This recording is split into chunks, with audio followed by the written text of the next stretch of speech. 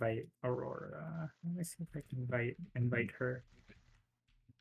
If she's here in the call with us. Yeah. Um.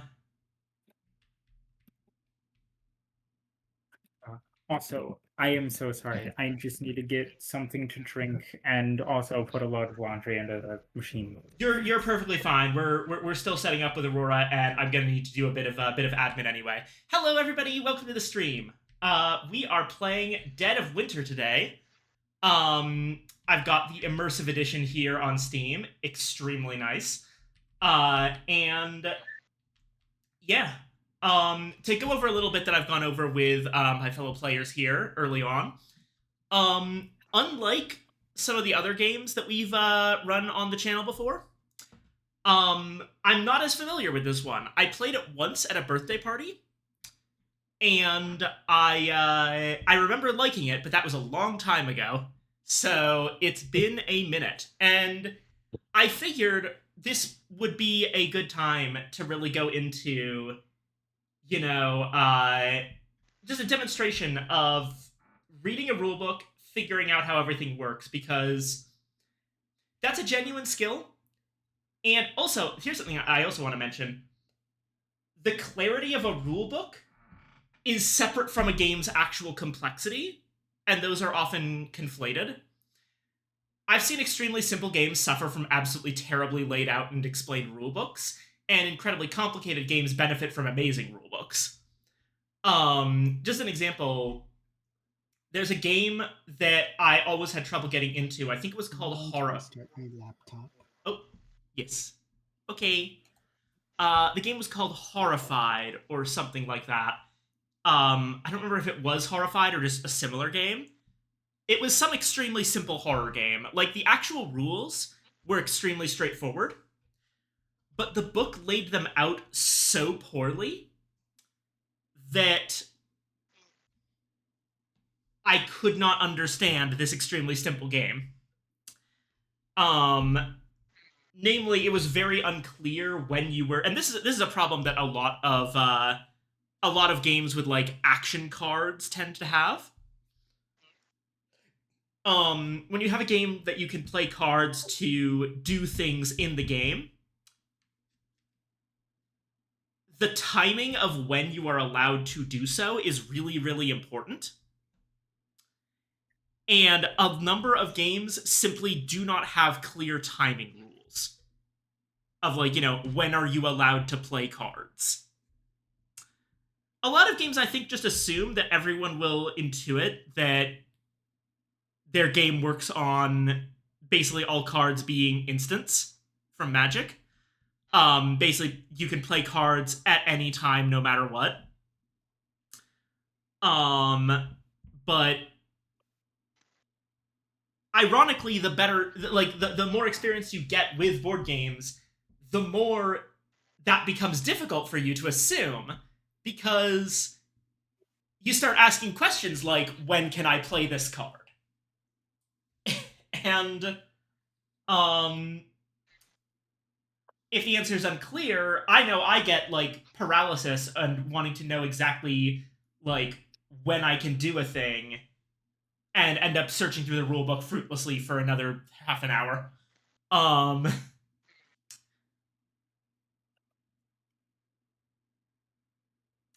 Having a clear set of timing rules in your rulebook is nice. The game Cosmic Encounter, I think, does this the best, because their timing rules are not actually in the rulebook, they are on the cards. The game is divided into, like, 9 very clear phases of each turn.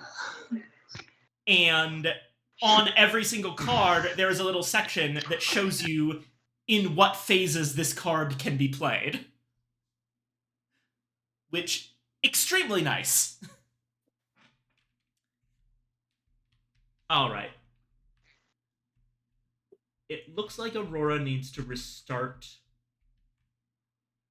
It's likely because of VPN. Oh, VPN again?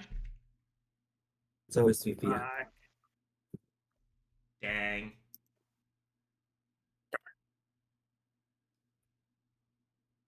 All roads lead to VPN causing the problem. Yeah. Potato only. Yes.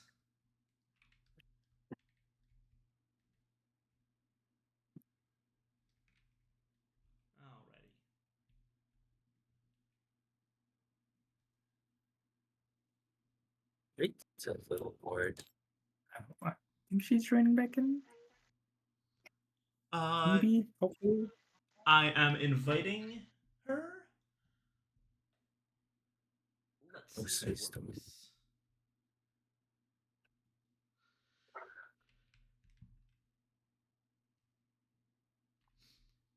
But yeah, in terms of the immersive edition, it's got all the same like stuff. Basically, the way this game is laid out, if I were to look at the rulebook here,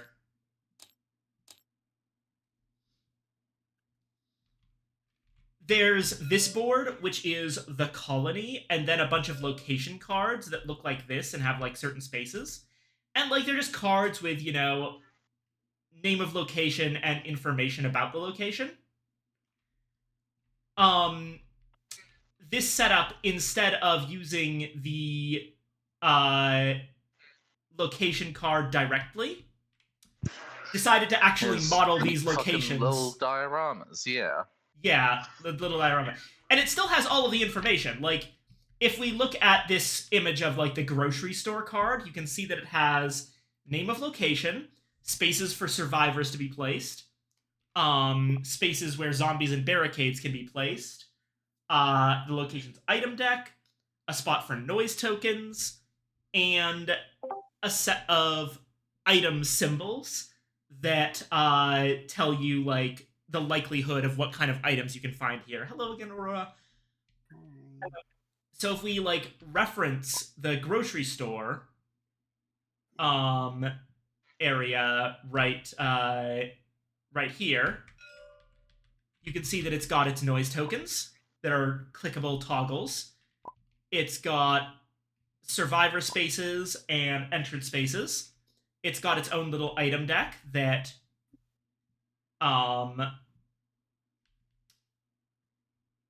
well, a spot for it at least. I don't know if there's actually anything in it right now, but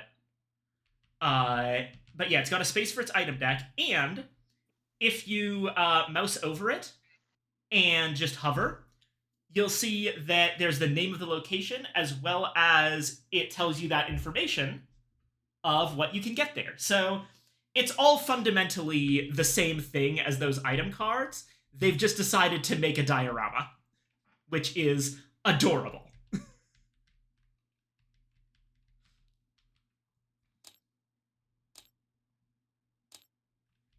Anyway, Dire, Your Honor. Sorry. it looks like everyone is here and ready and in the game, so let's get started.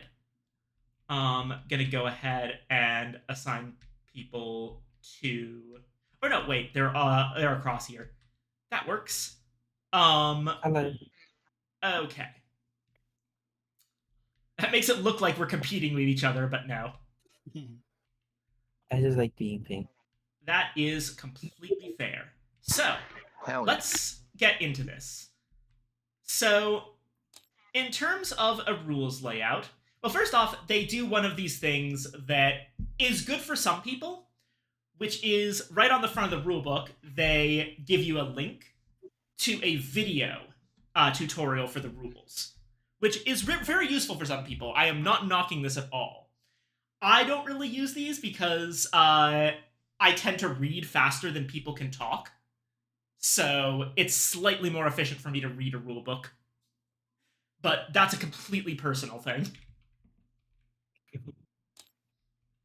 Right. In Dead of Winter, players are a colony of survivors trying to survive a hazardous winter in the aftermath of the zombie apocalypse. The colony has an objective they are trying to complete, but each player also controls a group of survivors that has a secret objective. Often, this secret objective requires that a player help complete the colony objective. Only players who have completed their secret objective when the game ends will win. The game can end in a variety of ways: if the morale tracker reaches 0, if the round track reaches 0, or if the main objective is completed. So I mentioned that this is a semi-cooperative game. it's in the same way that Nemesis is, in that there's this idea of like secret objectives. So main objective cards, you've got setup instructions, a goal, and an estimation of game time that this objective causes. So the We Need More Samples card, which apparently they recommend for a starter game, is like has this setup, the explanation of how you win the game, and it estimates that it'll be a 45 to 90 minute game. Now, whenever you're learning, here's a little advice about game time estimates. First off, designers are terrible at actually estimating game time. So right off the bat, always go with their higher estimate as a baseline. If everyone's new, double it. If there's a full complement of players, probably double it again.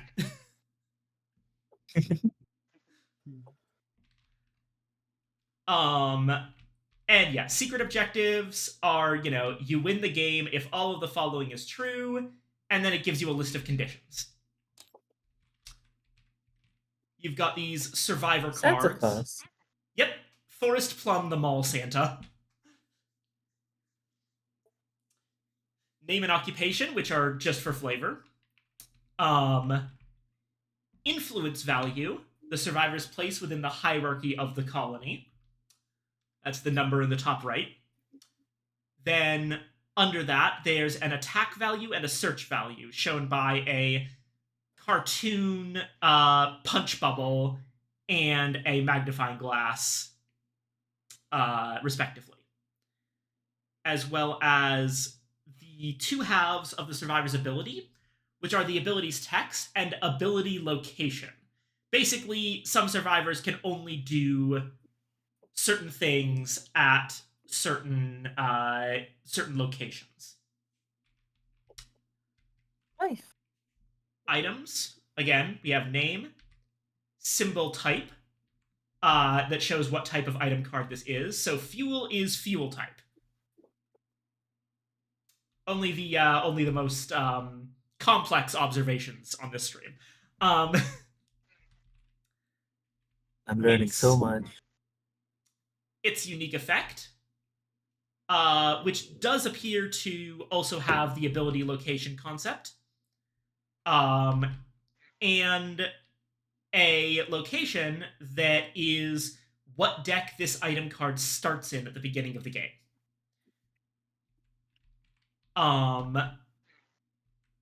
And I love that they go and do one of these breakdowns of the player reference sheet.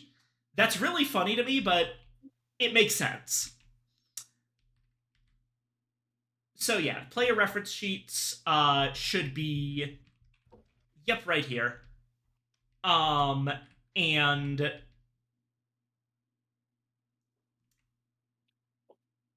they will, for each of us, they'll be, they're not just reference sheets. It looks like they're also like, an actual game piece where, you keep followers, your group leader, your secret objective, and your action dice. Then there's Crisis and Crossroads cards. Name, Prevent. This shows the type of items a player must contribute to the crisis to prevent its effect from happening. So in the case of a blizzard, we need fuel equal to the number of non-exiled players. So in our case, we would need 5 fuel to deal with the blizzard. That's the thing. Not all of our problems are going to be directly related to the zombies.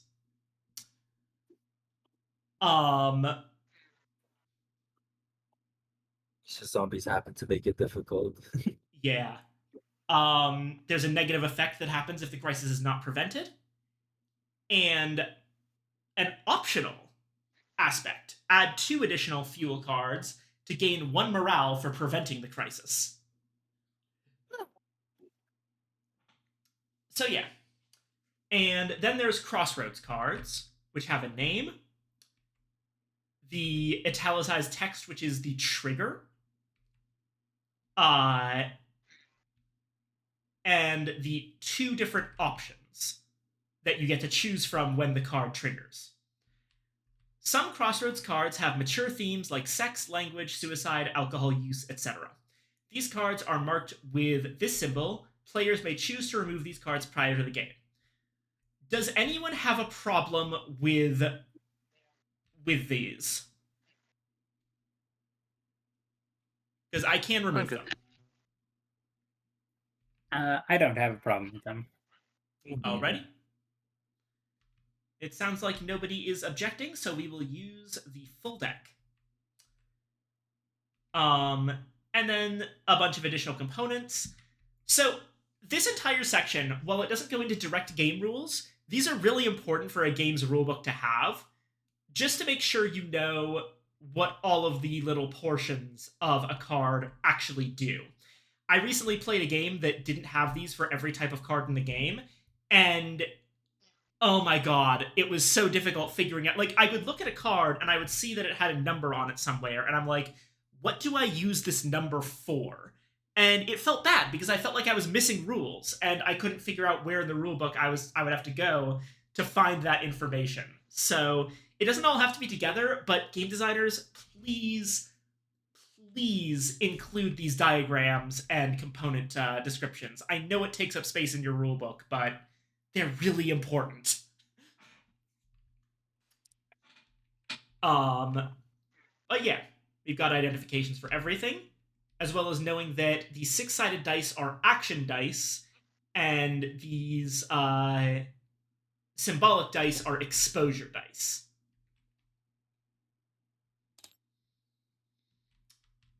So the game board. We've gone over the different parts of the location board. We have name, survivor spaces, entrance spaces, the item deck, noise tokens, and the item symbols that tell you what you can get. For the colony board itself, we've got the name, the colony, entrance spaces, where you can put zombies, and barricades, of course. Space for survivors, which is labeled colony occupants. A morale track shows where the colony's morale is, affected negatively when a survivor dies, when there are too many cards in the waste pile, when there is not enough food, and sometimes as the result of a crisis or crossroads card. Round track to see how much time we have. The food supply. Main objective card. Waste pile. Cards are placed here when they're played. Crisis deck. And crisis contributions.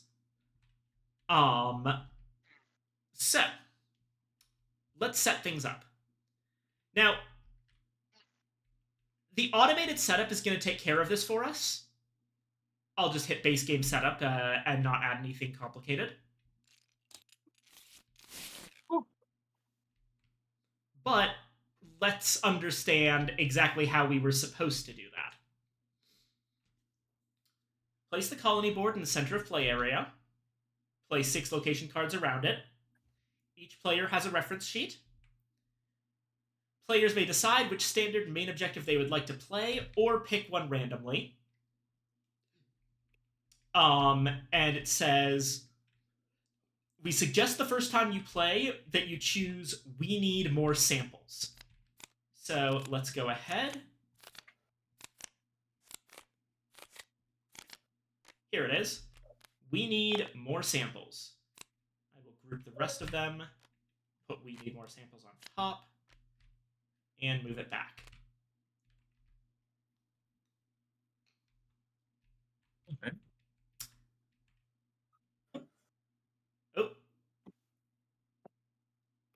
Oh. Sorry, I did not realize the scroll wheel did that.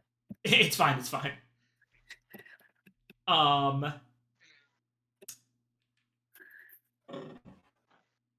Okay, now we set up the game board according to the main objective setup instructions.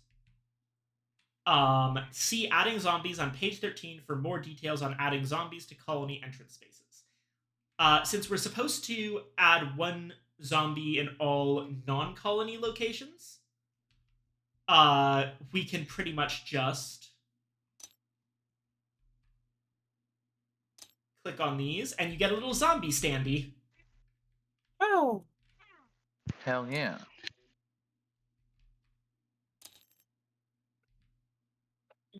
Can I not see the zombie standee?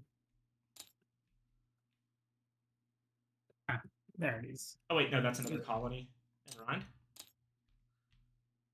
And to zoom in very close. Yeah, that is. There are game concepts for colonies that conflict with each other. So that's a whole thing. School. And there we go.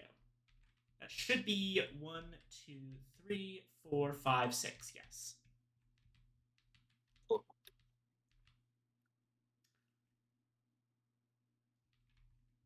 Was there anything else? Morale starts at 6. Round tracker starts at 6. So round tracker here goes down to 6. Yep, and morale down to 6.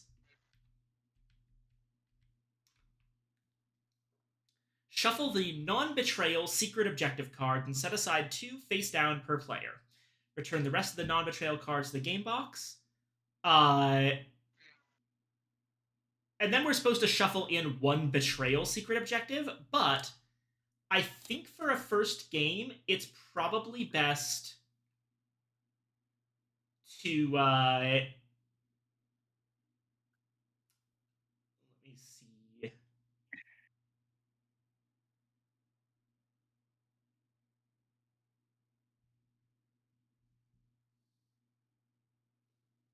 Okay, yeah. Use the hardcore side of the main objective card and do not assign secret objectives. Oh, hardcore side? Ah. Okay. That's a bit different. So if we were to go without a traitor, then we get 1 fewer round, and each area starts with 3 zombies instead of just the 1. I'm actually going to leave this up to you. Do you think would be easier for us to just go with having the potential of a traitor?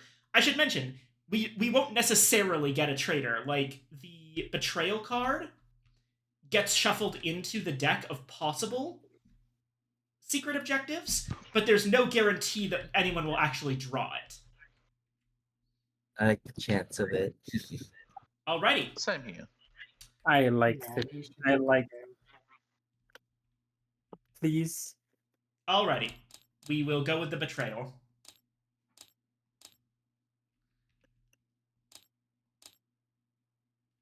Okay. Secret objectives. Here are the normal ones. Here are the betrayal ones. So we're going to get 2 per player.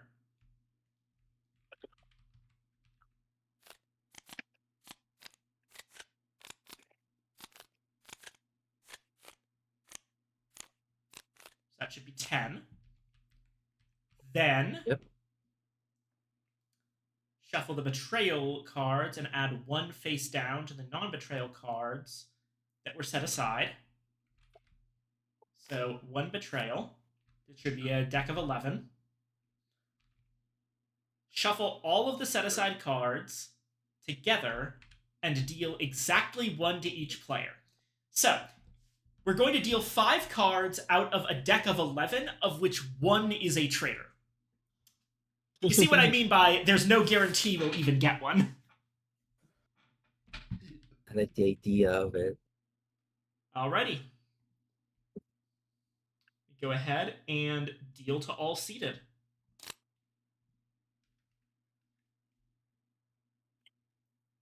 Alrighty. I was going to say, make sure to actually shuffle. You didn't. I already did it. Oh, I didn't shuffle it? After you added the traitor card, I already did though, so it's fine. Okay, gotcha. Whoops, that's my bad. Alrighty. We will go ahead and where to put these extra ones? They might Just to the side here, maybe. probably, yeah.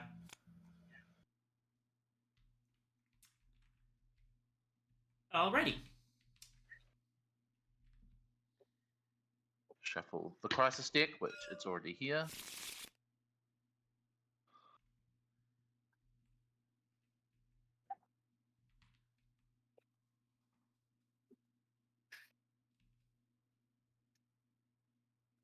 Shuffle and make decks of the survivors, exiled objective, and crossroads cards, and place the decks off to the side of the play area. Which already here.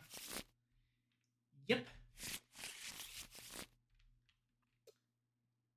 Shuffle all the starter item cards and deal 5 to each player. Return any remaining cards to the game box.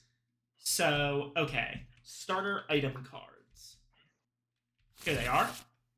And we deal 5 per player, it looks like. So honestly, just 1, 2, 3, 4, 5. Okay. Hell yeah.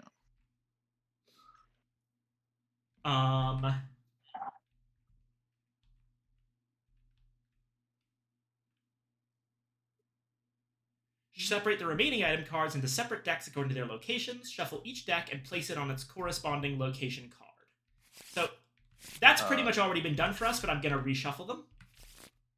Yeah, just in case. There we go. Deal 4 survivor cards to each player. Each player then chooses 2 to keep and returns the others to the deck. Then reshuffle the survivor deck. Okay. I see. So yeah, we're not playing as actually individual characters. We're playing as groups of characters. Oh. Gotta admit, these streams are great to have in the background. I love the friend explaining board game energy, but I don't have to pay attention. Nice to see you as always, Base. Thank you for coming. So you like girls that yacht.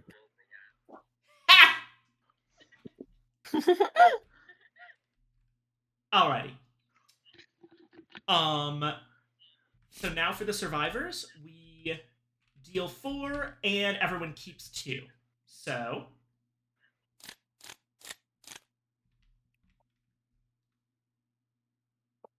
everyone look over your characters and see which ones you want to keep. If anyone has any questions about how, like, what certain terms mean, I can look them up right now. Let's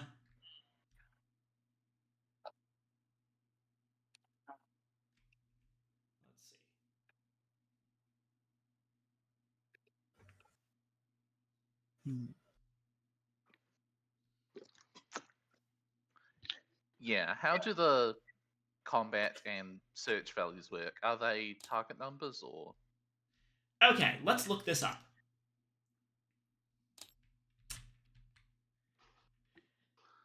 Some actions require spending an action die and others do not. To spend an action die, a player removes the appropriate die from their unused action die pool and move it to the used action die pool.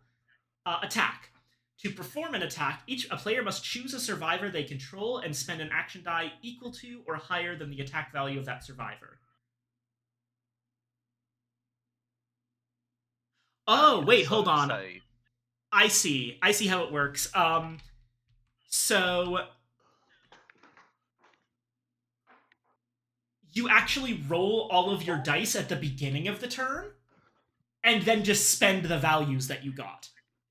Yeah. Okay. This is a Battle's Faith dice style. Yeah. So say if you have a character that has like a 5+ for combat, you need to have a 5 or 6 in your pool to be able to do a fight with them. Gotcha. So in terms of fight values, higher numbers are better. Or sorry, lower numbers are better, I mean. The higher a character's number, the worse they are at combat. In terms of searching, yep, same for searching. The lower the number, the better. I don't know. Interesting. For the lower? Yeah, because the way it works is that if a survivor has a search value of 3 or higher, that means that the die you spend has to have a value of 3 or higher. So let's say that, for example, let's just flip over a random survivor here. Harmon Brooks here, right? He's got 3 and 3. That means that you roll dice at the beginning of the turn, and then for any dice that are 3 or higher, you can spend them on letting him fight or letting him search. But if you rolled a 1 or a 2, then those dice don't do anything. Meanwhile, Edward White over here, which, okay, that's very funny that that's just Walter White. He's got a 4 for combat, so he would need a 4 or higher instead of a 3 or higher in order to fight something. So lower numbers are better because it's roll over. Yeah. So it's essentially still a dice RNG system, but you resolve the RNG up front, so you actually know deterministically beforehand how many successes or failures you have going into a turn. Yep. I guess it kind of works like a weapon skill from Fallout, not from Warhammer, where the lower your weapon skill, the higher, the more chance you have to actually hit what you're shooting at, It's or to assuming actually like land a shot. Yeah. It's assuming everyone knows Warhammer. Me, I don't. It's a lot more common to understand that than you understand Warhammer than you think.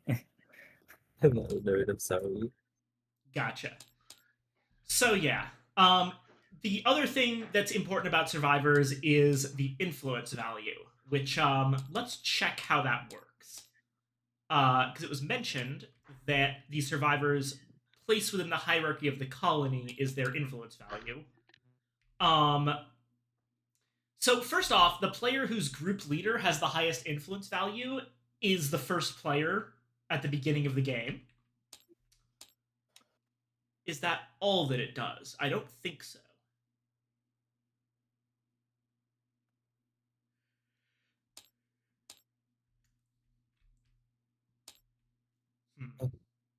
I'm mostly just going through looking for the word influence wherever I can find it.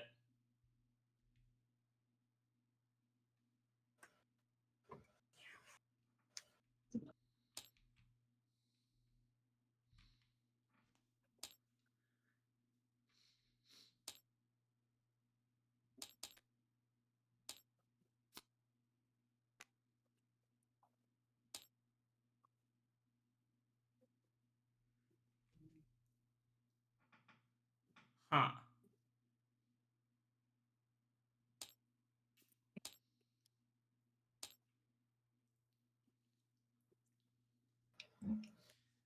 All right. Secondary attempt to find this.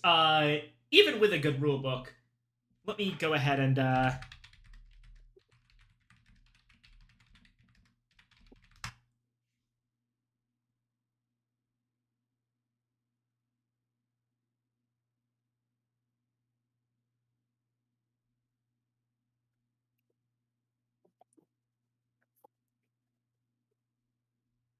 oh, hold on. I see.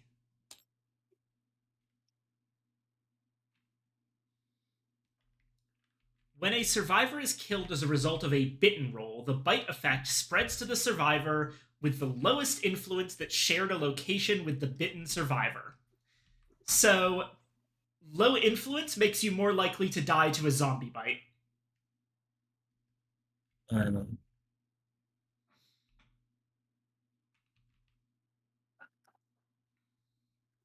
Alrighty.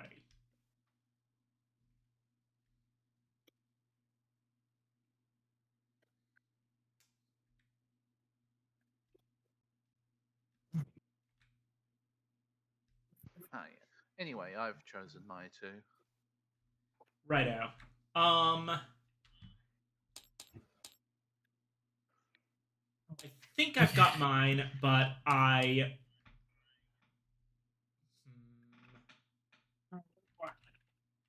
So, I'm sorry. I am bad at hearing things. What?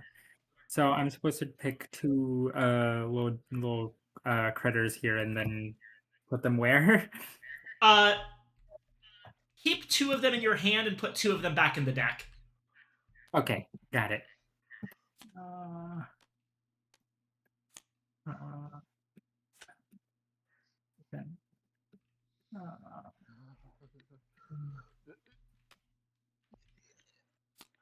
where the fuck is deck? Everything looks so tiny. It's right here. There is deck. Yeah, one thing is that a lot of things are going to be around this colony area right here.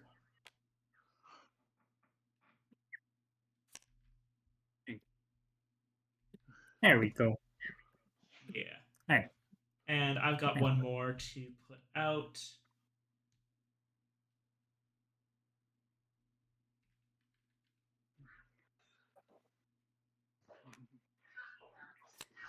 There we go.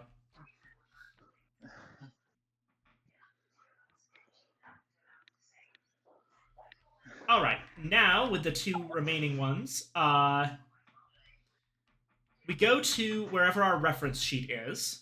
I'll show you mine for reference here. Oh, And on this sheet, we will go ahead and put 1 survivor as our group leader. In my case, I'll use Thomas Hart. And the other as one of our followers. In my case, Janet Taylor. what's this space then? This space right here, that's where your secret objective can go. Although honestly, I think it might be better to just keep that in hand. And also, it seems to be used for keeping these thumbs up, thumbs down tokens for voting. Oh, I see.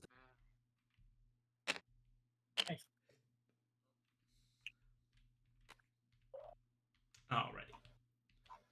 And then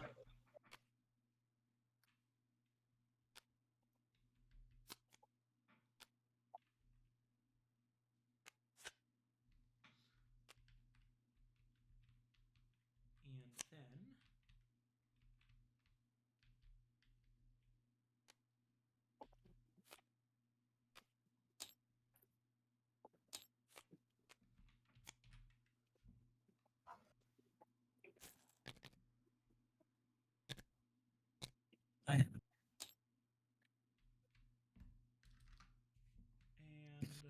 Now we have to re-roll the survival deck. Yep. Done. Yay. Where do you find these little guys? They're in this this bag. Oh, okay. So let's see what we got. I've got Thomas Hart as my leader, with Janet Taylor as a follower.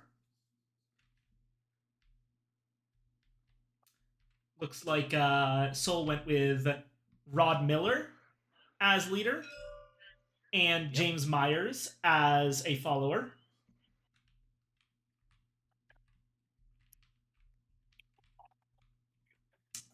Oh, I have my things set up as well. Yay. Evangeline has Bev Russell and Brandon Kane. Aurora has Andrew Evans and David Garcia.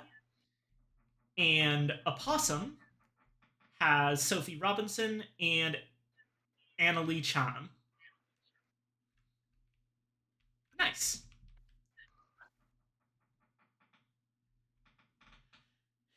Okay. And I'll go put up the rest of the standees at this point.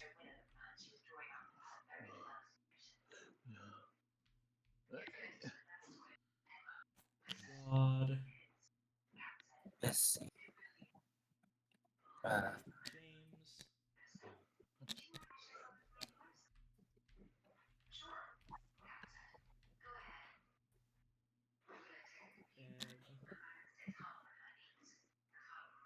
Brandon.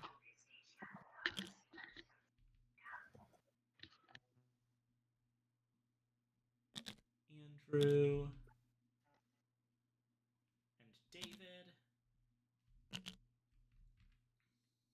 And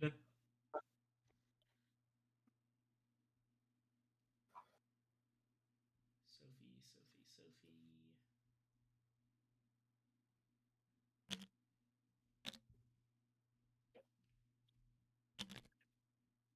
And Annalie.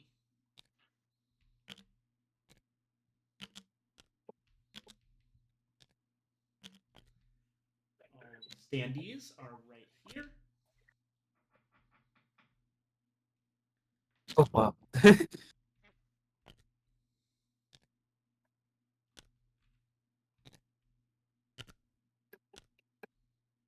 Looks like they're allowed to slightly overlap each other. Uh, Sorry, I'm not organizing these at all, but Oh, I am. there we go. so here's our little colony. We're all together. Yay! Besides the two at the wall. Drinking.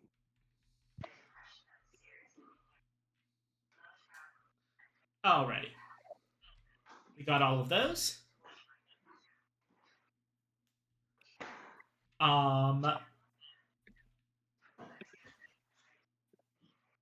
The player whose group leader has the highest influence value receives the first player token and will take the first turn of the game. So, okay. I've got 64. Does anyone's leader beat 64? I don't think so.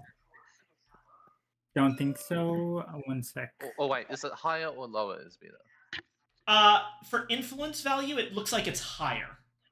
It says highest Yeah. influence value. Getting at a crispy 58, so no. Alrighty. So I'll take the first player token, which is a knife. You He get to just- backstab people. Alrighty.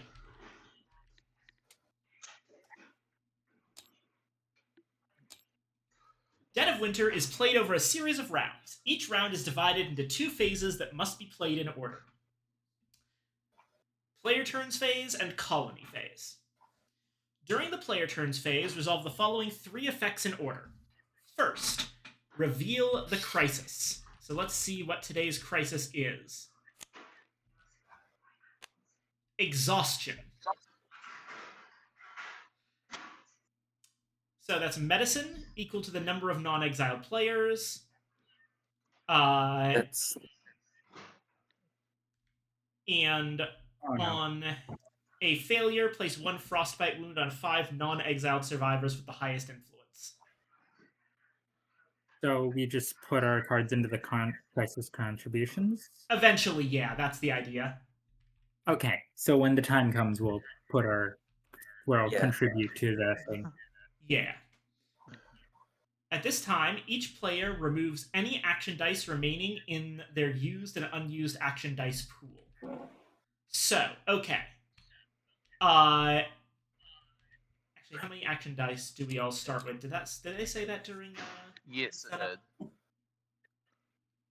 Is it 3? No, it is in yeah. Ah! I see. So it's not during setup. It's just that 1 action die per survivor you control plus 1. So action dice is directly equivalent to manpower plus a little extra for group cohesion. I see. Even though a player receives 1 action die per survivor, the action die does not belong to that survivor, but to the group. Player can spend multiple action dice on performing multiple actions with a single survivor.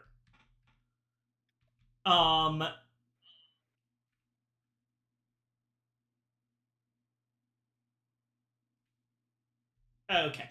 So now each of us are going to roll our action dice and see what we get. 4, 5, 6 on my end. Right. Yeah, give them a good wiggle. Just to make sure the TTS physics works. So that's 6, 3, and 3. Nice. That's Good. 12. 1, 3, and 5. Gotcha. During the player turn phase, each player, starting with the first player, will take a turn. At the beginning of a player's turn, the player to their right draws a crossroads card. Applying its effects to the player taking the turn if at any time during that turn they meet the trigger requirement. So, okay. Soul, you're the one to my right. So here's what you're Yep. going to do. Draw the top card off of the Crossroads deck. And look, you get to read it. You are allowed to go take it into your hand and read it. I am not. That card will have a trigger condition. During my turn, you'll have to be paying attention to what I'm doing. And if at any point I fulfill the trigger condition, stop me and resolve the card. Oh, Ah, yeah. that's an element of mystery. Yeah. On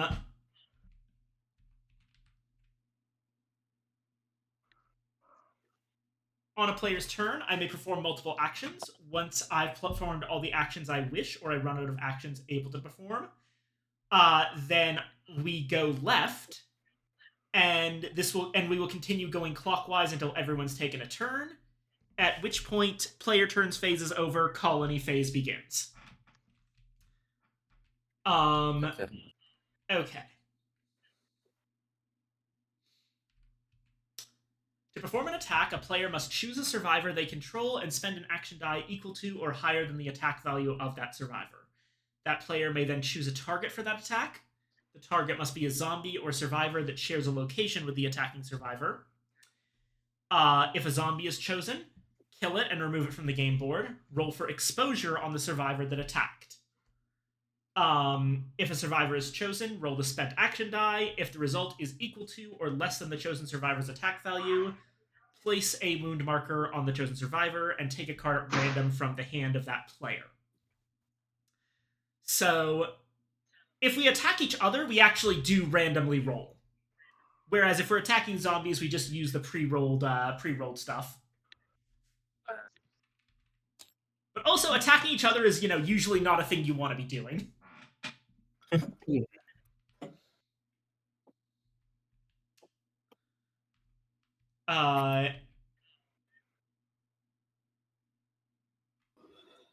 Okay.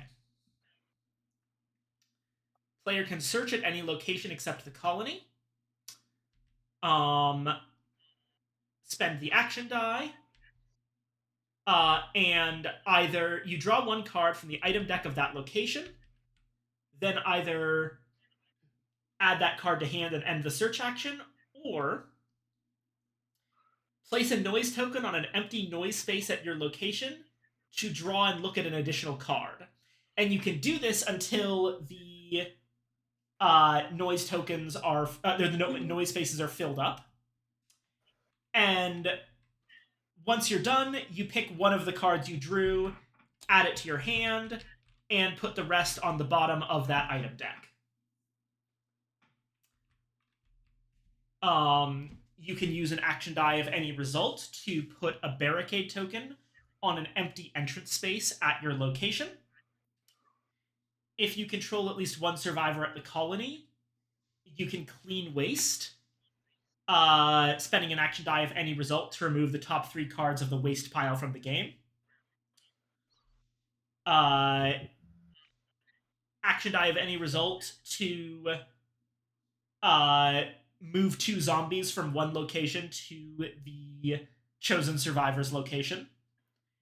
And some survivor abilities also require you to spend an action die. as many times as you like during your turn. A player may play a card from their hand. To play a card, place it on top of the waste pile.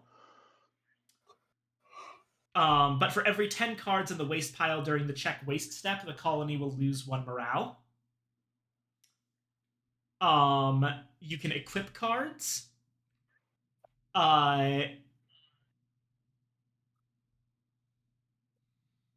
Once a card is equipped, it cannot be unequipped unless it is being added to a crisis or is being handed off. If the survivor with equipped items dies, the item is added back to the controlling player's hand, as long as they're in the colony.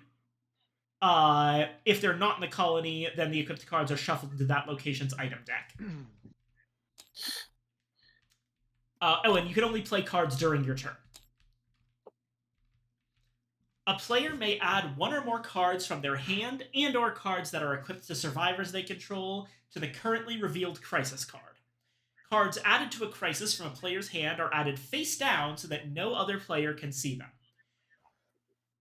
Adding cards that match the symbol shown in the prevent area of the crisis card helps to prevent that crisis from happening.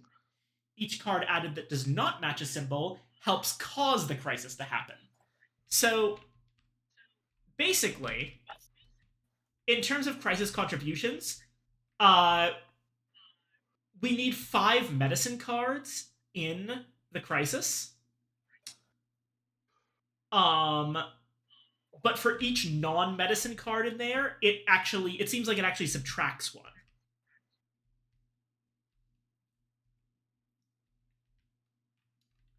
I'll have to check on that, but I've played games like this before, and that tends to be how this works.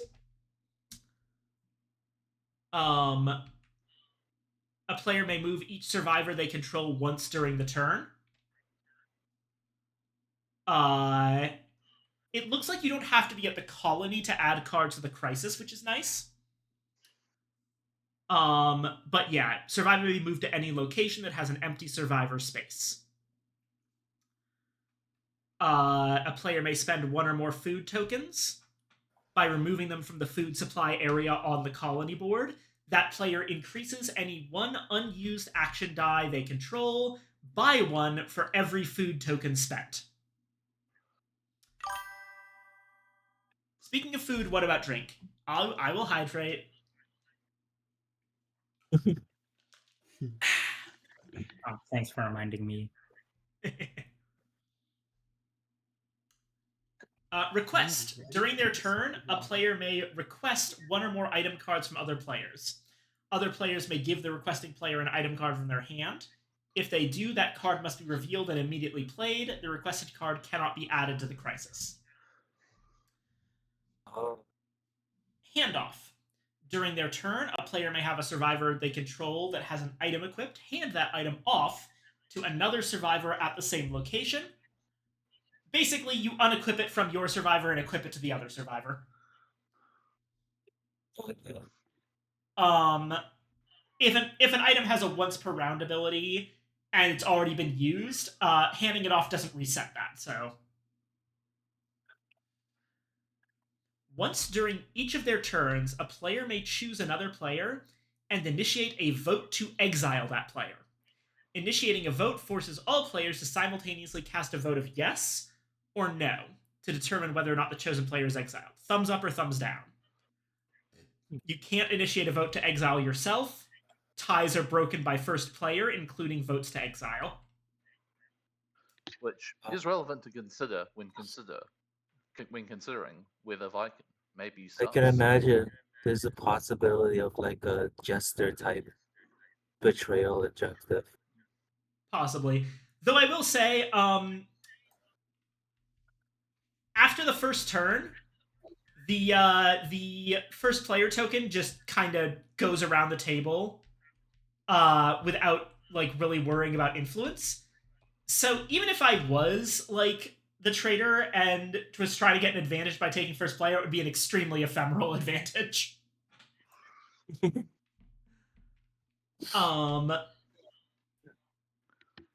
But yeah.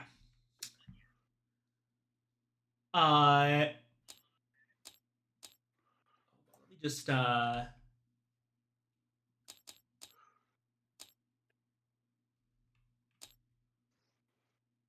Yeah, first player passes first player token to the right. So turn order goes clockwise, but first player order actually goes counterclockwise.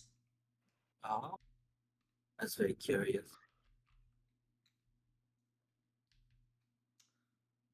Alrighty.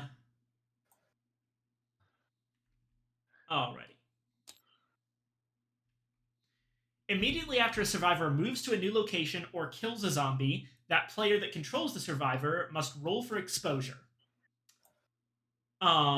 Each die face has an effect that is triggered when the result is rolled. On a blank,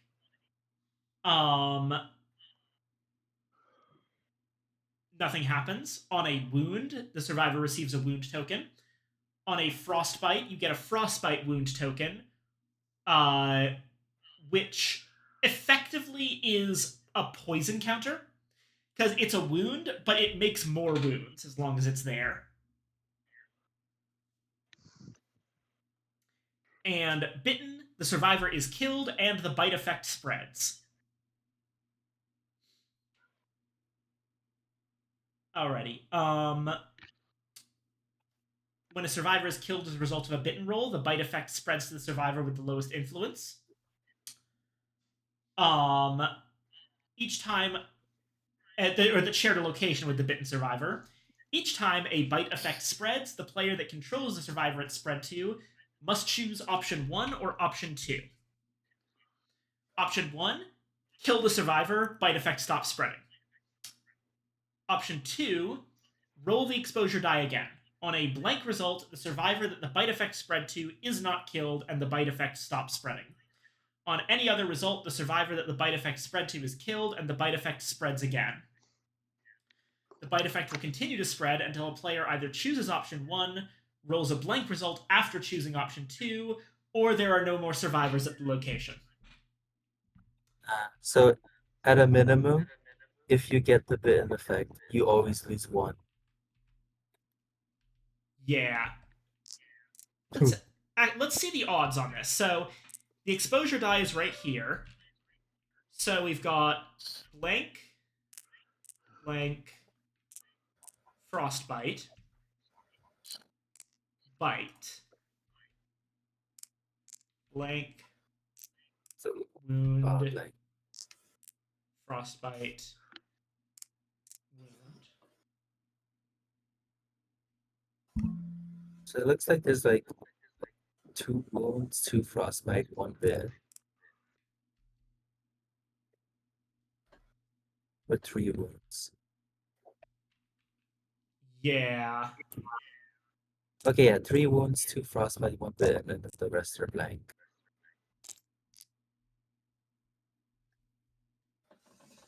I think there's 2 frostbite. Hold on. Yeah, as I said. Oh, sorry. Yeah, so, okay. Bleh. The fact that it's not even across the die faces is fucking me up here. So it's like a 1 in 12 chance of death every time you move, which is not great. That's not a good sign. Yeah, which makes the fact that my guy Rod here can just move without ever rolling it a pretty big boon for going out and doing shit. I've got a similar thing. Thomas is I can kill 2 zombies at the colony without rolling for exposure. So Ooh. I'm gonna be real. I don't think that this guy should move outside of the colony all that much. He's very valuable.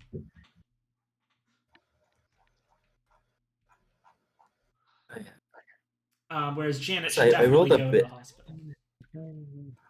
I did a bit, or like afraid for my future. It's not a good sign. Yeah. Alrighty. So, yeah, if at any time on a player's turn they meet the requirements of the Crossroads card trigger, all of the card's text is read aloud by the player who drew it. Most Crossroads cards provide 2 options to choose from.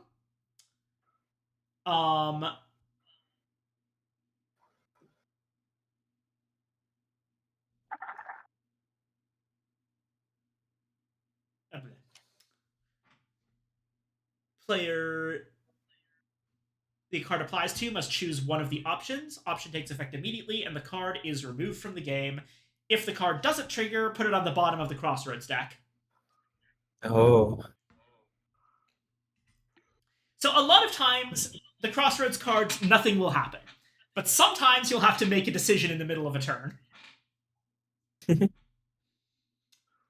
Alrighty. During the colony phase, resolve the following 7 effects in order. Remove 1 food token from the food supply for every 2 survivors in the colony. Remember that helpless survivor tokens count as survivors for this purpose. Notably, survivors at locations other than the colony do not count towards the total number of survivors in the colony. They are considered to be foraging food for themselves. If there are not enough food tokens, do the following in order. Do not remove any food tokens. Add a starvation token to the food supply. Decrease morale by 1 for each starvation token currently in the food supply. Check waste. Count the cards in the waste pile. For every 10 cards, rounded down, decrease morale by 1. Shuffle the cards that were added face down to the crisis during the player turns phase. Reveal them one at a time. Each item card added that has a symbol matching a symbol in the prevent section of the crisis is worth 1 point.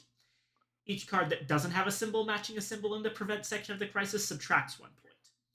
After revealing all the cards, if the combined point total is lower than the number of players, then immediately resolve the crisis.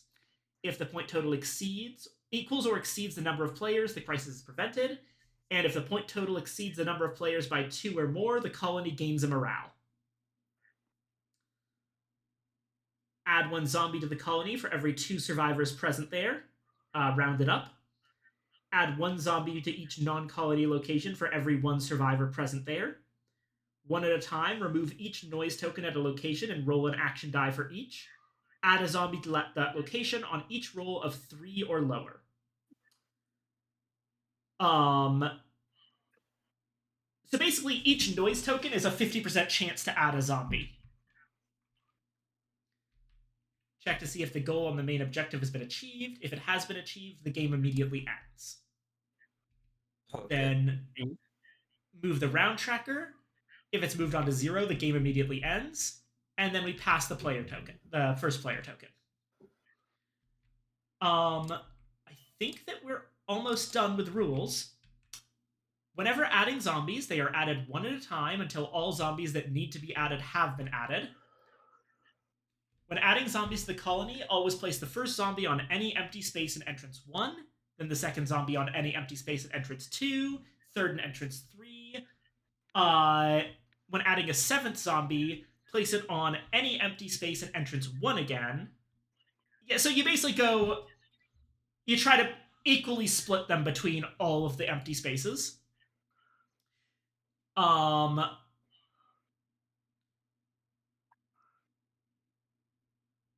If there are no empty entrance spaces in the entrance the zombie would be placed, but there is a barricade token in one of those spaces, destroy that barricade token and remove the zombie that would have been placed.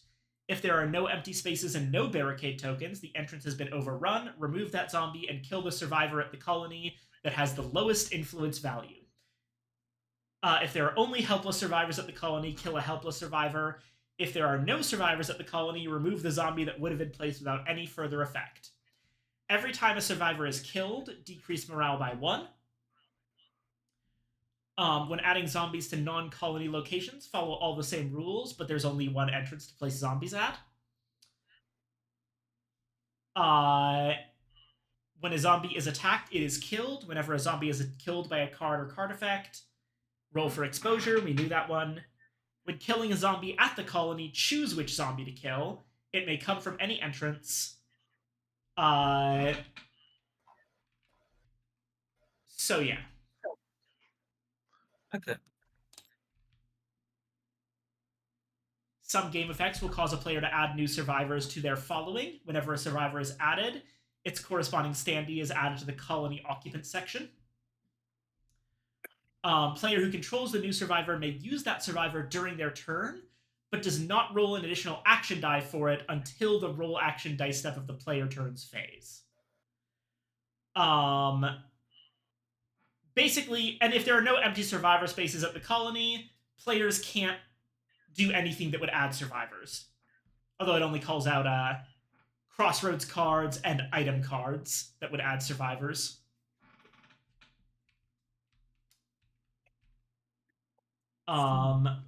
There's more details about killing survivors. Remove its survivor standee from the game board, decrease morale by 1, and place the survivor card in the removed from game pile. If a player's group leader is killed or otherwise lost, take someone from your following and make them the group leader. If your last remaining survivor would be killed, you remove all cards in your hand from the game, draw a new survivor card, add it to the game, and make that survivor your new group leader. Oh, okay. Okay. So you don't just get immediately like removed from the game just because you got unlucky with both of your characters. Yeah. It's just that it does likely hamper your secret objective heavily. Yeah. If the I'm players... so sorry, I forgot the scroll wheel did that again. You're fine, you're fine. Oh, sorry. Blippi has asked if my tail was coiled. I need to stretch.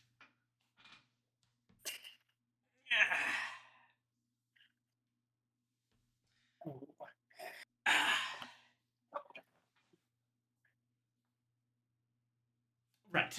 I should not hover my mouse over to the book. All right. If the players vote in favor of exiling a player, the exiled player must immediately draw one exiled secret objective card. This card will adjust your secret objective.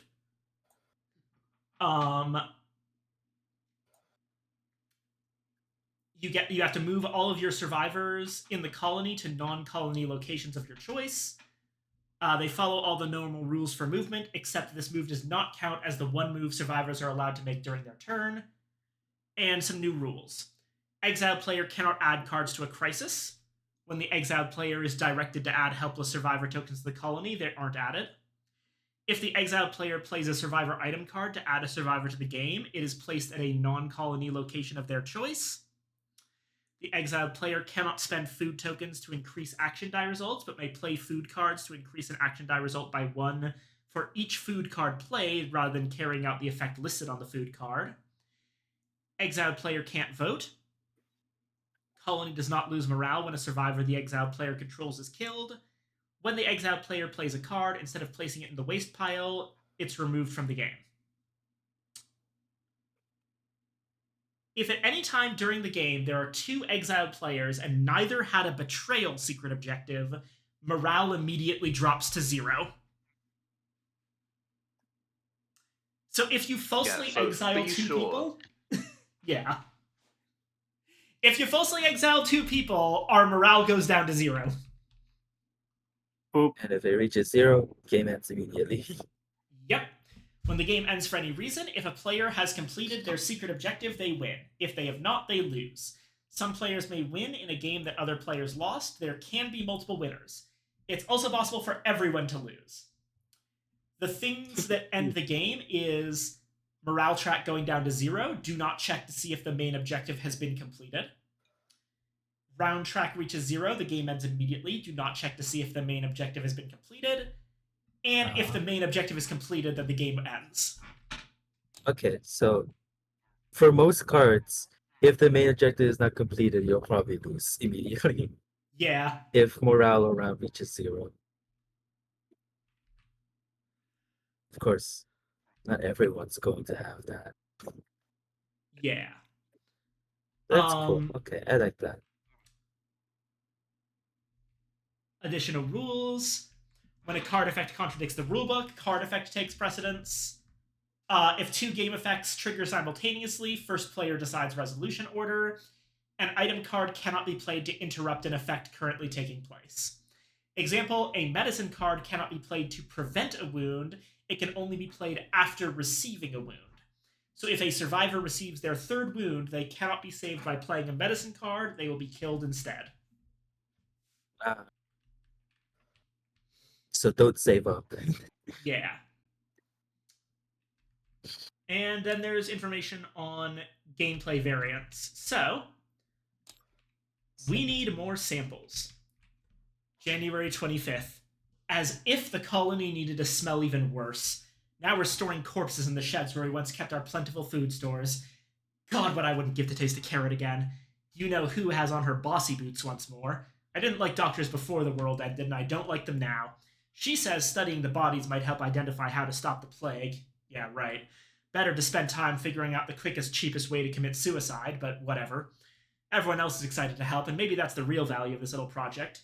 All this research will do is tell us what we already know. The dead come back and try to eat you. Whoop-de-freaking-do! Still, if Her Royal Highness does come up with a cure, I'd better be first in line to get it.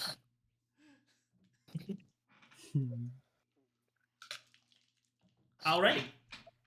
So, samples, cure. Our objective is that every time a zombie is killed, we roll a die. If the die result is a 4 or higher, add a token. And we need a total of 15 tokens. Wow. So you just need to go on killing. Yep. That's about a 50%. There's about a 50% chance per zombie killed. 4 or higher means about half of your dice will roll it. Alrighty. I think I picked the wrong group leader for this objective then. In that case, you can feel free to switch your group leader. I'm fine with that. Hold on.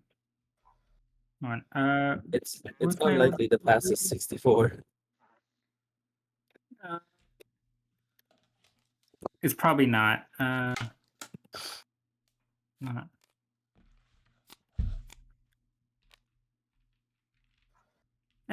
Whatever. I'll just stick with my group leader. Fair enough. What? Alrighty. So, my turn. Let me take a look at my cards.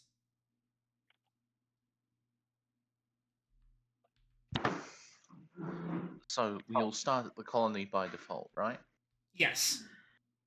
I'm asking because this crossroads triggers if the survivor the player controls is at the colony. So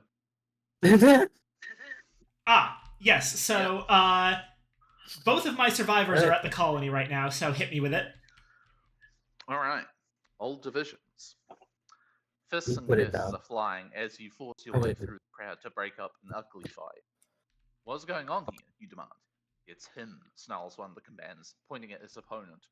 I don't know why we let his type in here to begin with. This place is for good people. Your heart sinks as several other voices rise up in agreement. In case you haven't noticed, the world as we know it has just ended. Yell. The old divisions were new. They don't mean jack now. There are just human beings and the things that eat human beings. Every player with one or more survivors at the colony must vote with a thumbs up or down. The option with the most votes takes effect. Do I read out the options? You do, yes. You read all of the text on the card. In fact, you can just turn the card face up at this point and show it to us. Oh, okay. Okay. It's right here. Anyway, thumbs up. The bigot who started the fight is expelled from the colony.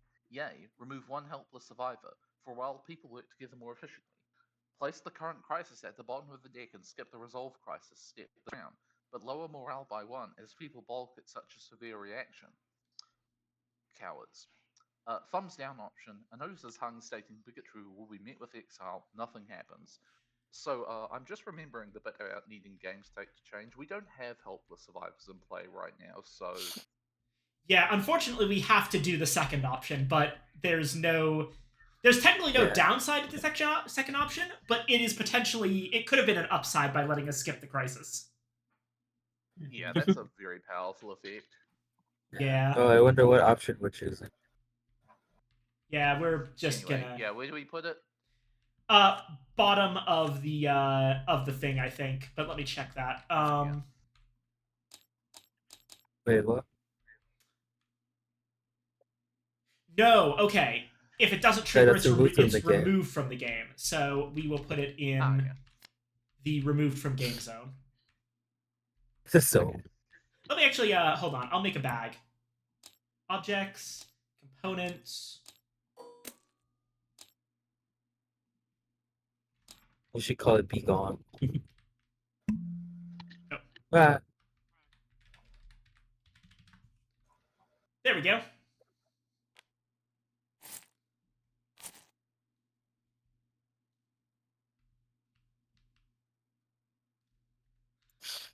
Okay. So that was the Crossroads card. That part's done. so immediate. It was a big fat load of nothing, unfortunately. Okay. Let's see.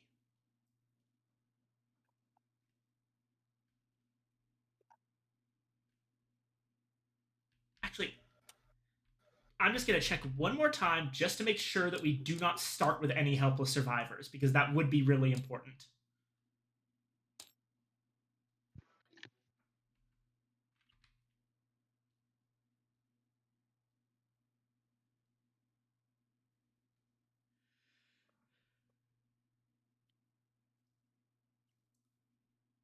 It does not look like it. Well, okay.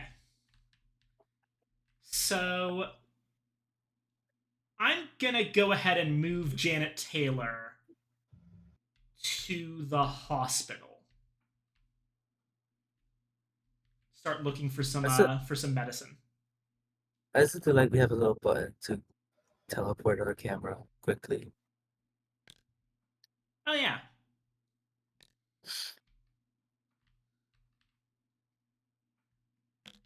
All right. So moving Janet Taylor to hospital, and I roll exposure. She's been wounded. Damn. Okay. So when I get wounded, I receive 1 wound token. Wound tokens. They're over here. Yes. Okay. So Janet gets a wound. Alrighty. Then I will use this 4 die to do a search at the hospital. And because Janet Taylor is a nurse, she gets once per round to look at and keep an additional card. So I draw 2 hospital cards.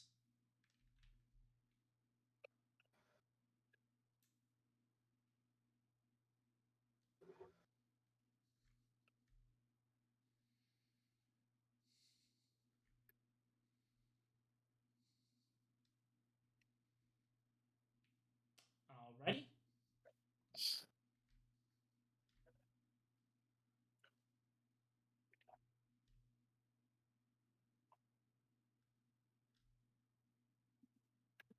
Yeah, I will keep both of these and not trigger any noise. I see 2 minutes. Alrighty.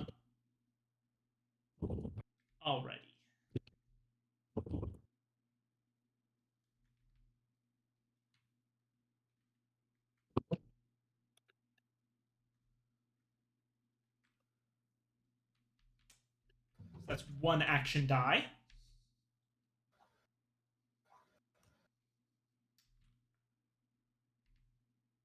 Oh, I see. All right, I'm looking at a card right now, and it turns out that the base fuel cards, they let you move without rolling for exposure because you're using a vehicle. I see. Okay, Yeah. so there's mitigating factors with items. So okay, part of the trick of this is that, you know, we can use our items for their effects, or we can contribute them to the crisis. Speaking of which, I think I will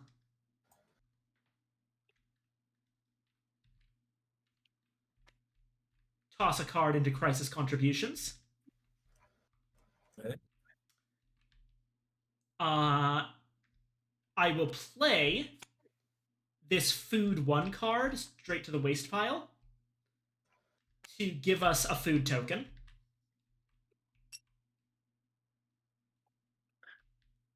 Food supply is right here. There we go. 1 to food supply. And There's only one. it's just the one, but it's better than none. We also have a colony chicken. I didn't notice that. Yeah. Actually, wait. There's no limit on how many times I can do this. So, I have 2 more food tokens that I can Oh, put in the supply. That's it. Yeah, might as well. Yeah.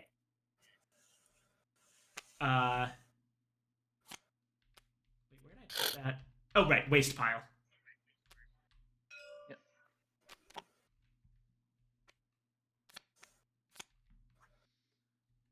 Alrighty, and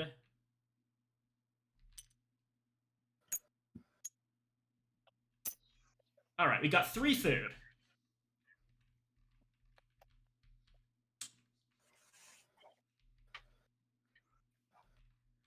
I'm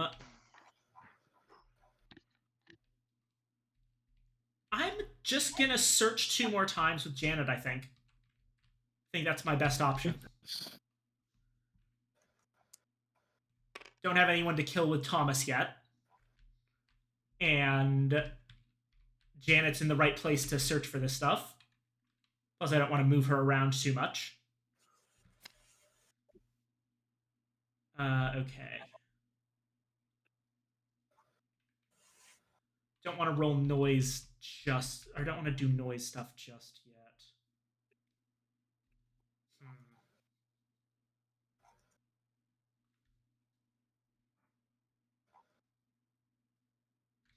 Maybe 1 noise.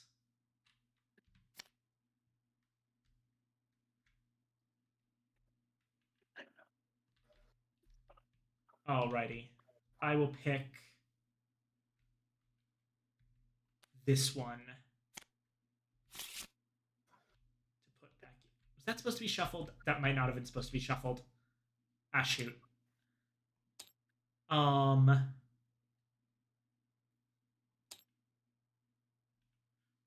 Bottom of the deck. Oof. My bad.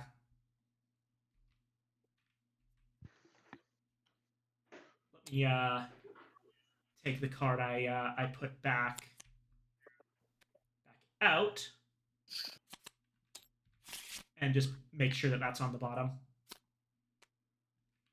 All There we right. go. And then I'm going to use the last one.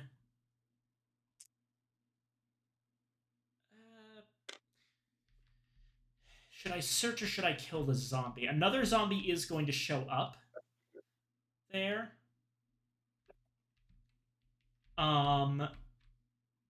How does this work again? In terms of adding zombies. Right. Has to be overrun is the issue. No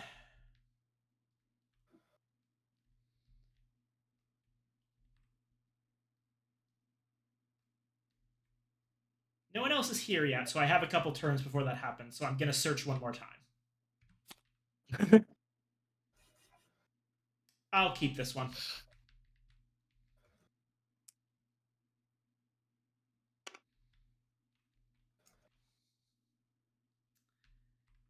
And, Any medicine to offer? well, I got an even better food token. This is food 2. Ooh, The sequel. the sequel. So we've got 5 food supply. Hopefully that'll be enough to tide everyone else over for a while. Anything else I can use?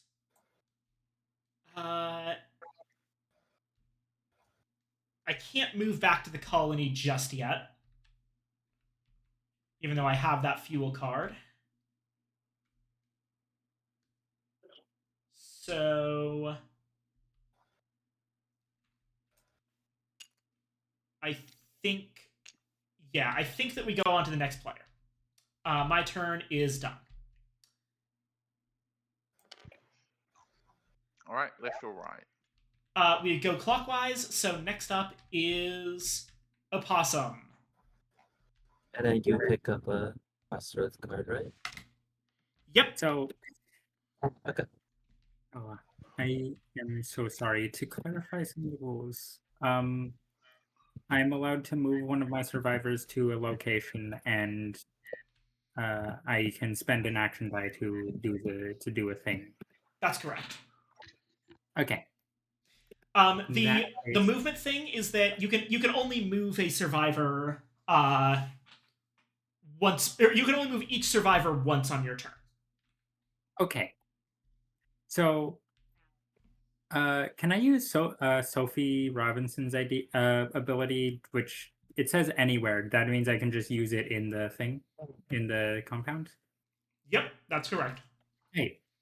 Once per round, you may look at the top card of a single location's item deck. After you have looked at the card, you may place it back on the item deck. So I'm just gonna look at the top card of the grocery store. Oh, it's a good food. Here it is. Just Alt Shift on it to check it without revealing it. Okay. It's nice that I actually have a better card kill than And you then and I Thomas, am going to send. but you do need a helper survivor. Okay. And then I am going to send NLH on all to the grocery store to pick that up. Alrighty. She is which right one here. There she is. All right, roll for exposure. So I just use one of my ability die, or No, the exposure die is right moving, here. No, Oh, moving does I not take am an a action little- dice. okay. Or if you have fuel, you can use that instead. But Save. Safe. Thanks. Right. Now I just spend one of my ability die to search. That's correct. Okay. I'm just gonna spend a 3 over here. Mm-hmm. And oh, and I'm going to draw the thing. For the record, if you want to draw something from a deck, just hover over the deck and press the number key for the amount of cards you want to draw. So if you want to draw one card, hover and press 1.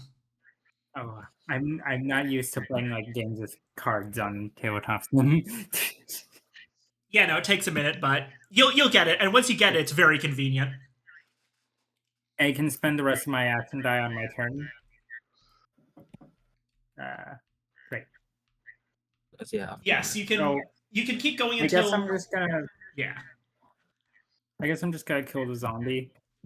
Oh. Alrighty.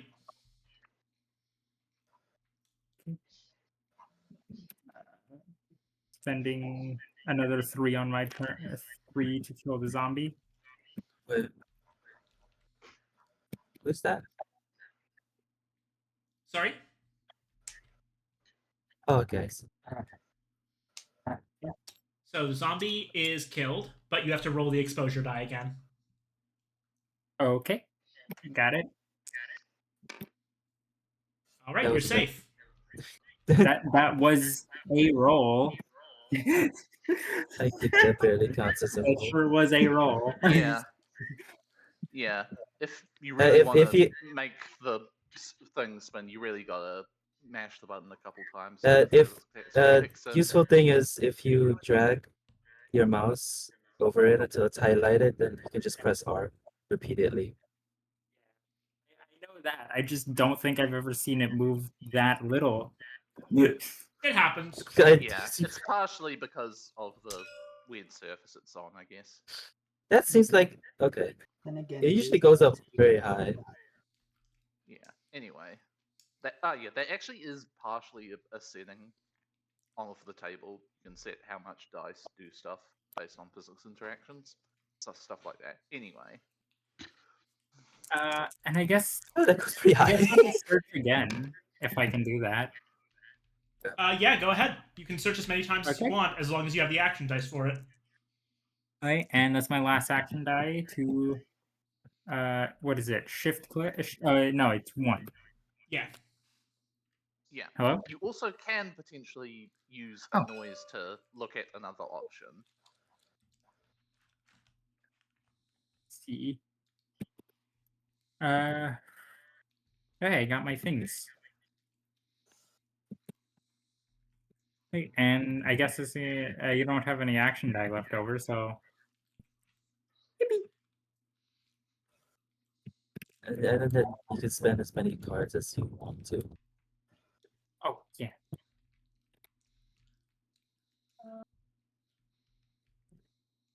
Particularly anything that might be important to our prices. Wink. I'm going to contribute 2 food. Or I mean like not contribute, put 2 food in the waste pile. So I can where's the token? Right here. There we go. It's pretty intuitive. The food tokens are double-sided for food and starvation. And they're a full can of food and an empty can of food. Hey, and we're this command. looking for a discard pin, discard bin. Discard bin? What do you mean? With the begone bag. It's right here. So Yeah, and there's a discard bin right there. It's the trash. Oh. oh, Whoops. Just the Nice. begone bag really is begone. you know what? Discard that too. Yeah. Right, and All right. let's see. Wait, is there... Uh, hang on. I don't know if there's supposed to be a zombie right here. I just realized. Nope, I don't think so. Did I just Oh, you see pressed by trap accident. or something? Or was that The a fire? question. But it's a trap.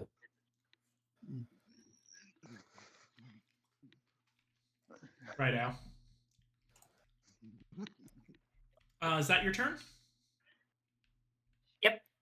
That's All my right. turn. I'm gonna put my the crossroads card on the bottom of the deck. For the record, it wasn't anything you ever could have triggered because it depends on you like having a specific survivor character you didn't have.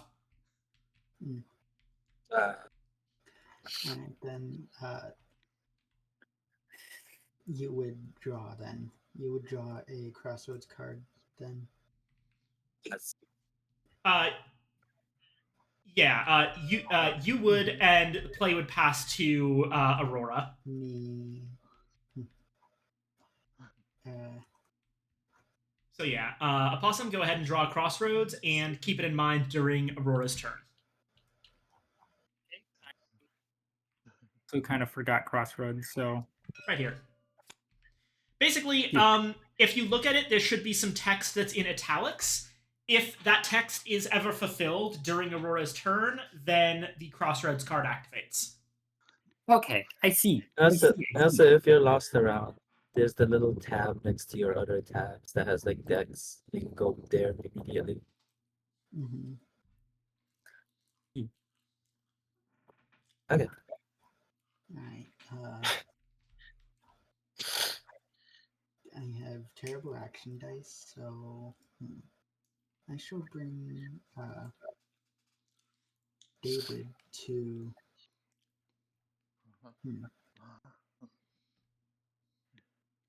Where should I bring him to?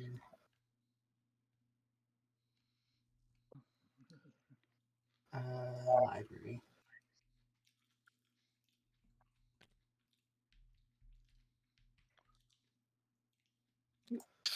all right. Go ahead and roll the dice. Lest you spend like fuel.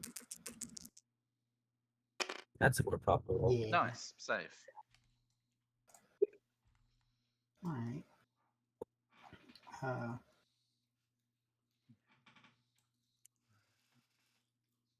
I'll use the 4 action die to search. Can't use the other 2, so that will be all I can do. But since it's David, his anywhere happens.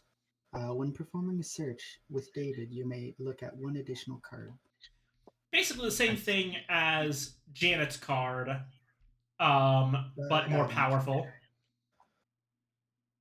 Oh wait, actually no, but Janet gets to keep 1 additional card. David just gets to look at 1 additional card. I see. Mm-hmm.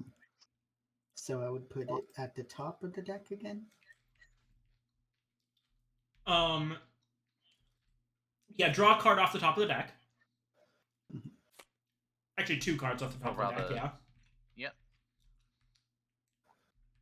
And then either pick 1 or tick noise to add more. Look at it.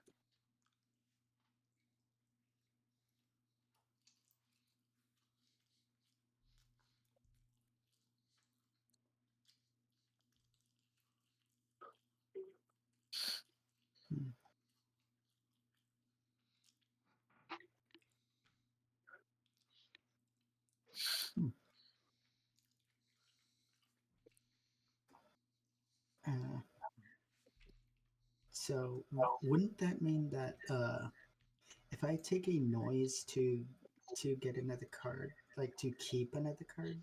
No, you just get to look at another card. Ah, okay. So it's not worth it with Garcia because it's every search. Mm-hmm.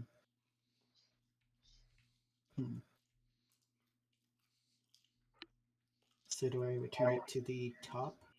Return the other cards to the bottom of the deck. Okay.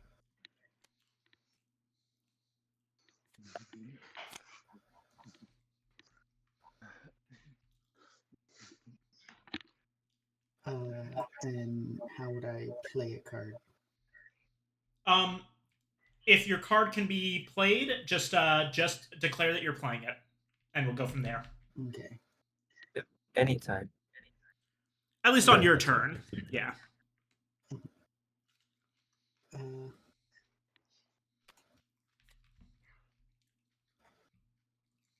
2 outsiders.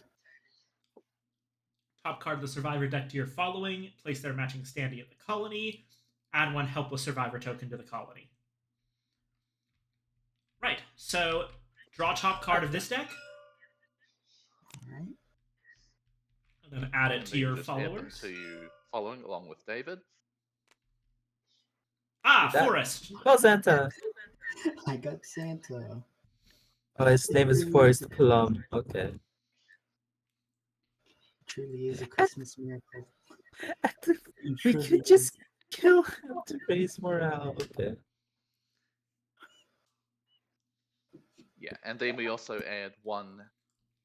Yeah, then we add his standee. I fear for him. Bug, has the crossroads been met at any point in time? I do have a crossroads, but you haven't triggered it. Alright. Food. I'll play a food card then. Alright, there's Forest, and we need 1 helpless survivor. Okay. Yeah.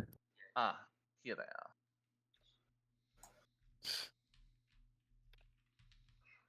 Cool. I'm happy with that.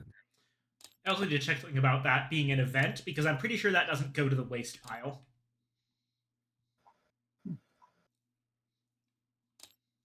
Good thing I didn't toss it into the waste pile then. Crossroads cards are just like stick around for like if anyone does their thing. No, for the person to your left. Yeah. I see. So if it doesn't fulfill you. Yeah, if it doesn't trigger, you just put it back on the bottom of the deck. I see. Also, to my left, Yeah, yeah. I Yeah, need, so it would be I, me. I needed to actually look at it as if I was like sitting at the table. Yeah. Mm-hmm. That's why you constantly spin your camera around. Yeah. What do I do with Yeah, I'm looking at it. okay.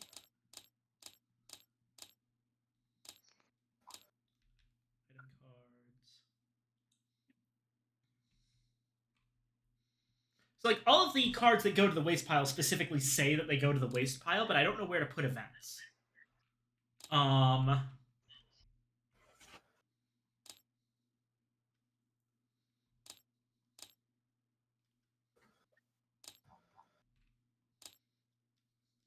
Oh yeah, there's two rules things, so we can have two people searching.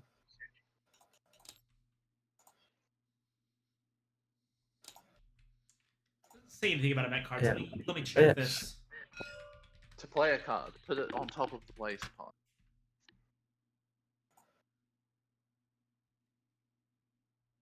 If need be, you can. If you don't think you could find a use for those two, you could probably barricade.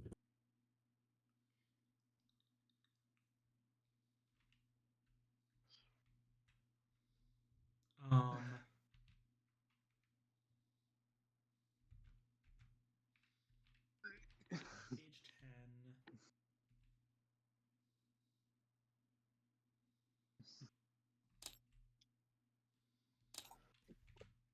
10.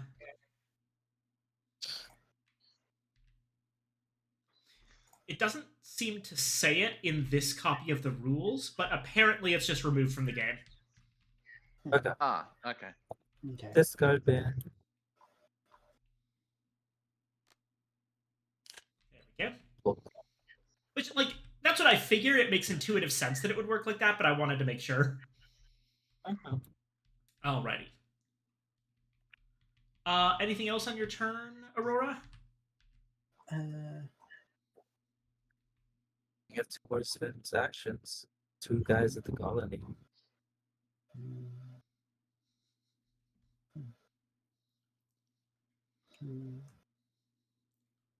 So would I be able to move Force Plum somewhere? You absolutely would. The limit on movement is per survivor. Okay.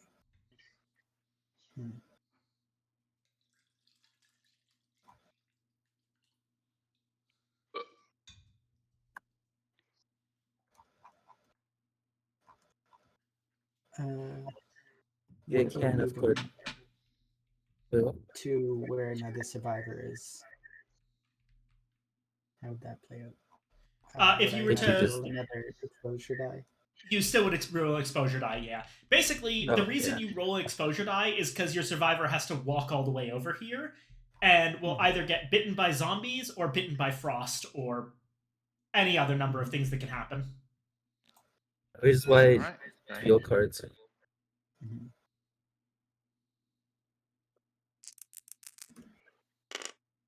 Dang. And you Takes got a lot. wounded.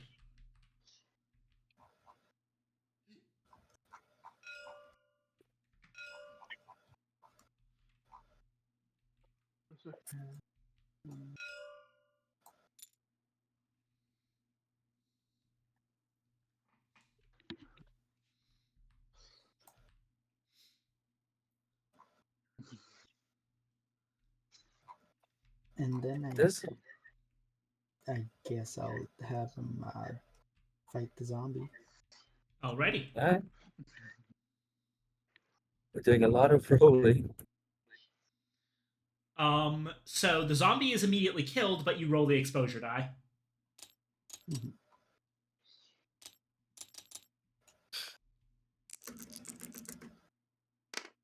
Yeah. It is safe. And then we roll for killing the zombie for the samples. No, that's what the roll just now Oh. was for. Oh, right. Oh, So wouldn't we have two then? Or no? What do you mean? Oh, right. Never mind. Right. We've been forgetting to do that. Yeah, go ahead and there have been 2 zombies killed. One of them was by Annalie Chan, and the other was by Forrest Plum. So go ahead and let's roll that roll an action die. Just you can use the one that you used previously. Twice to see if we get the samples. You roll. Mhm. I pass it. Dang. That is a no on Forest's. I pass it. Awesome. Pass it. Roll. We forgot to actually roll a die for Annalie killing the zombie to see if we get a sample. Shit. Oh shit! I forgot. Yeah, Yeah, go roll no. it. Yep. No worries, we're learning. That's That's a sample. barely a roll. Yippee! That's barely a roll, but okay. And a We're zombie gonna code. start spam rolling these things. Yeah. Righto, we got our first out of 15. Fifth. 15? Yeah, Yep, it's 3 per player. yeah. Oh, okay. Oh, I see.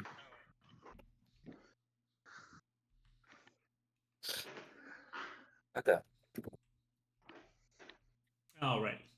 So is that everything you want to do or able to? Yep. Alrighty. And has that triggered anything of the crossroads Wapasa just in case? Oh, you do technically still have Oh. one unused action dice. Yeah, like clean the waste or something. Or barricade. Yeah. Mhm.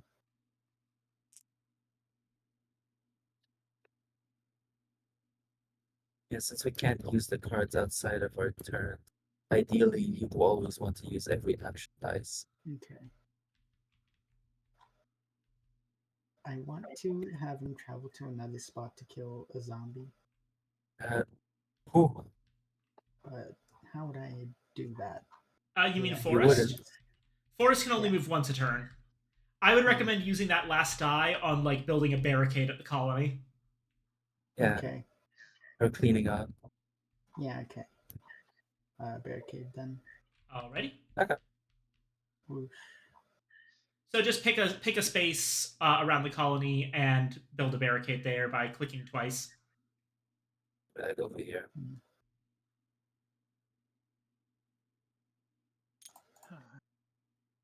One more time. There you go. Barricade. Excellent. All right, and Okay. that just use your last action die just fine.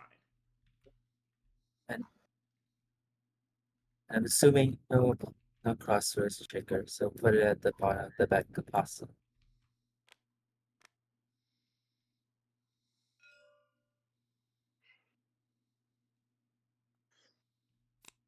Bug. Pasta? Awesome. Pasta. You gotta pay attention to the. I am so sorry. Keep It's spacing okay. out. Yeah, go ahead and put your put the crossroads card at the bottom of the deck. If it didn't Wait, trigger. did it trigger? Did it trigger? No, it did not. Okay. Alright. And then I Oh, would draw a crossroads card. Yeah, I don't think this is really a game for you to space out on. Yeah, I'm so Yeah. sorry. Yeah, Is that right? Okay. If it's your turn or you are holding a crossroads card, you need to stay focused. Gotta lock in. And then you can Right. fall asleep when Completely focused now. I'm Yes. sorry. So yeah, it's okay. once again, Aurora, your job now is during Evangeline's turn. Just Yep, Huh? immediately. Oh, At yep, least one immediate. helpless survivor. Oh, okay. I caused this one actually. Technically. Good read. Yeah, go ahead and read it, Aurora. Oh my god, Cindy. She was here a moment ago. Have you seen her? I think she was climbing on the old tree near the south wall. Did she go over? Did anyone see? Please, we have to look for her. We have to find my baby. Every player with one or more. Is that a 1 or a 3? All more survivors at the colony must vote with a thumbs up or down. The option with the most votes takes effect.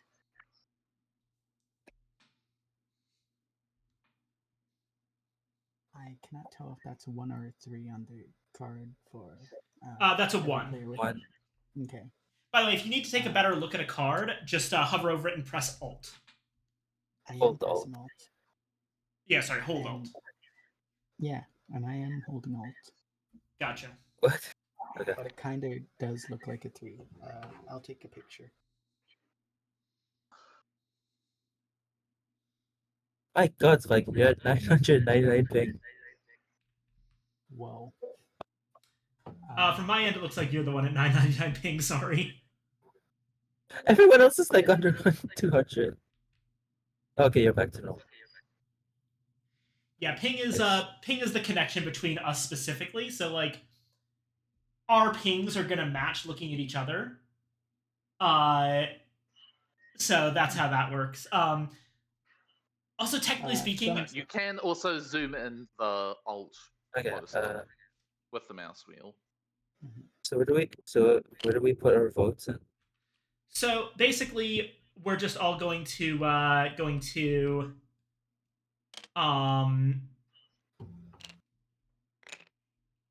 flip over a vote, and let's go ahead and put them over here at the literal crossroads. So For the thumbs up option, if every non-colony location has been searched between now and the end of the next round, gain 1 morale. Otherwise, lose 1 morale and remove a helpless survivor from the colony. Which is pretty generous. That's 2 whole rounds. that's pretty Yeah. good. And we already searched 3 of them, so Yeah. And thumbs down option, lose 1 morale and remove a helpless survivor from the colony. See, this is a bit of a Put weird our one. votes in.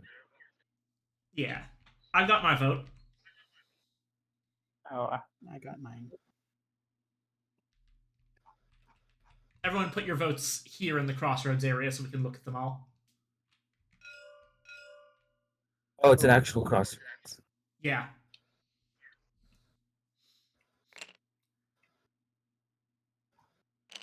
I wonder what you voted for.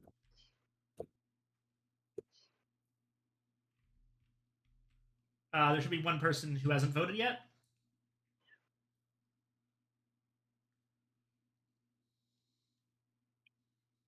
Aurora, Aurora. I already put my vote in. Oh. you put it at the crossroads. The actual crossroads. Ah. Which we could have probably decided the card. All right. Yeah, Hey, everyone who just picked voted mine? yes. There's really no reason to vote no to this one because the penalty for voting no is the same as the penalty for voting yes and failing. That's a bit of a poorly designed Yeah. card, I have to say. Mhm. Yeah. I feel like it should take away more morale if you vote no. Or sorry, if you vote yes and fail, I mean. Yeah. Should I just leave the card right at the crossroads so that? Yeah, everyone let's can see it? let's do that and keep it like in effect. Okay. Mhm. Yeah. Alright. I begin. Yep. Finally. Why would anyone vote no? Exactly. Like that one's a bit of a weird one. Okay, first things first, I'm going to do is I'm going to spend this 1 value action die to clean up with Brandon. Alrighty. So Yep, I clean up Which 5. removes 5 instead. Because he's a janitor. Hell yeah. What do I remove them to? Let me check that. Oh yeah, I meant to ask that earlier. So when we clean up, There it is. remove them Yeah, from the remove game. them, So put them in the discard bin. Okay. Okay. And remove Fine. the top 3. Top Two. 5, because janitor. Rather. Oh. 4, 5. There we go. Cool. And then I'll also put some food down. 1. And then let me check something. There. Okay. Gonna add to the crisis, which we haven't been doing. I feel like I shouldn't have now. It's too late. Okay. Now the actual thing. You know, I'm going to pick up Brandon. I'm gonna move him to the school. I'm also spending a fuel source. I feel like we Yep, rolled so you too don't much. have to roll for exposure. Yeah. Yeah, because I feel like we rolled too much, and by the rule of rolling so much without a bad result would happen. Yeah. I also do want to note, by the way, regarding the missing child, it says every non-colony location has been searched between now and the end of the next round. So all of the searches we made before this card comes out doesn't count. They don't count. Oh, okay. I see. Okay. And then Brandon is going to search you. Which, Dang. So I pick up one card. just to keep track that we've searched here for the sake of the. Yep. I'm taking care of it. I'm going to put an advancement token on the school. Good idea. Yeah. Yeah, I'm keeping this card. And then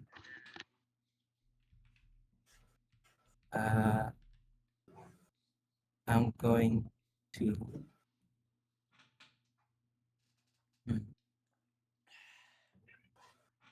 Okay, yeah. I'll spend this action die of 3 to kill the zombie with Brandon. Gotcha. Zombie dead. And you're safe. Safe. Go ahead and roll the action die to see if we get a sample. Nope, no sample. Okay. Sorry, he's just too good at cleaning up. And then I'm going to put a lot of trust in Soul.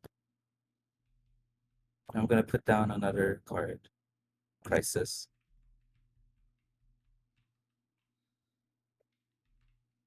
Yeah. And So then- assuming all 3 of those are medicine and someone isn't the betrayer and subverting us, I would have to put in 2 medicine at a time. Yeah. I trust the process. And then such is my turn. And I pick up a crossroads hoodie. Yep. For my turn. All right. Ooh, that's specific.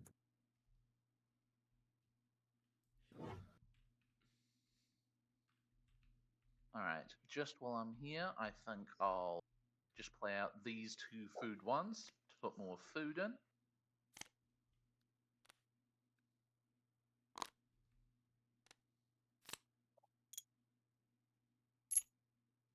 So we now have 11 in supply.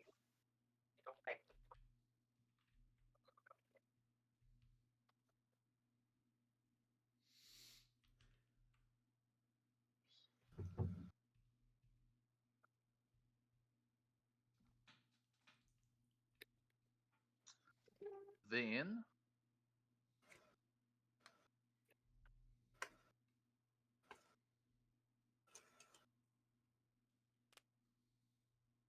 I will move, which, because I'm moving with Rod, will not take an exposure natively. Let's see, yeah, here's his. And I will cover the. Let's see, Annalie is already at the grocery store, and we already have at least 2 people at the library and at the hospital. I'll take the gas station then. It's only natural. He is the trucker. It's a truck. But yeah, He has a I truck. move there. I will take a search.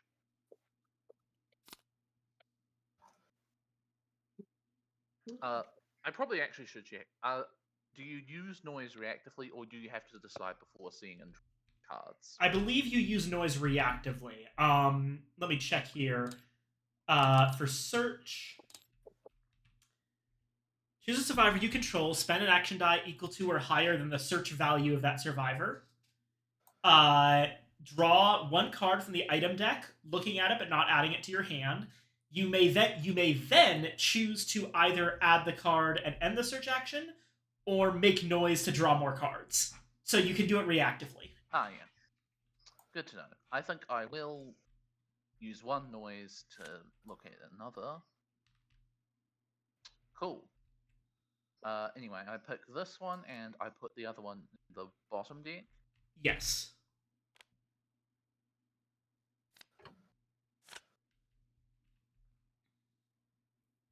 Alright, so if we want to put an advancement token there, that has been searched. Will do. There we go.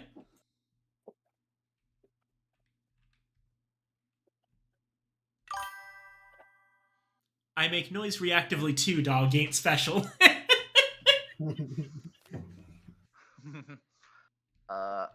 Yeah, then I'll spend another one to kill the zombie there. Right?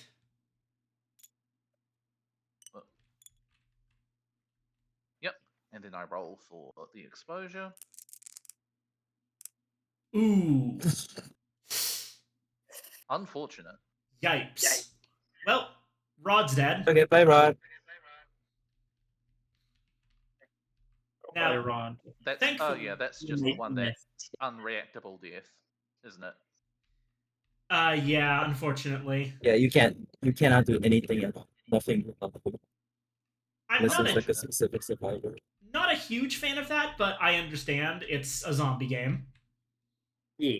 Yeah, you gotta have the bite. Yeah. It's not exactly game over by death for you. That's really bad, though. Yeah. Yeah, let's put yeah, it's funny.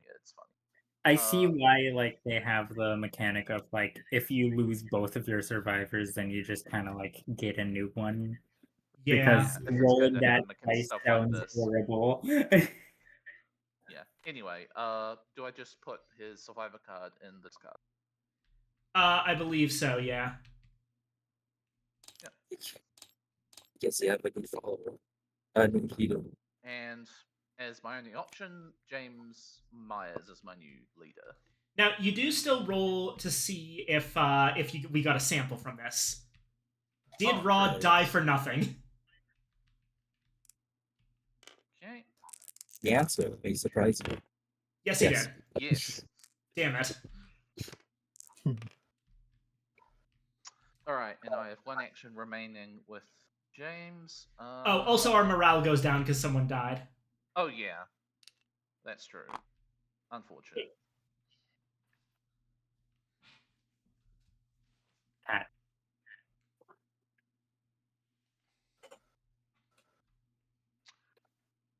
Well, I'm going to be a little mad and just do the same thing again. I'm going to move James to the police station.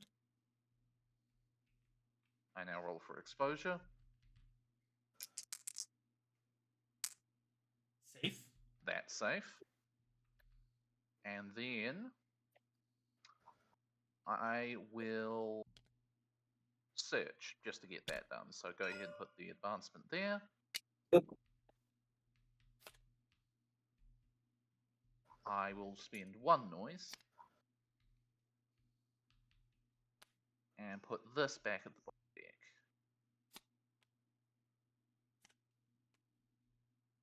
And there we go. That's my turn. I assume nothing triggered. Nope. Is that related? Oh, and I also have the chance to contribute to the crisis.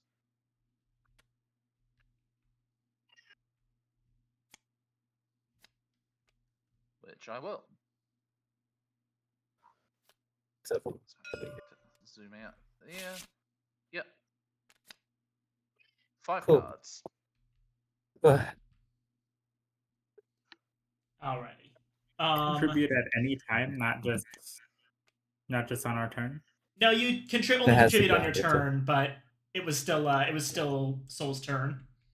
and it's free. Yeah. There's nothing stopping you. You can just take the ducks from the pond at the local park.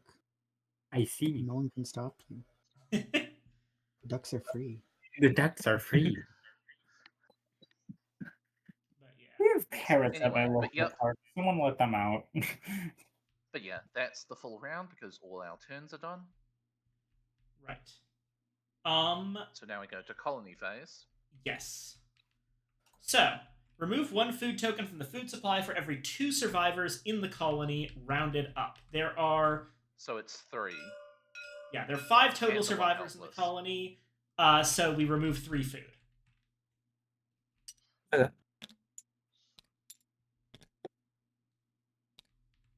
Everyone else is foraging. I like that there's no food mechanic for outside. Yeah, everyone's foraging. You're just assumed to have found. Yeah. Yeah, it provides the extra layer of risk actually going out. Okay, Yeah. check waste. Waste is 6. In Fine. theory, it would be really good for people to stay outside and just forage all the time so that we burn through the colony's food faster. But the problem with that is that it's way easier for zombies to build up outside the colony. And it's easier to get Yeah. overrun. Okay, but yeah, All waste right, is 6, but so yeah. it's fine. It's fine for now. Then we resolve the crisis. Right. So we shuffle all of these cards, and then we reveal them one at a time. Okay, we need 5 points. Let's move them out here so we can do this in view. 1 medicine. 2 medicine. 3 medicine. 4 medicine. 5 medicine. We did it. We did it. 4 medicines and a shot. But yeah, cool. Well, I mean, considering it's exhaustion, the adrenaline shot is actually just what the doctor ordered. Oh, yeah. Oh yeah. We did it. We did it! Some people took pills, others chose a different mean. Right. We didn't get the extra morale, unfortunately, but we did resolve the crisis. So... And then we remove them from the game. yeah. We'll need like the. Where'd it go? Stop. Stop. Come out. Okay. The weird terrain has affected it. We should put them off the team. Okay.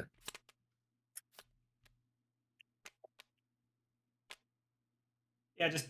hold on, there's an easy way to do this. Just, hover over all done, press G for group. I didn't know that. Neat. It's a lot easier than shuffling than shaking them in my hand. Yeah. Alrighty. We managed to get through this crisis. Now, Then we add zombies. for every 2 survivors, so same as food, we add 1 zombie to each to the colony. So that's going to be 3 total zombies. 1 here, 1 here, and 1 here. I can easily deal with 2 of them, so don't worry. I actually, it might be even easier for me to do it. That's kind of my thing. What do you mean? Look at me. I only need a value of 1 and a helpless Oh. survivor. Good point. I see. You need a value of 5, which is expensive. Gotcha. That's true. But we'll see how it all works out. Okay. And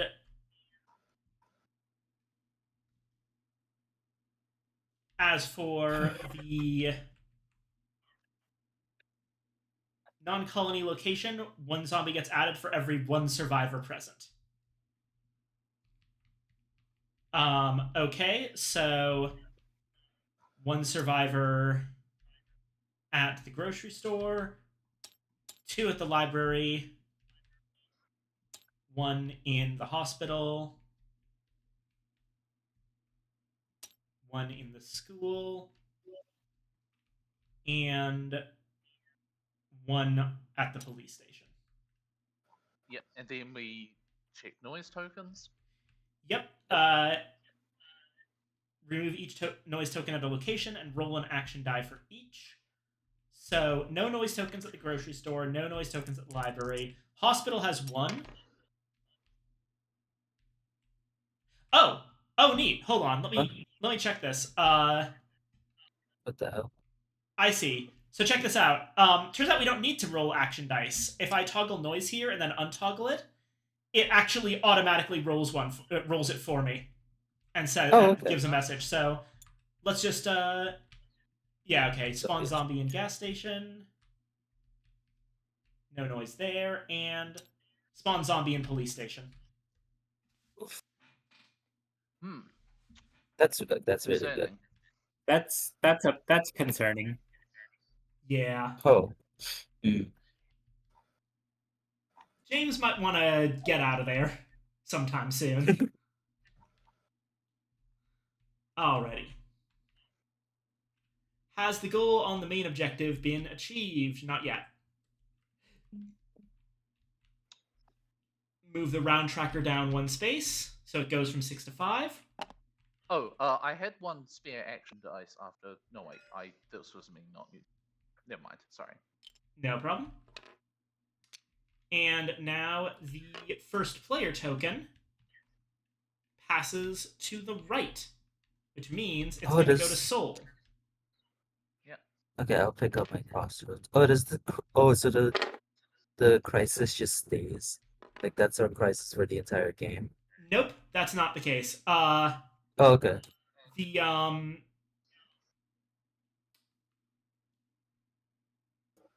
resolve the crisis. Hold on a minute. It doesn't explicitly say where to put the crisis, but at the beginning of turn, the crisis gets a new crisis comes up.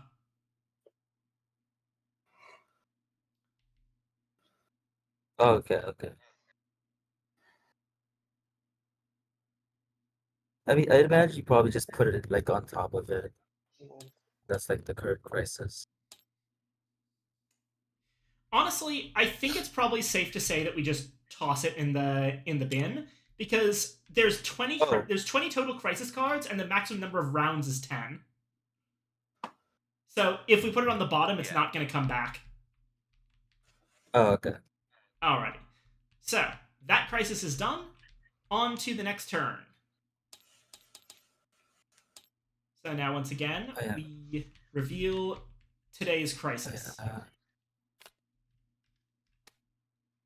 They're watching us.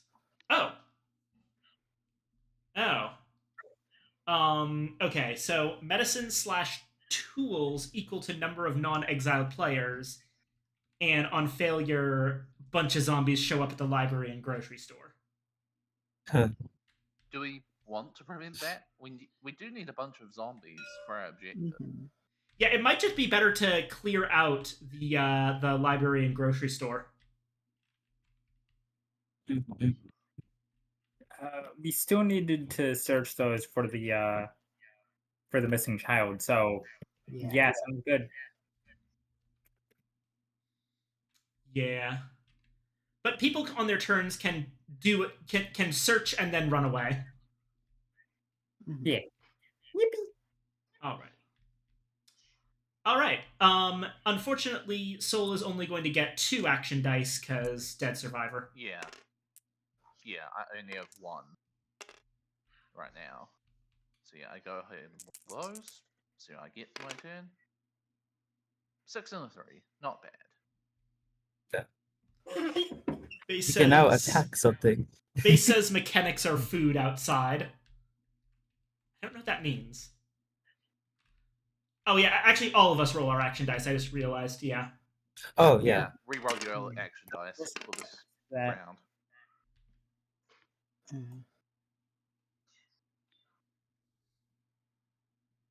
I 652. Ooh, 644. 233. 643. Jeez. All right. There we go. Okay.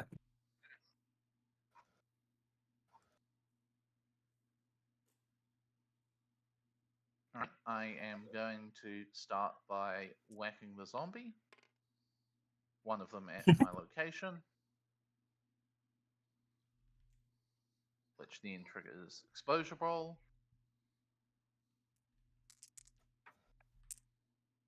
Wound. Okay. It does cause me to eat 1 wound.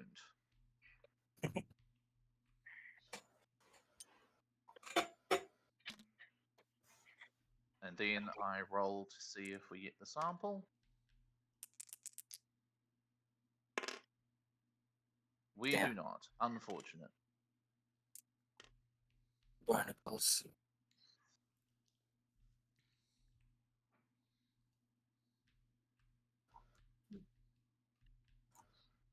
And then I think I'll use this dice on a search there.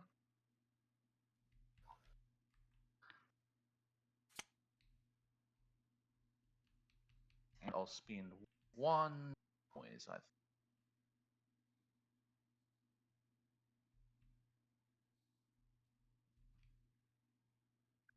Oh, hell yeah. Okay, I'll put this at bottom deck.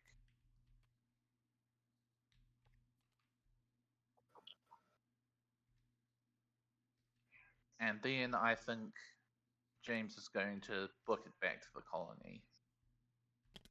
Right out. Right, which is another exposure dice roll. This is the most dangerous one because a bite here does spread. Yep. Oh, very. Yeah, I'll just use the here. What? Another wound. Oof. Unfortunate, There is- but manageable for now. There is one right Oh, here. oh, there was. Yeah. Either way. Mhm. Yep. Yeah. Just need to stick down your head a little now. Yeah.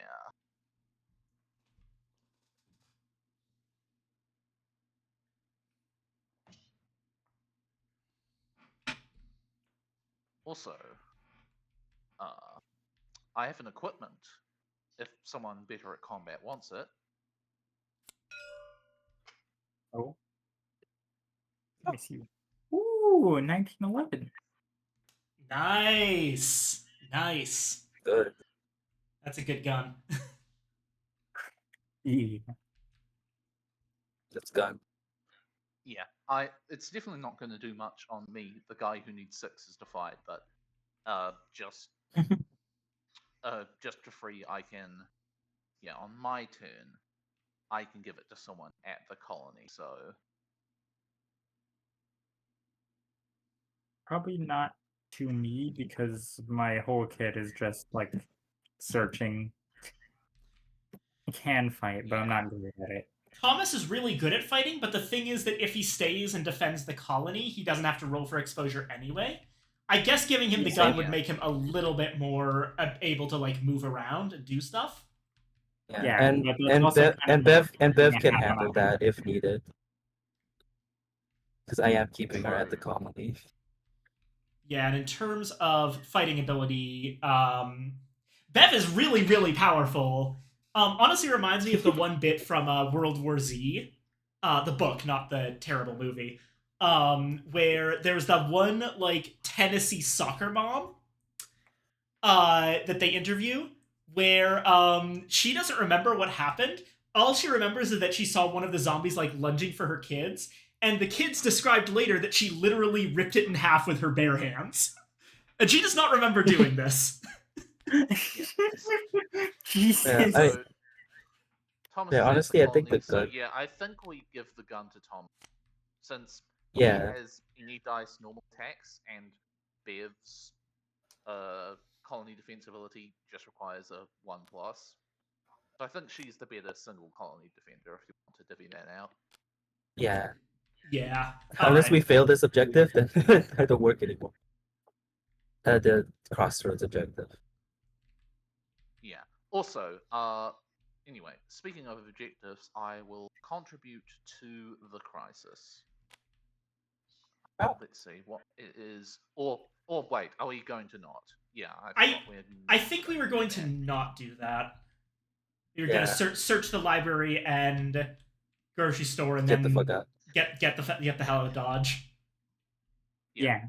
In which case, that actually change it might cause a retroactive play because I'm holding a fuel I have no reason to hold if I'm not going to contribute it to the I crisis. am holding stuff to do the crisis in case we don't have enough. So I think I have 2 junks.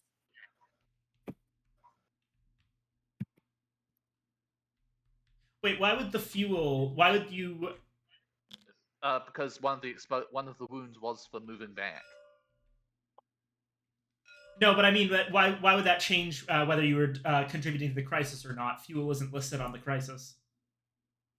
Yeah, it's Oh. fuel. Isn't it? It's medicine or tools. Ah, And true. juice. Yes, misread that. So never mind.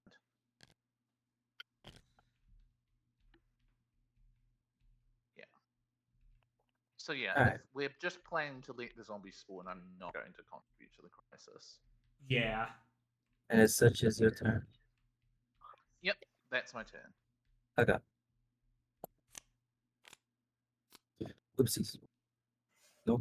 All right. Get that off. Thank you. My turn. Okay. I don't. Yeah, you can pick one up. Goods. You do Why do you control have the two survival of the knives? colony, so this one also triggers immediately. My Oh. god. Let's see. Yep. Toxic waste.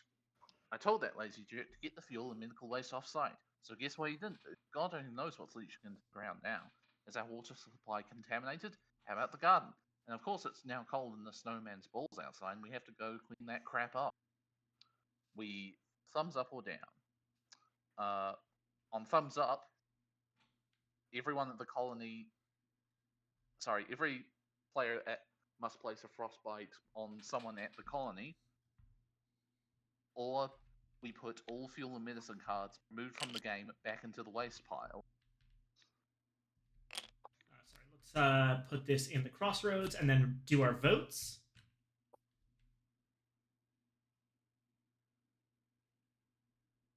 There's fuel and medicine cards that have been removed from the game into the waste pile. Yeah, so basically we grab stuff out of the discard bin and put it into the waste pile, meaning that we would have to clean that up or lose a morale, versus giving everyone at the or all the players at the colony. I think that all of us have at least one character at the colony, so everyone would basically take a frostbite token, which those are really, really bad because they are like wound tokens that make more wounds.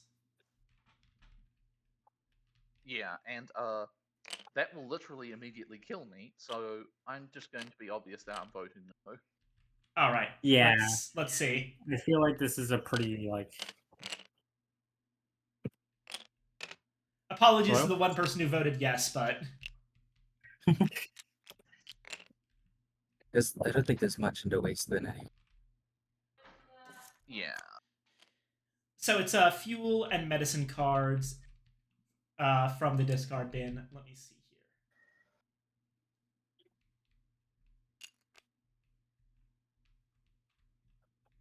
here. Oh, I guess it is 5.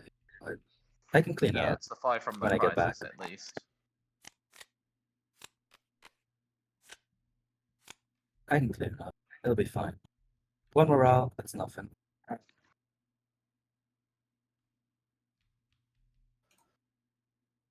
me just real quick check and see, just to make sure. I think every other card was put in individually besides that stack, so yeah. Yeah.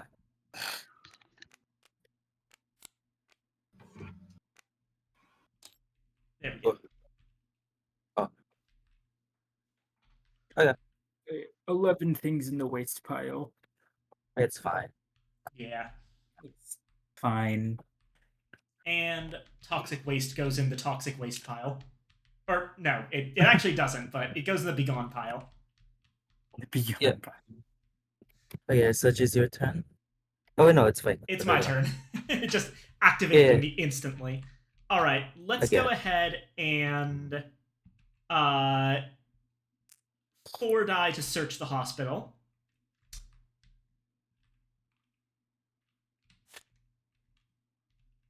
Righto.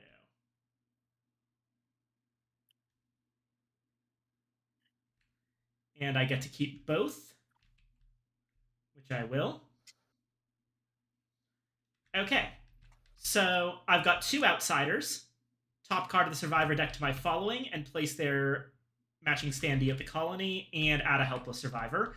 That will help out Bev because we'll be able to have like a little buffer of helpless survivors to keep her ability going. And who do I get? Brian Lee, the mayor. Ooh. Oh wow, he's very young. He looks very young for someone that's a mayor. Yeah. Well, I did realize this is actually taking place in Canada. If you check the police station, it actually specifies that it's the Toronto Police. Oh, really? Yeah. It explains the cold. Yeah. In fact, I wonder if that's actually... Let me check something. Okay. Is there anything in That's the a game really that good specifies survivor. that? It is, yeah. Nope, it doesn't actually say anywhere that it's in Canada, but honestly, even if it were just down to a decision Although the made mall by... is Russian, I think. Sorry? The mall is Russian, so Yeah. So I think the building, they're just kind of like made to leave the location ambiguous. Like kind of like how the Simpsons, they're bordering like a bunch of states that Oh, I have see. no contact with anything else. In that case, it's probably that the mod creators just took models from various places. Probably. I want to pretend that it's Canadian though. I wanna rep my boys up north. Yeah, it's a strange mix of Canadian Russia. Well, Where? maybe I don't know. it's taking place somewhere in the northern territories of Canada, close to Alaska, which is just across. Oh, that yeah. makes sense. Yeah. There's an alternate It would universe be- where there's like It would be even. where there's like little like mixed Canadian Russian colonies in the northern territories. And it'd be even colder there. Yeah. Alrighty. Wait, why does the police station have police tape over the door? Oh, yeah. Probably because a bunch of people died there while the zombie outbreak was happening. Makes sense. Also, the doors are boarded up. Maybe they just didn't want anyone going in. Yeah. But Maybe yeah. the officers immediately started using this place as a shelter, which makes sense. Here's Brian.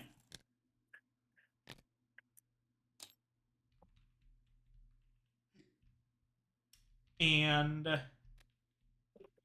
I'm also, now that we're done with stuff, I got more medicine. I'm going to use this medicine card to heal Janet's wound.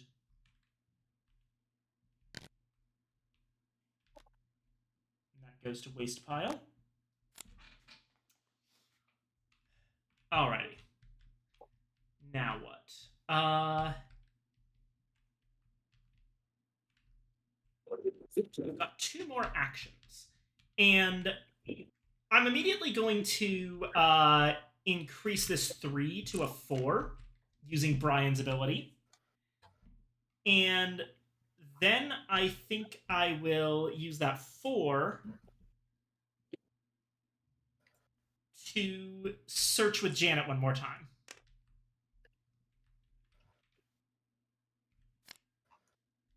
Oh, heck. 2 outsiders again.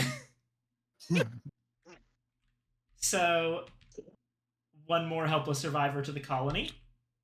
It's really good. It's really good. And Alexis Gray, the librarian. Ooh, Ah! la la.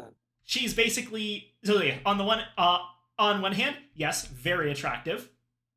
And on the other, she's basically Janet Taylor for the library. You're the big searcher now. Yeah. Alrighty. In which case, let me get Alexis here.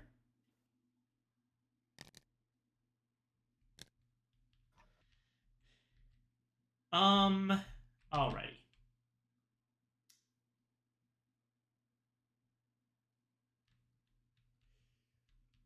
Whew. For the 6. That's what Yeah, I will say it's worth starting to consider sending Thomas out to probably, get yeah. value from the cult. I also realized another thing that we did a zombie stereotype, the truck driver dying to a bike first. Yeah. Well, All right, as long as no one else comes to the hospital, I'm pretty sure that Janet's going to be fine. So I can keep her there for 1 more round. Where should we...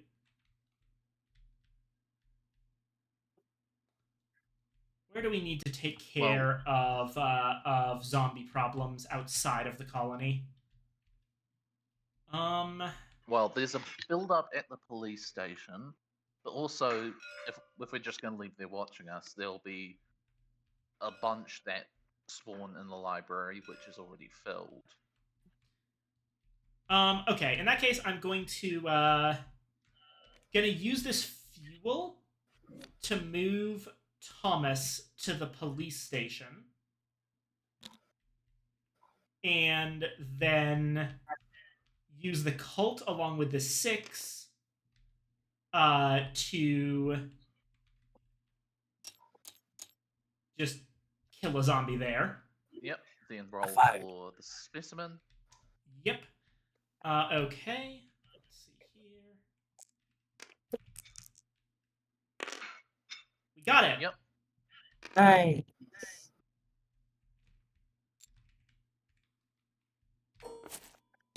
There's another one. Second one.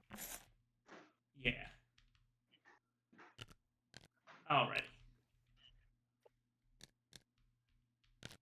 And I think Just keep them out here. I think that that's gonna be my turn for the most part. There we go. Oh, of course. Out of all the cards, like Thomas Hart had the highest leadership value as the soldier, but the mayor actually has 4 more points for obvious reasons. yeah. Very charismatic.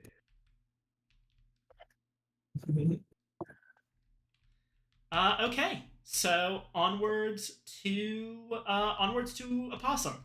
I get the Crossroads card. Right. Let's see. So first I'm gonna use my what's her name?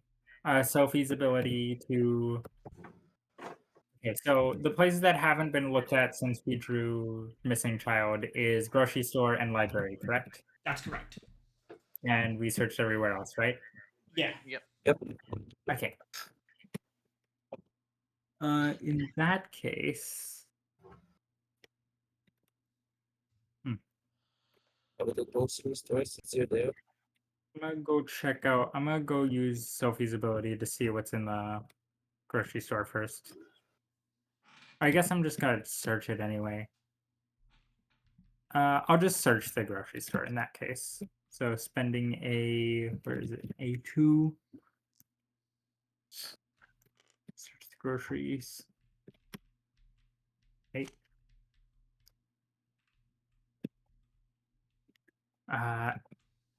Okay.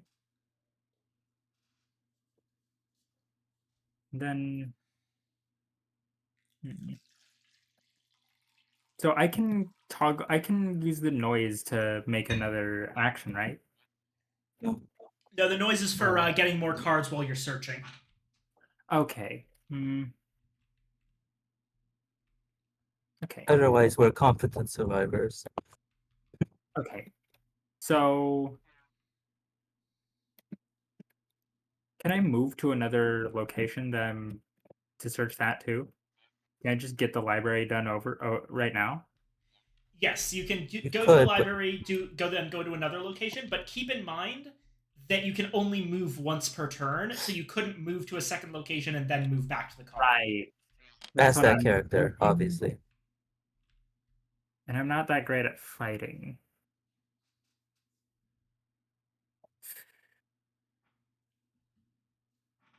Oh, Annalyn-chan is though. She has 2+ as well. yeah. Yeah. So, well, I'm okay at fighting. I'm just not like. I'm not like the guy with the gun. I'm pretty good at fighting. I'm just not Yeah. great. I would say you're in the So you're in the like top bracket when it like just under the top bracket when it comes to fighting. You're very good. You're just not like among the absolute best. yeah. That And you're a lawyer, said, you probably dealt with rowdy client. yeah. Honestly, I don't know why a lawyer is this good at everything, including fighting, but it's That's very true. cool. Like I can, Oh, I maybe can, they're I like can, maybe I it's an can. ace attorney lawyer. Yeah, that's fair. You're actually Franziska von Karma, and you have a whip under that coat. And you call everyone foolishly Like a foolish character that fool. just brings a gun into the courtroom. Yeah. Okay. In that case, I think I'm just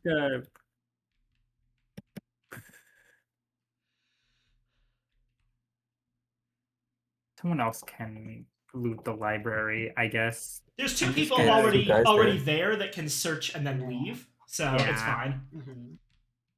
I'll just kill the zombie. I'll just fight the zombie in that case. I'm gonna spend 5. Alright. And I need to roll on the what's this dice called? Exposure. The exposure die. Wound. Oh no. You'll be fine. I'll be fine. Here's your wound. You'll be There you go. fine. No, don't worry. I already got it. For the record, those spaces where the tokens are, for the other side of the table, they're over here at the second colony. Oh, okay. Yeah. And then I still have a die left over.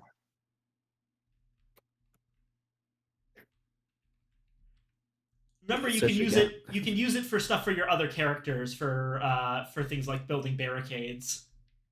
Oh yeah. Yeah, I'm gonna. In that case, I'm just run back to the base, and if building a barricade is an option, I'd like to do that. Yeah. If you move back, first things first. Oh. Yeah. Roll exposure. Okay. So, That's Safe. that's very measly. very measly, very half-hearted roll from That's not even a roll. That's more like you let the dice drop from Uh, your hands. Hey, in that case. Oh wait, sample. I forgot to. Oh, yeah. Forgot Oh, to yeah. roll for the sample. Sorry.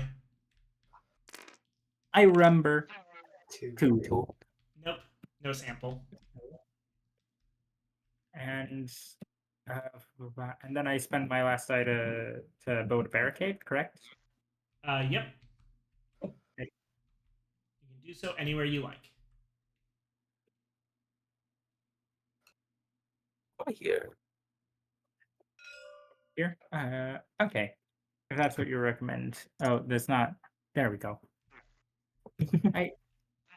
And that's my turn. Righto, you didn't trigger the crossroads.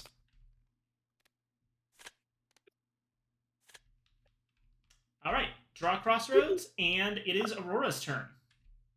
All right.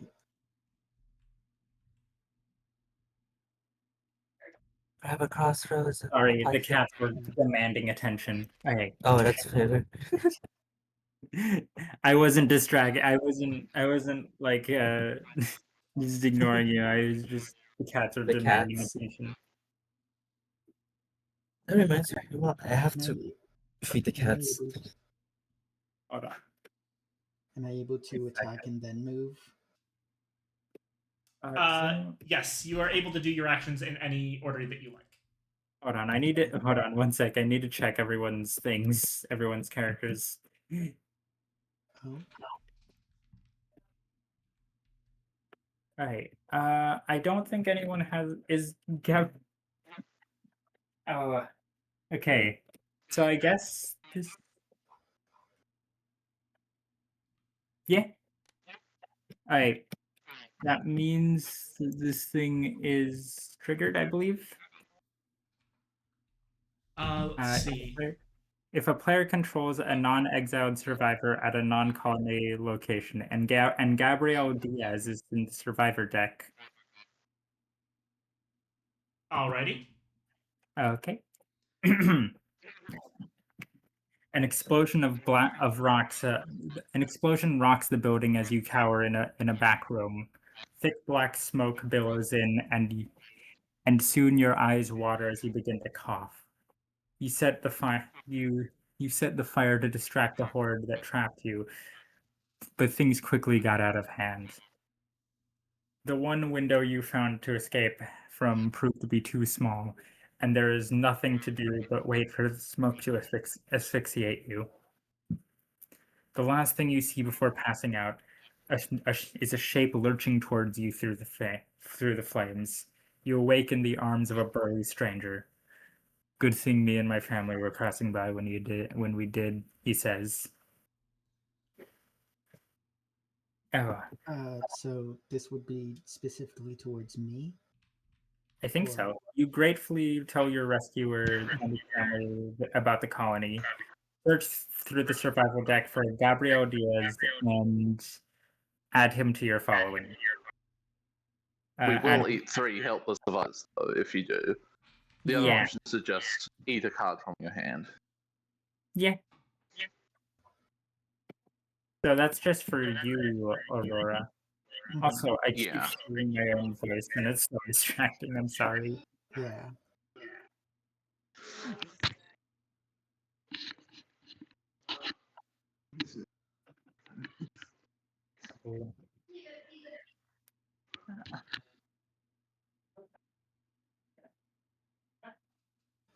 I kind of want to get Diaz, but I already have a Mall Center, so I'd rather we not have 3 more mouths to feed.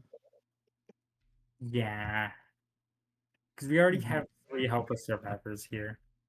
Hmm.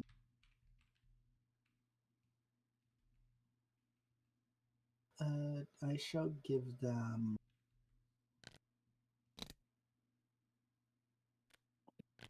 a food. Where do I place the? A fuel, rather, but yeah. Yeah. It goes into the pile. Into which pile? It's removed from game, so in the bin. Okay. Hey, And this also goes into the bin. hey. All right. I'll have the Mall Center attack a zombie then, since that's really the only thing he can do. Alright. Yep. That eliminates 1 zombie, then you have to roll exposure. Dang. He He eats got another second wound. win.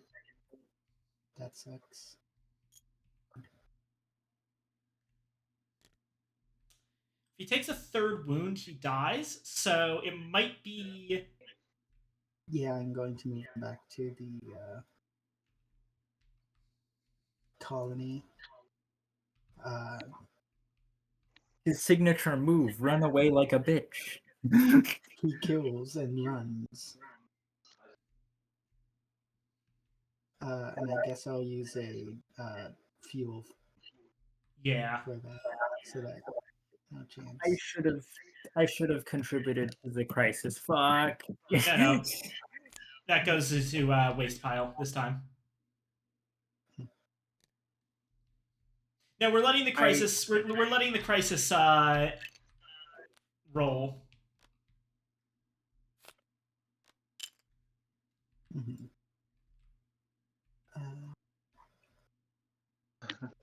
And then with my 3, I shall search With library. David. Yeah, with David. The advancement token fell into the model. Yeah. Yeah, go ahead and check that. I will also be using his ability. So I get to see I him, look at believe 1. 2, 3, 4, 5, 6. Yep. We have searched every single location. So, we are going to remove all these advancement tokens and get 1 morale. Nice. Hell yeah. We found the kid.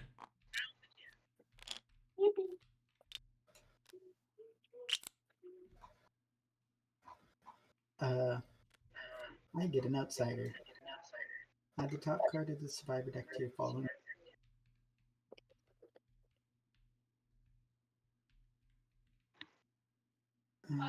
Survivor deck, top card.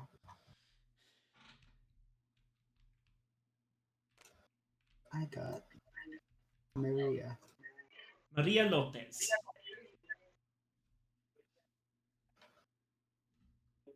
Right back. Anything happened? We finished searching places, and we also found a teacher. Wait. Alright, Maria Pretty. Lopez. I'll stand.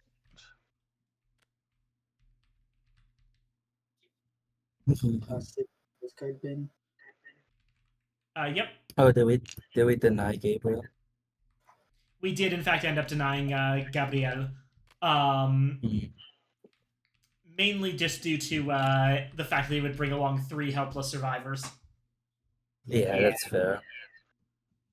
Now, we can still get him later from the deck, which would be one of those, like, tragic moments in the zombie show. Like, honestly, this feels to me less like a zombie movie and more like a zombie TV show. Sort of like The Walking Dead, but in Canada.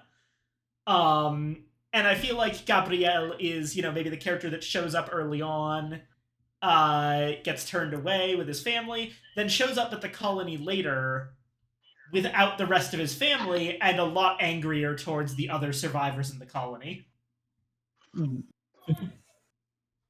I mean, wasn't the denial like you just don't tell them or something?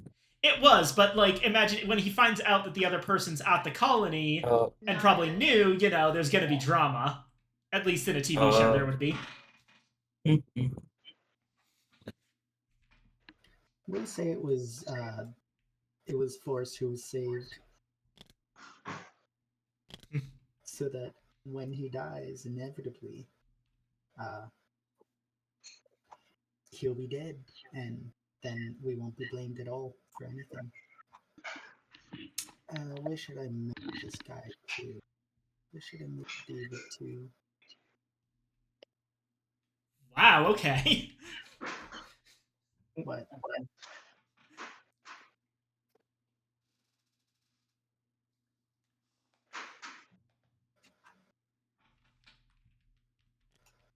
To move David,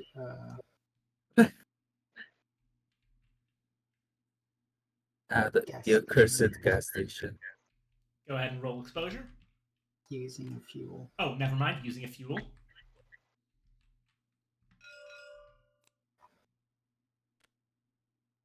And waste bin. Yeah. Well, waste Gen- pile. Generally speaking, if you look at a card and it says waste pile on it, that's where you put it once you use it. If it Okay. says event, it goes to the discard bin. I'm going to be getting us a food then. Alrighty. I will add a token. There we go. Now we have 9.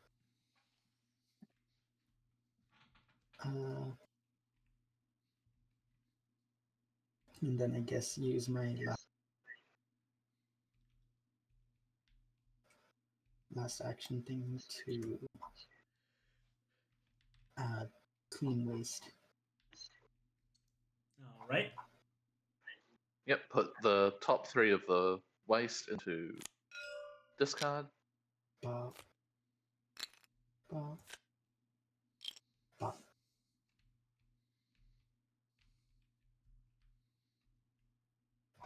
And that is my turn.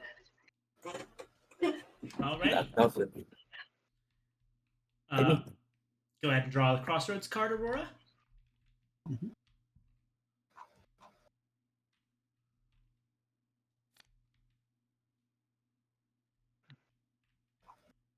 Does it activate instantly?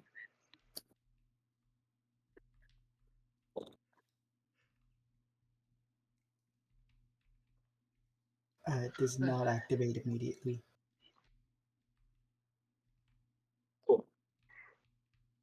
Then, simple. I'm going to search here. Again, this 4. That is it.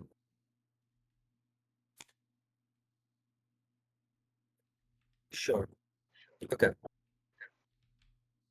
And then I'm going to move Branded back. To the colony? Yeah. Alright. With Alright, Crossroads.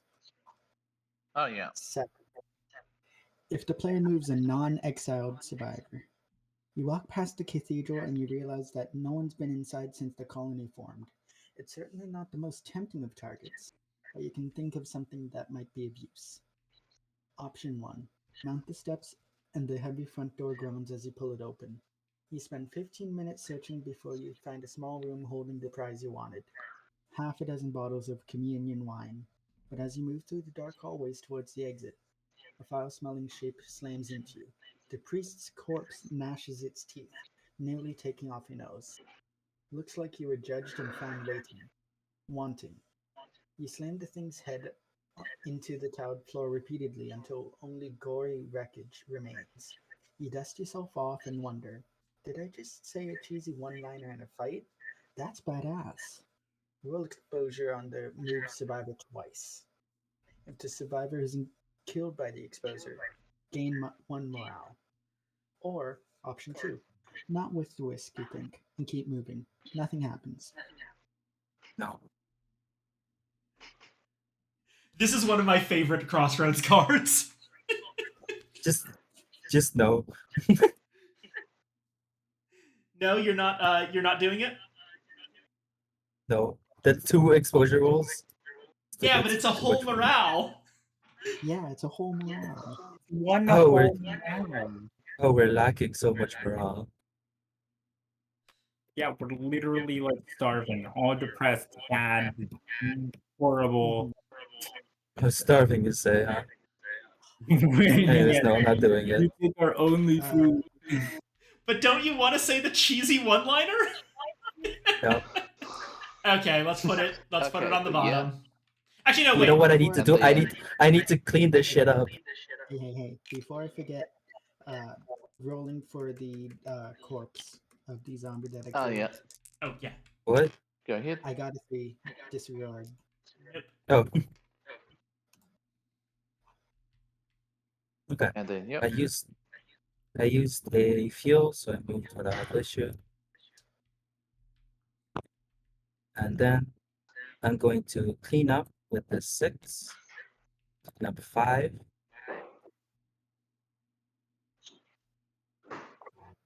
Okay. Yeah, but yeah. I still lose them around. but Yeah. You we can won't do lose it more. again. No, I mean, you can do it again for you know what I'm gonna 3. do? You know what I'm gonna do?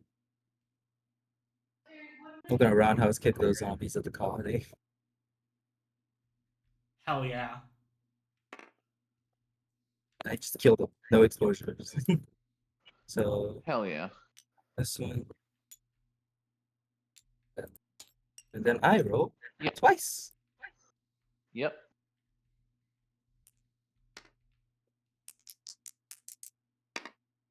Fuck. Unfortunate.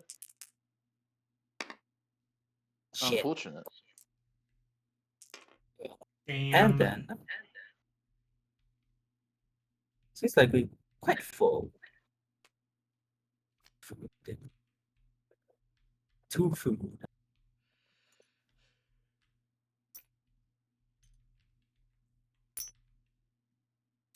I should probably actually watch The Walking Dead one of these days. It's one of those things that, like, I don't watch a lot of TV. So I've never watched The Walking Dead or Breaking Bad or any of the things that people say is, like, really, really good TV. Mostly because I just have a tendency to prefer sci-fi fantasy. Yeah. And even I just more I keep forgetting. even among fictional stuff, zombies are actually not one of my favorite genres. Mostly because I think they're a bit overplayed at this point, but I did really enjoy the book World War Z. So that's my main point of reference for zombie stuff. I really like how that book, in terms of its, like, its premise, is that by the time that the book is being written, the zombie apocalypse is over, and the book's premise is that it's a reporter going around and interviewing key people for, like, their perspectives on the zombie apocalypse. Yeah. I do still tear up a little when I remember the chapter about the International Space Station people who, the bit there is that they, despite being, in space away from the zombies, they were, like, they stayed in space for a really long time to keep satellites running, and they were all pretty much hit by lethal radiation in doing so. So they all ended up dying of cancer afterwards. But they did so to, like, keep satellites up for everyone else, which was absolutely critical to humanity's survival and communication between countries. Yeah. And, like, it's mentioned in that interview sequence that, like, the guy, the astronaut that they interview, who was, like, hospitalized during the interview, passed away a few days afterwards. At least it's known. Okay. Yeah. Such is my turn. World War Z is really good. I highly recommend it. just make sure to read the book and don't watch the movie. The movie is basically an unrelated thing. But yeah. Because I'm done, that means it's a colony phase time. Yeah. Alrighty. So, survivors in the colony. We have 13. Yep. So it's every 2 rounded up, so that's going to be 7 food that we remove. Yikes.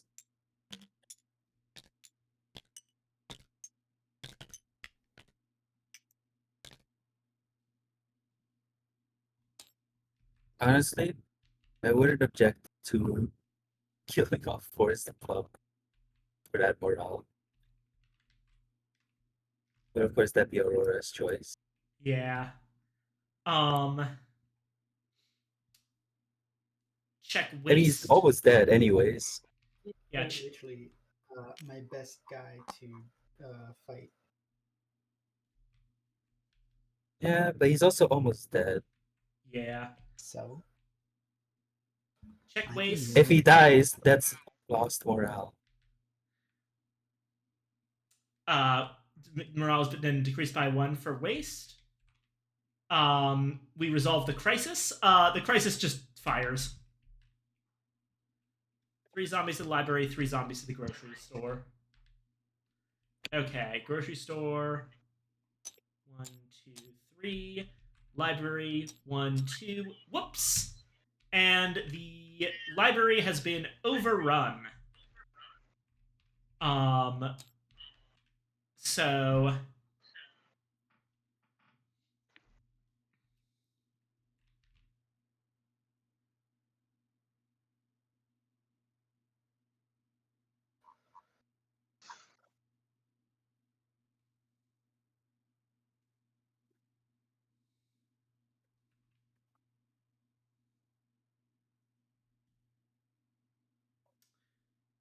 if there are no survivor, or there are no more entrances, remove the zombie. The one at the colony. No, not the colony. If there are no survivors in the area, yeah, just no further. So basically, the library fills up, but there's no further effect. If we want to go to the library, we're gonna have to kill these guys. Mhm. So yeah. That's the crisis. And we remove it from the game. Now we add zombies to the colony. And there's gonna be 7 zombies at the colony. Yikes. We're gonna have to do some clearing. 3, 4, 5, 6. And then there would be one added to the one. Let me actually check this. I believe it's if there is no empty space, you just move on until there is literally no more empty space, and then you go on with more. If there are no empty entrance spaces in the entrance, the zombie would be placed, but there is a barricade token. Destroy the barricade token and remove the zombie that would have been placed. So okay. It's that we destroy a barricade token, but we don't place that 7th zombie, so there's only 6. Okay. And that's why barricade tokens are good. There. So just have people just start barricading everything. Yeah. All right. And then we add zombies in the other spots. All right. So first off, no one's in the grocery store. No one's at the library. Janet's still at the hospital, so 1 zombie goes there. David's at the gas station. 1 zombie goes there. Yeah. Wait, no one's there, and Police is done. no zombie attracted. Oh, police is done? Got it. Cool. Yep. Alrighty. Then we have not achieved the goal on the main objective yet.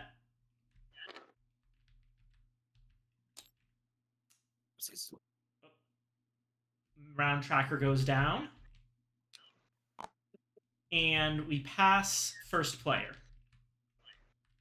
It is now Evangeline first. Alright. I'm just gonna take So that.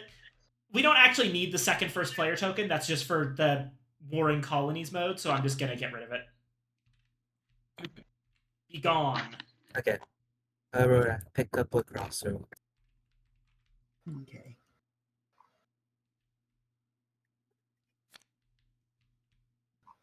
Actually, before any of that, we flip over today's crisis. Oh yeah. Legions of Death. Fuel equals number of non-exiled players. Fail, add 12 zombies to the colony. Oh, I Okay. see. I understand. Well, there's a bit of a problem. I think we've used most of our fuel. Yeah. Oh no. Okay. How much? Okay, so 3, or 1, 2, 3, 4, 5, 6. Skip 1, 8, Oh, okay. 9, 10, 11. Okay, so that would very nearly overrun us, but not quite. I think that if we can get away with not contributing to that one, if we spend the majority of this turn killing shit at the colony. Yeah, the problem is 7 more will come. Yeah.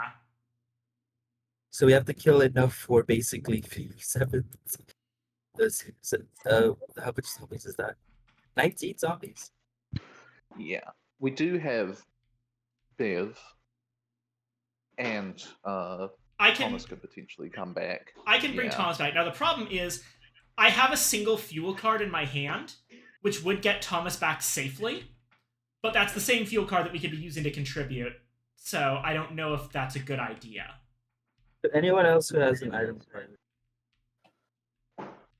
You I may just have snap fuel. some medicine and junk.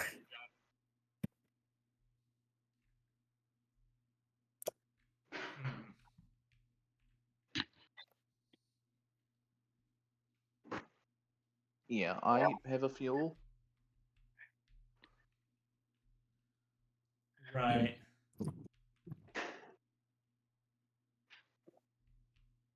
I personally am in favor of just Grace Murder Horde. Yeah, that will help us with the main objective, but just to kill a ton of things. Yeah, and we've been kind of unlucky with that, so it might be worth the risk. I guess we start killing shit. Yeah. Yeah. Anyway, turn starts. Oh yeah. Does the crossroads activate? Yep. Oh yeah, everyone roll your dice. Yeah. Yeah, true. Yeah. And also, anyone with multiple survivors gets new dice, so... Yep, I've got 5 dice now. Yep. Okay, 5, 2, 2. That's not great. Yeah. 4 survivors. Okay. You get 5 dice. Cool. Nice.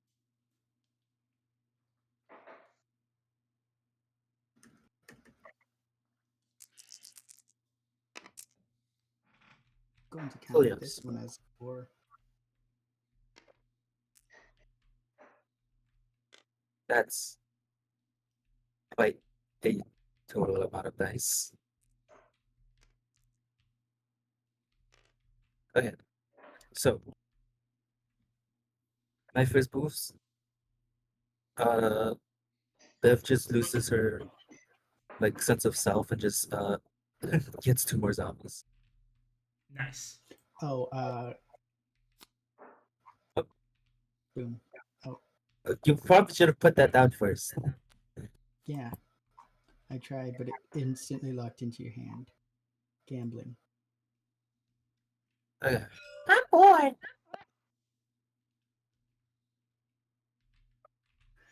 Alright. If a survivor the player controls is at the colony. I'm bored. Come on, let's roll some dice. Surely everyone here has something they can ante up. I got a pair of clean socks that says I wipe the floor with you chumps. Every player with 1 or more survivors at the colony must vote with a thumbs up or down. The option with the most votes takes effect. Thumbs up, 1 at a time, starting with the first player. Each player may place 1 item card from their hand into the center of the play area for each survivor they control at the colony. For every card played, that player rolls 1 die. The player that rolled the highest die result takes all the cards placed in the center of the play area and adds them to his hand, and reroll ties. So we still Done, have... nothing happened. I do like gambling. This one's an interesting one because I the other ones it was very obvious how the vote was gonna go. I don't know how this vote's gonna go. I've made my decision, but I might be in the minority. We'll see.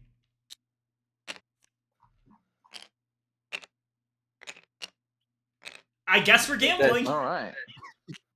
We're going gambling. I love gambling. All right, starting from first player. For each survivor, you can colony. It says each player may place one item card. Oh, Oh. true. Too It's big. optional Oh. anyway. I will not. Have Fair fun with enough. that. I'll. Do we just put it at the Oh. crossroad? Okay. Yeah. This will be the center of the play area. It's thematic that it's the crossroads because this is a crossroads game, apparently. All right, I can put down two cards here. I've got two guys at the colony.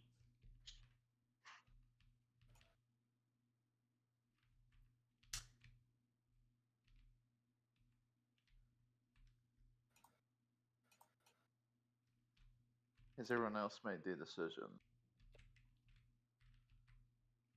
I've got my dice.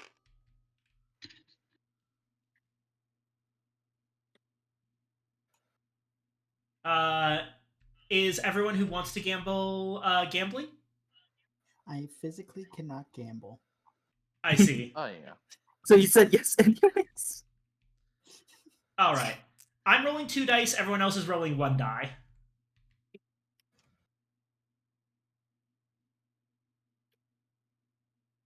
Hey, why do you just have an eraser? I just see an eraser pop up. Because I was From the draw menu. writing some words over here, and I decided to change location, and I forgot to unequip my eraser. All right. Is everyone ready to roll? Where did my blog go? Did I accidentally erase all drawn lines? I thought that was only just No. my drawn lines. Fuck. What? I didn't know I had permission to yeah. do that. Oh, Dang. Darn. That only took like 5 minutes out of my life. Doesn't matter. All right. Let's okay, Yeah, rolling I'm time. aware of Gamble. that anyways. gamble. Gamble. I love gambling. Let's All go right. gambling. Everyone, just hold on. I'll put some dice here for everyone else. All right. Yep. Everyone, roll your dice. I get one. I put in. You need one. Yeah. Wait, who put in what cards? I put in a card.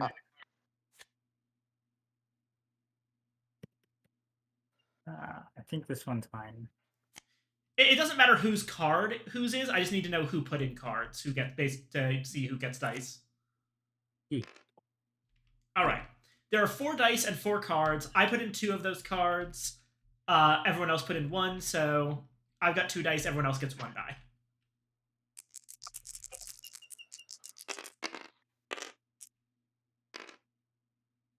Yeah, I win. It rolled a 2, and then the terrain moved it so that it was a 1. There you go. You did do the weakest roll though. Maybe I should just start spamming R. Yeah, that's how you roll in this. That'll just shake it violently. Whip your mouse across the screen. I'm so used Okay. to like in Malagast where I just have like one where it's just a flat plane. All right. Okay. So as I was going to do, Also, drop the die right here, right on the slope. Just Bounce. hit the Oh, wait. hit R a I bunch of do times. have a dice tower. I guess I can't like spawn it in. But Just guys, just hit the R a bunch of times. It does not have to be complicated. yeah, but my cool dice tower. Save the dice towers for games that actually use dice towers. Also, they don't work nearly as 4. well in tabletop sim. Oh, I that's got 2 tokens from dice that. towers be kind of bullshit. There's a zombie token. We're adding 2. Let me just Yeah. copy, paste. We got 2. That's right. 2. Nice. So. And then I'm gonna clean up.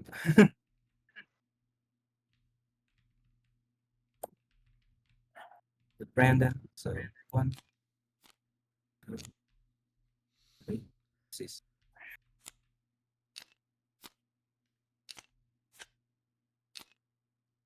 And the question is, do I attack again, or do I clean up again? Both of them are at their normal speed. Attacking again might be risky because There's so many you survivors. the second time you do it, you would have to roll for exposure, and I don't know if we can risk losing Bev. Yeah, that's true. I'll just clean up again for maybe 3. Yeah, clean up or barrier. Barricade rather. Yeah, because each barricade that we put in the one space, Oh. If we put down a bunch of barricades, that might actually like remove some zombies from contention. Are you going to be using a lot of items like I have exactly one item I can use right now, and I'm going to be doing a bit of searching first. I say Okay, barricades. so, like, barricades are the I most mean, like, important thing right now. the limit of items we can put down is 3, and if we go to 4, then we lose morale. Well, I mean, unless someone else cleans up. Oh, true. Yeah. Then yeah, I'll put a barricade down. I will say I really like this mechanic. The entire like waste pile mechanic and having to clear out the trash is honestly, it makes a lot of choices in this game pretty interesting.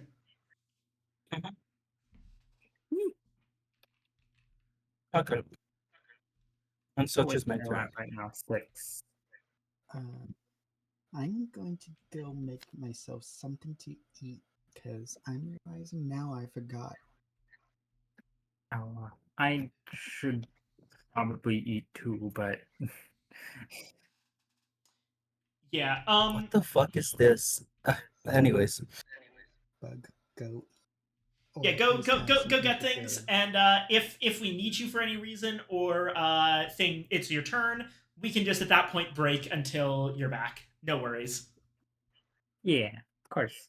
I'm gonna go eat. Just remember to wiggle your mouse every now and then so that you don't kick out it. oh, I don't get kicked that's for inactivity. these. Okay, I see. I'm gonna go I want see how something these crossroads get creative.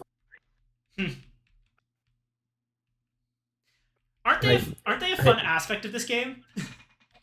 No, the thing is, I thought it's gonna activate, which sucks. Anyways, continue. Right.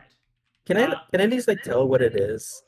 If it is like it, when I put it down? yeah. When you get rid of it, feel free to tell us what it is. Okay, then yeah. That's what I meant. I've gone through a lot of them on my turns where it's like literally, hey, do they have this particular survivor in their crew? And like I have to keep paying attention in case they get that survivor mid-turn, but for the most part, it's nothing. It's very different. But yeah, continue your turn. I believe it would be Soul's turn, right? Mm-hmm. Yep. Right. I mean experiments. So And then. Yep.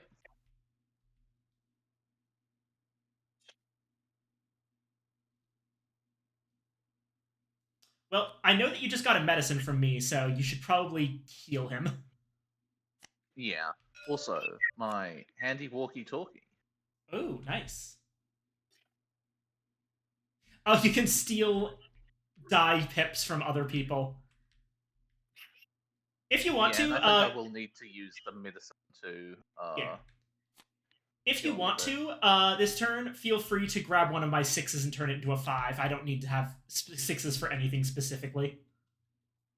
Yeah, I think I will do that. Alrighty. Then I'll use James's ability. Once per round, I can attempt to re-roll one of my dice.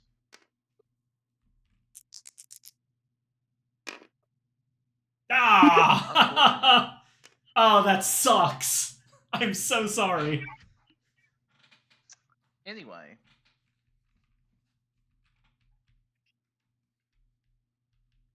I think I'm going to use the 2 on a barricade.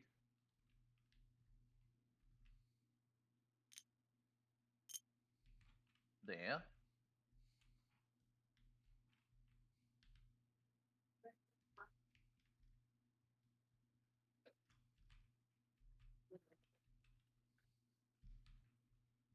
And then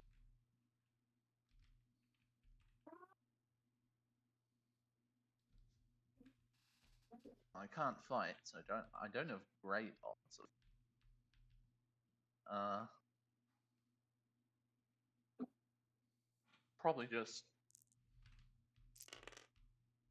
plain waste. Right now.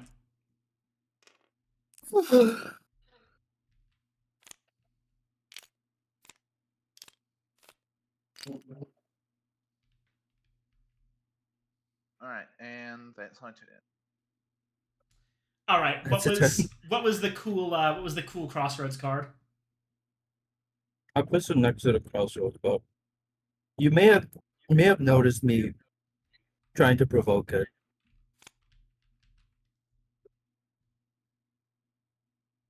Oh, that one. Oh, that one's so funny. I tried to do a quick yawn to see if I can catch someone to do it. That one's unfortunately very hard to enforce in tabletop sim. Yeah, because VC. Yeah, it's if a player it triggers if a player other than the player reading this card yawns. Yeah, I tried to do like one last attempt to maybe provoke yawning, but no. It's such a, I was like, what the like what do you mean?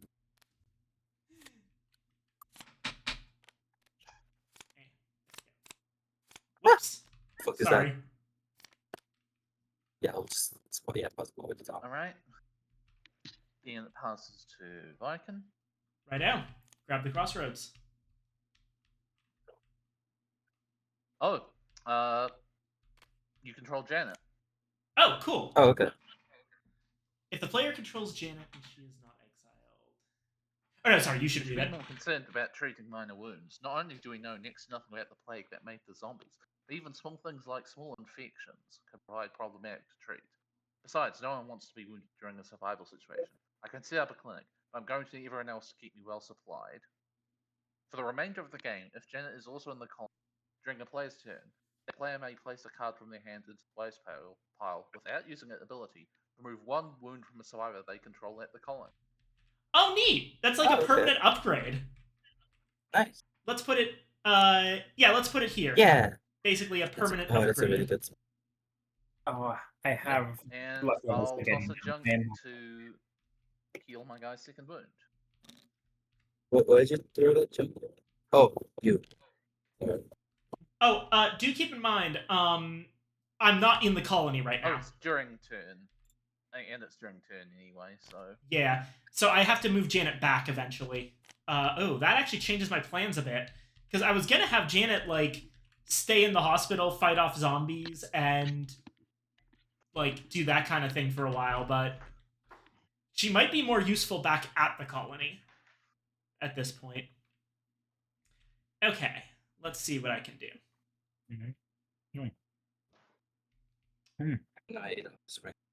Damn it. Hmm. It's all gone. I'm gonna use Brian Lee's ability to increase one of my action dice by 1. Turning a 4 into a 5. Okay. I'm gonna move Thomas. Actually, hold on. What's his search value? 3 up. I'll use a 4 to search the police station. Oh, 2 outsiders. Again. Okay. Everyone's getting outsiders except me. I haven't gotten a single outsider either. It is Talia Jones, the fortune teller. Oh! Once per round, I may look at the top 2 cards of the Crisis deck and place them back in any order. Then you may say exactly 2 words to all players about the Crisis cards, nothing more. Oh, that's really strong. Okay, I'm Do that gonna right now. use that immediately. Okay. Top 2 Alright, cards of have the fun. Crisis deck. Let me take a look here.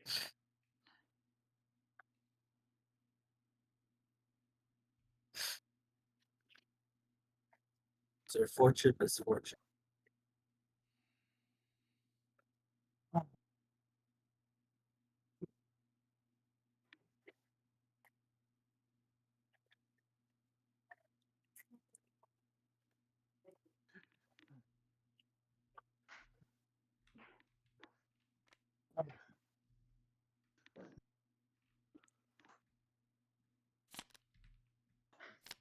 Save food. Okay. Gotcha. Okay. And also Helpless Survivor, who we will put down. Okay, this is becoming problematic now.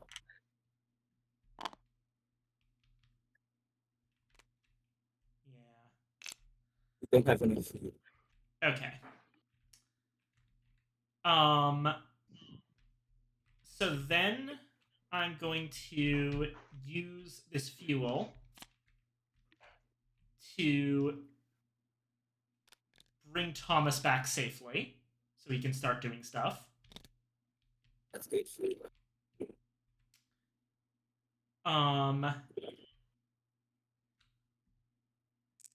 Spending one of the 5s to immediately remove 2 zombies. Let's go with those 2. Yep, and roll for samples twice. Yep. Let's see here. No. Yes. Alright. So 1/3 of the way 5, there. 15. Yeah, we can go keep them apart because they can't stab. Yeah. Actually, wait, hold on. I've got an idea. Give me just a Oh, a moment. bag. Yeah, well, let me grab the the Begone bag Oh my and god. rename it to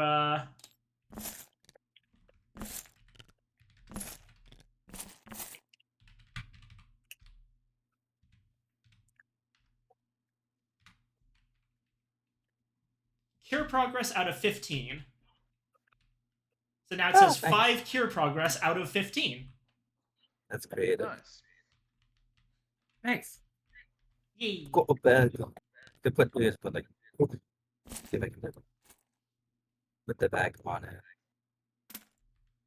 Nice.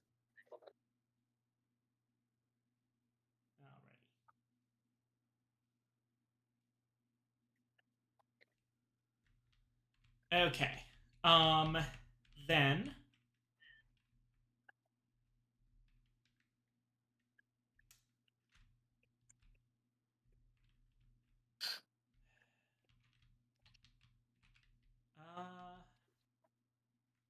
I thought the two words is pretty easy because you could just say what's required. oh, I forgot to actually put down a standee for Talia. Oh yeah. So that's 8 food. There is one thing that can be strategic that I think about it, is that because it doesn't use the food at all if you don't have enough, you can like barely like not have enough for like next turn for like a spurt of food. Yeah. Strategic starving. And I guess fasting. the starvation tokens specifically Back. yeah, so Like a basically each time a starvation token is added, you decrease morale by 1 for each starvation token in the food supply. And the starvation tokens stick around, but they only activate when another one is added. So the first time it happens, we decrease morale by 1, then the second time by 2, third time by 3, and so on. Oh, linear. Okay. So that's how that works. Okay. Okay. Yeah. We can starve a little bit. I am going to immediately move Talia somewhere. I think I'll move her to the school since there's not many things there. I'm not going to have her do anything yet, but I just want her out of the colony so that I'm not putting so much food load on. Yeah.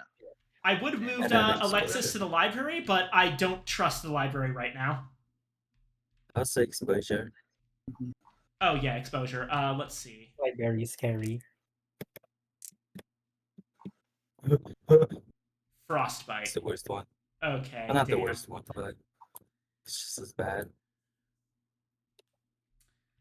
So, okay, Talia gets a frostbite token. Which, okay, it is a wound, meaning that I can heal it with medicine. Oh, okay. So frostbite. Oh, it's just the other side of the wound token. Yep. I mean, to be fair, those unfortunately do not look like particularly cold-resistant clothes. The way she's wearing them. Also, lots of jewelry, which is unfortunately metal on the skin. Mm-hmm.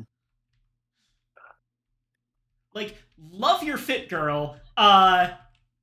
Maybe not during the winter.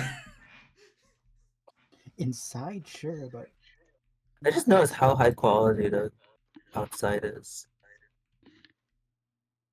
It's really white. I feel like I could get. I feel like I could burn my eyes from it.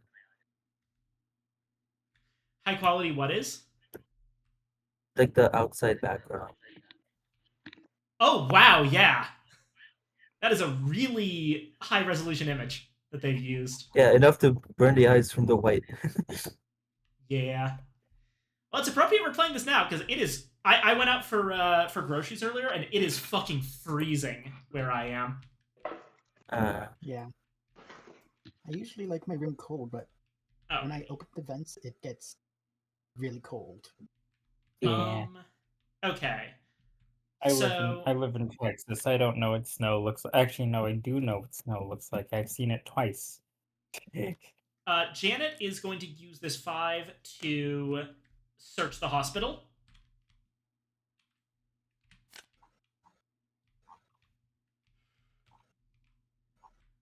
All right.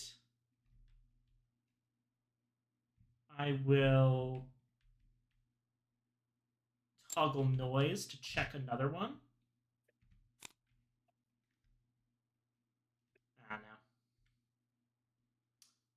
No. Okay. This goes back in. I was looking for medicine, but unfortunately, well, I did get something that I do need, which is Janet is going to head back to the colony to start up that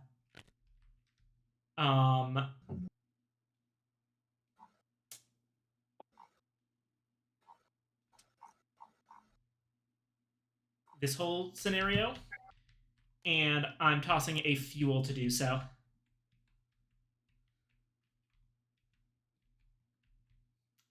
At this point, no one's contributed. I figured that There's not enough fuel. there's not enough fuel to contribute to the crisis. I would have had a couple fuel in my hands if I hadn't used one at the beginning of the turn, but oh well. And I think that at this point we're just kind of focused on preparing for the big wave. Yeah. All right. Let's see here. I still have a couple of dice left to use. I'm gonna use this one to attack with Thomas, and use the cult to not have to roll for exposure. Oh, nice. So that's another zombie down. And then Another with sample roll. my oh yes, sample roll.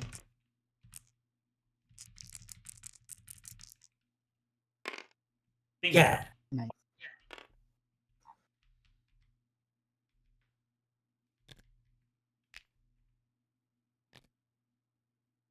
I see. Copy, Yeah. paste. You know what? Actually, hold Cool. on a second. I am Hold going to. Here's what I'm gonna do. Gonna take one of these out, copy it and paste it in, and then I'm gonna take this zombie and lock it in place. No, if we can just copy from this one. Oh, okay. Cool. Once you've used Tabletop Simulator enough, you start finding shortcuts like this. Such as your actor. Actually, wait, Yeah, hold on. Never mind. There's Oh. actually an even easier way to do this. 1 second. Let me just go ahead. Oh, you're just gonna make a bunch. Oh. Infinite bag It's an of infinite zombie bag. tokens. Yippee. Just don't go in yourself. Yeah. All right. Infinite zone. And for my last die, I'm going to put another barricade in place. I think. Alright. Let's go ahead and put it there.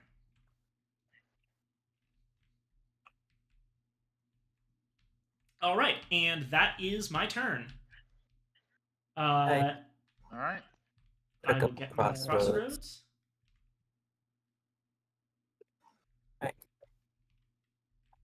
Your turn, Possum. Bug, your turn. Yippee. Hello. Woohoo. I'm gonna have to reveal this one if it doesn't come up, and I doubt it's gonna come up because it's so specific, but it is very funny. I'm really curious. Okay. Like everyone start yawning or whatever. Shit. Should I just prepare for the horde, or should I like try to search for something? Maybe like look with your pilot for like maybe a location has a weapon or something that helps with exposure.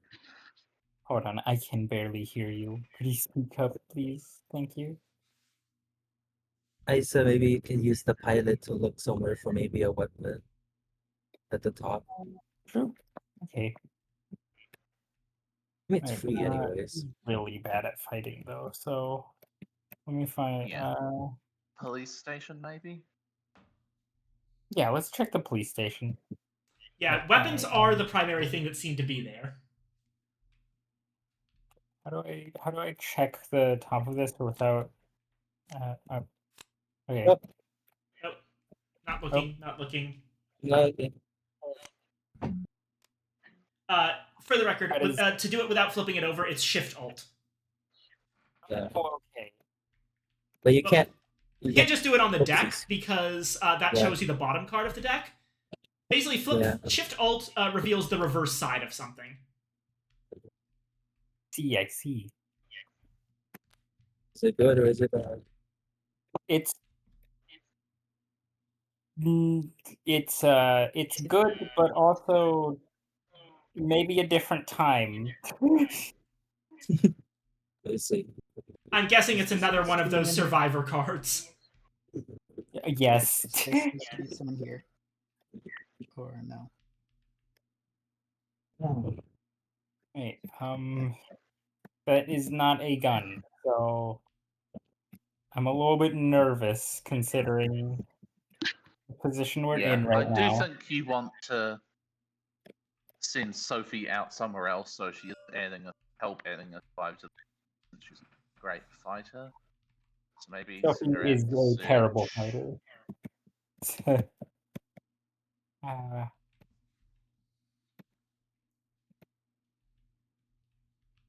I guess I'll send her to the school because there's like nothing there. There's like no zombies there.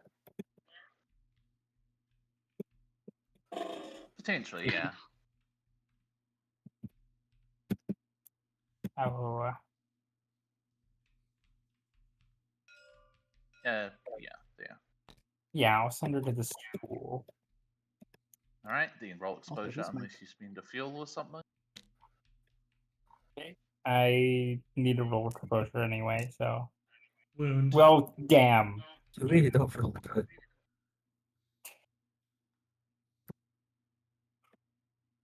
When it's Well- called to bite you. Well, not literally, but Where the hell is... There it is.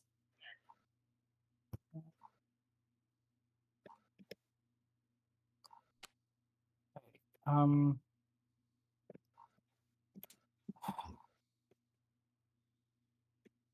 I was gonna...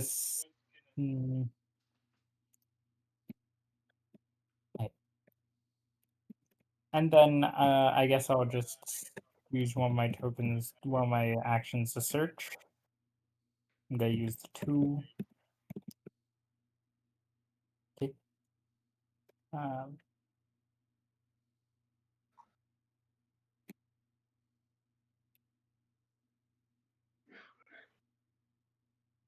Okay. Do I want to use a noise to get more cards out of that? I still have 2 action cards, so does overrun happen when it reaches like the the last one, or when it's Over. or when it's okay over? Then yet, Yeah. what suggested? I guess I can just use all of my cards to just loot the place. All of my dice, I mean. Oh, sure. Because I get stuff on ones. Right. I guess I'll just do that. I'll just I'll just use all my dice to just draw 2 more cards. Oh! I have a baseball bat. Hell Oh. yeah. Uh, Nice. So how do I hand that to someone else? You would have to be in the same location as them, equip it, take the equip action, and then take the handoff action. So you Or have Okay. to equip it. someone would have to request the card from you as well. That could happen. Just Basically, be in the same location as someone else. I see. Well, I found the weapon that we were looking for. And also some medicine. And I think you have to. I don't know if you have to equip it. Probably not. Isn't it funny how we need fuel and yet only I am at the gas station? The thing is that we Oh. kind of decided that we're just gonna tank the zombies coming because that's gonna be a lot of zombies, which means a lot of chances for samples. Yeah, Okay. Technically speaking, Eliminate zombies maybe from here. and like could regularly we can kill 5 zombies, which is me and Viken. Yeah. So I guess that's my turn. I don't have any more actions. Yeah, you Alright. could just equip the baseball bat to Annalie now. Oh yeah. Yeah, I'll just equip the baseball bat to her now. To Sophia. And oh, right. Well, because the thing is, Sophia's not great at fighting, so I don't think it would. Yeah. Oh yeah, would go on Sophia if you decide to quit because she's the one who found it. So probably save it for someone else later. I'm gonna save it for Yeah. someone else. Actually, before I end my turn, I'm gonna use some medicine to deal with. Can I use medicine for Annalie because she's Annalie or Yeah, both of them? if you've got it in your hand, it applies to anyone. Okay. Okay. Oh, okay. I'll use 2 medicine to deal with the bleeding. Gotcha.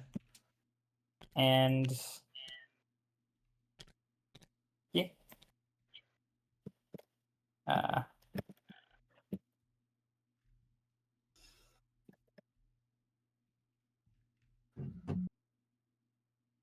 Oh. I didn't even notice these. Hey, Oh, That's there's different. those, yeah.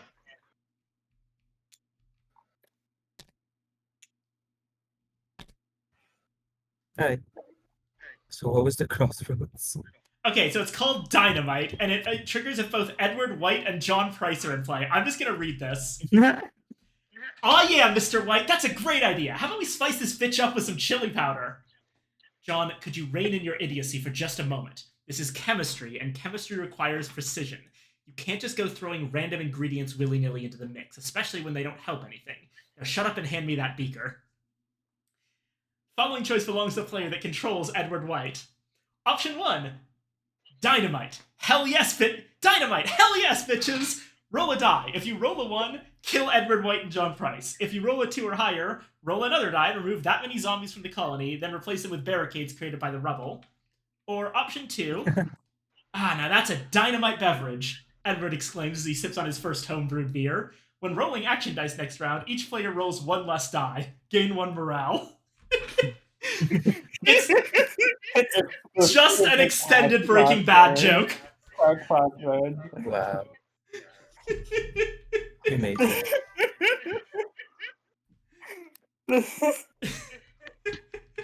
I love that it kind of like gives the vibe of like, you know, those games that are like sort of like supposed to be kind of like Oh yeah.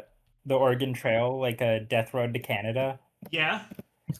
It's kind of like the specific random events in those games, and I really like that.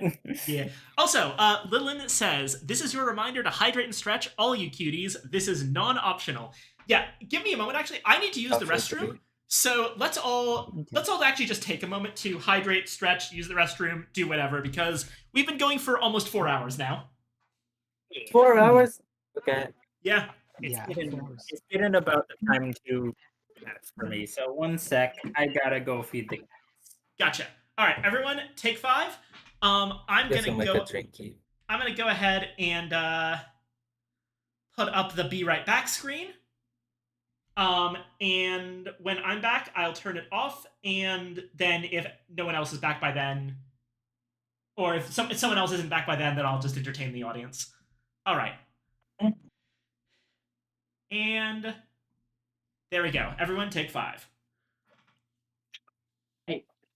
I should.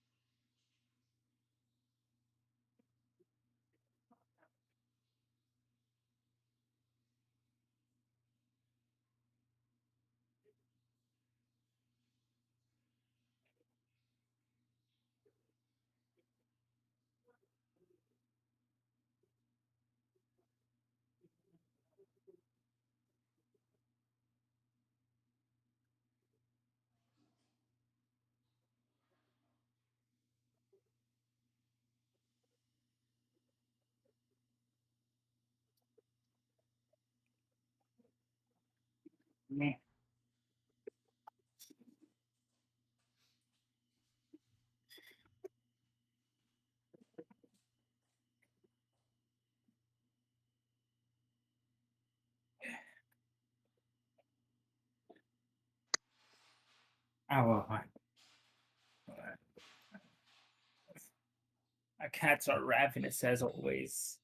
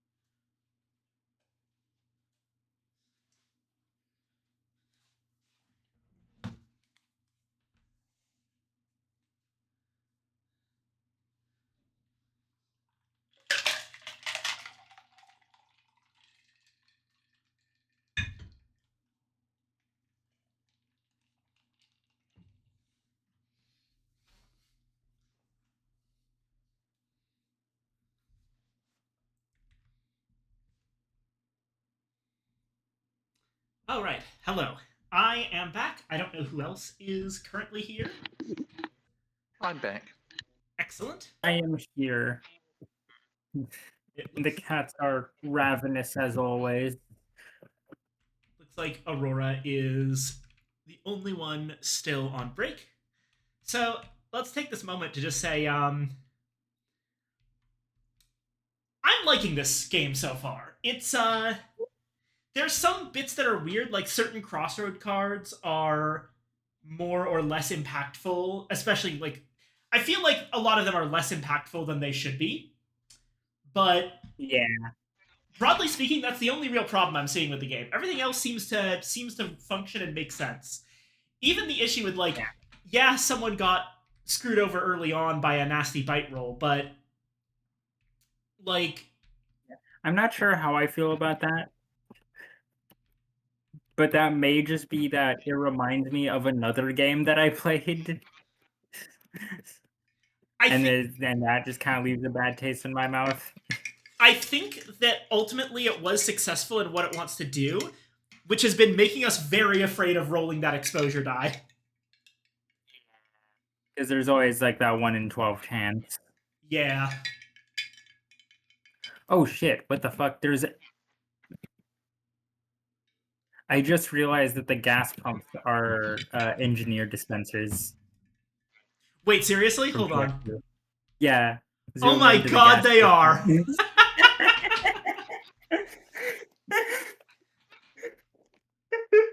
station. I guess from a distance you won't be able to tell. Oh wait, oh shit, guess what? This game is violating the Geneva Conventions. Oh hey! It's got the Red Cross. Also, what is the image on the windows? It looks like someone got pictures of like people's rooms and then put them through a blurry filter. Probably. Yeah. I do like the fact that all the... Oh wait, no, it's a reflection of a city. The police station has the same has the same PNG. Oh, wait. Oh yeah, yeah, you're right. Well, yeah, I see. Yeah, it's a reflection of a city. You're right. It's I'm gonna guess it's New York City, but also I don't know the layout of New York City. Yeah. Gonna look through. Oh, it seems like Aurora might be back. Oh, hello. Hello. Hi, hello. hello. I have my food. Right now. Okay, where were we? I think it was we had just finished up the Walter White stuff, so Yeah. So it's So- Aurora's. Possum goes ahead and draws Crossroad for. yeah. Does it activate immediately? No. Okay.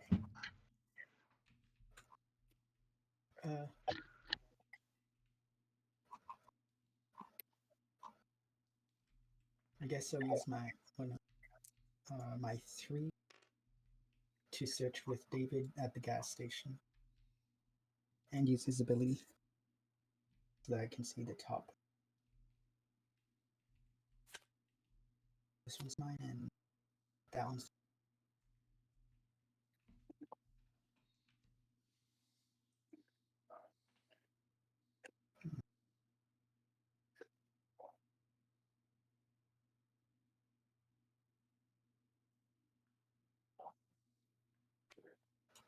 Okay. Yeah, and Maria might be a good person to post at the school because she has her thing to just kill them for free. Yep. Oh god, you literally cannot activate this crossroad, but I think it's hilarious, so I want to share it. Is it that it can't be activated, or is it that it oh, careful. Unless something crazy happens on the turn, but like I don't think it's gonna happen, so I'll just share it after the turn. Gotcha. Just careful about this because at this point the school is going to fill up almost immediately, and that might kill someone there. Yeah. Mario can. Oh, yeah, once true. per round, I can kill a zombie at the school Ah, gotcha. without rolling. Oh, good point. That is what you But can I do. will Nice. roll for exposure on the way. Right. Frostbite. Dang, she's frostbitten. Frostbitten, but kills the zombie. Yeah. Would I use it? Here's your frostbite token. It goes right here. Would I use an action die? Yes, of 1 or higher. I'll use a 1. Yep. All right, zombie's dead, and then I'll roll. I'm starting to see how this works. So, like, you can kind of have survivors be, have their own little mini colonies foraging at the specific locations, as long as you can consistently I got kill a 6. zombies. And that I got a 6 for the corpse. Nice. That's a cure progression. Almost halfway there. How many? 7 out of 15. Yeah. Just below halfway there. But yeah, it looks like with certain characters, you know, if we can move them to specific areas and have them stick around there and consistently kill the zombies, then we would be able to cut down on the colony's food needs. But that is broadly a little bit complicated because of exposure rolls. Yeah.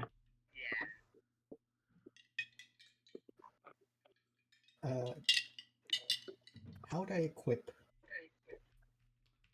Just take a thing out of your hand and equip it to one of your characters. Right. All the way onto Angel. Alrighty. Shove the switchblade onto him. Once per round, you may Any spend an zombies? action. Should I kill this zombie?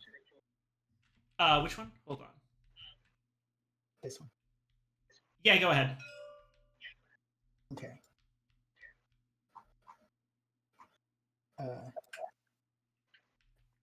Spend an action die to attack. All right, Oh, that's he's 2. That's an interesting one. It basically means that like you can give this to someone who sucks at fighting to make them a little bit better at fighting. Yeah. Yeah, which means I could grab it off sometime later if we need the help. Mhm. Since I'm a 6. Yeah. James could definitely use that pocket knife. Yeah, but yeah, anyway, that's 1 zombie killed. Roll for exposure. Colony dies right here. Yep. Okay. Safe. Thankfully Nothing. safe. Roll for the sample. Was this the zombie that got killed or has it already been removed? Oosh. I got a 4. So, hell yeah. Sorry, was this the zombie that got killed or had it already been removed? Okay, cool. There we go. Yeah, I killed it. Alright, we're up to 8. We are over halfway there. Wait, okay. I really do want to share this thing with you. Wait, why'd you The- put it, the passcode. why'd you put it back? We have 2. Why'd you put the thing back? We were at Wait, 8. what I'm back? sorry. Just checking. Yeah, I'm just double checking that someone else put there already. But Yeah. yes, anyway, I think you can go ahead and share the crossroad now. Okay, so Jenny Clark. If player performs a search with Jenny Clark and she is not exiled, a jar of pennies crashes onto the floor. The glass shards and tarnished coins spilling everywhere. Stupid pennies, Jenny mutters. Don't you know I'm trying to be quiet? But when she turns away to search elsewhere, she finds herself face to face with a zombie who groans cold, fetid air and pushed from the thing's mouth. Yet to Jenny's surprise, the zombie does not attack, and it is insane. And in its one good eye, she thinks that she sees something akin to kindness. Behind the zombie, more corpses shuffle into the room. Aw, you guys aren't all bad, are you? She says. Come on. I know some people are gonna want to meet. Option 1. Jenny returns to the colony. So do 8 zombies. Peering through option 2, peering through a rifle scope, he sees Jenny walking slowly down the road. A group of dead in tow. Oh God, he mutters. That ditz must have gotten herself bit. Kill Jenny Clark.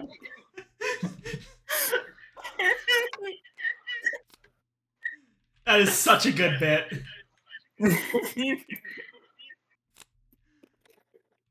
Oh shit, cat. Right. But yeah, anyway, that is full round resolved. Oh, Actually, wait. You have 2 things left. oh, Do you want to just? still have Yeah, I two have dudes. 2 more. Yeah. Sorry. 2 more. Yeah.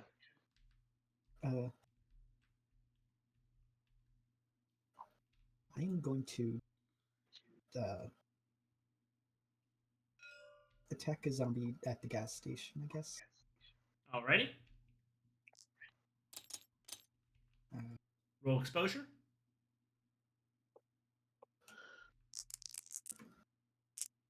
Wound. fuck.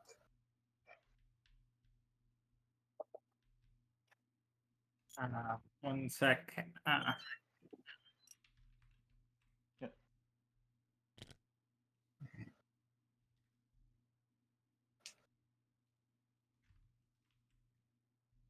And then for a zombie hit. I got it too. Unfortunate. And then I guess I'll should I barricade or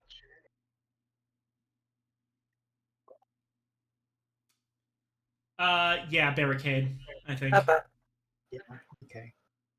Hello, it is I. That is me. Welcome back. Barricading. Barricade.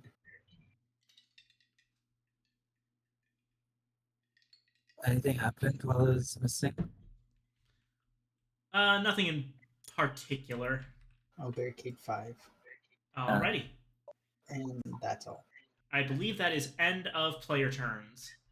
So colony So phase. there's, I assume there's nothing important to the crossword. That It was very funny, but no.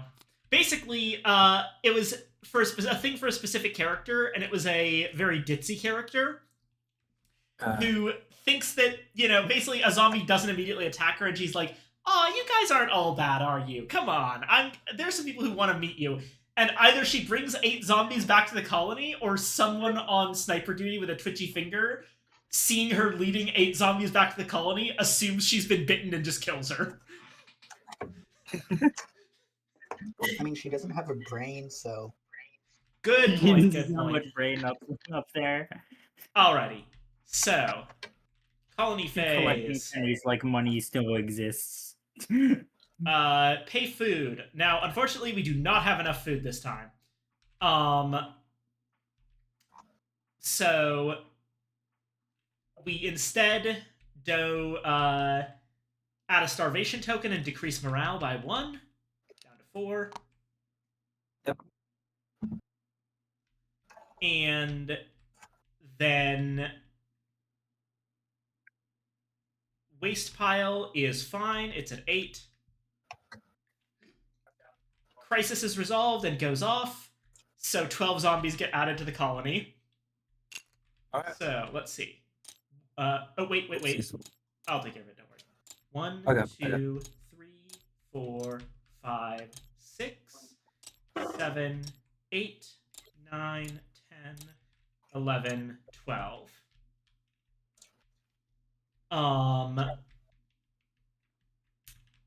Then we add 1 zombie to the colony for every 2 survivors.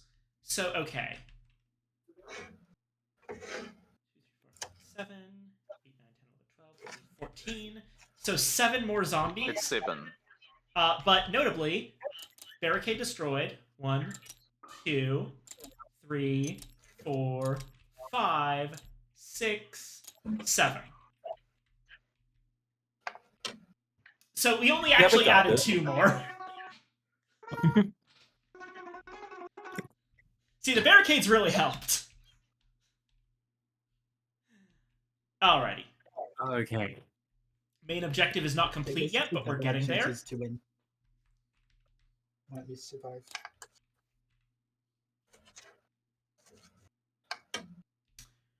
Round tracker goes down to 3. And first player token now goes to Aurora, Me. which means Opossum, grab a crossroads. And Wait. Hold on. Oh. yeah.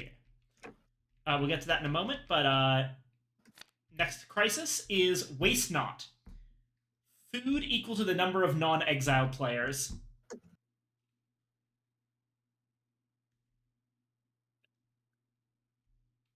What's the bad side? Oh, I see.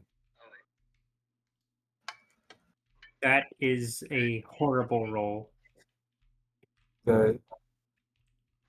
1, 2, and 3. I got a 6, a 5, 2. 1, 2, 3, 5, 6. And 2, 5. Cards that were removed from the game and place them into the waste pile. Leaving 1 more out. No.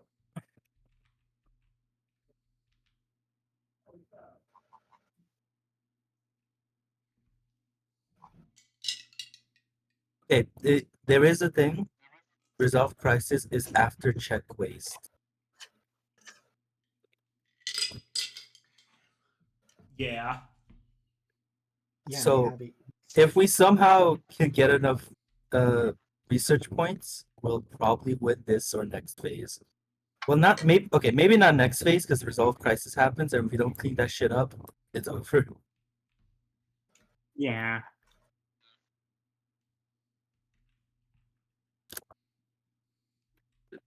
Damn. This is a tricky one, yeah.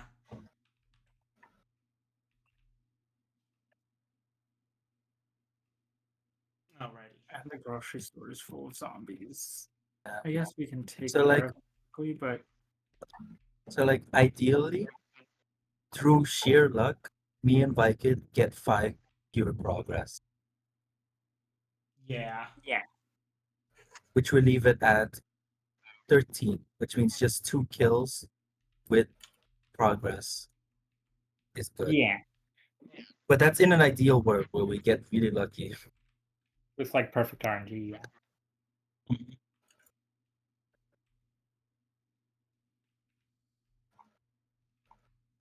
All right. Since it's a new round, I use the switchblade to. I have a switchblade.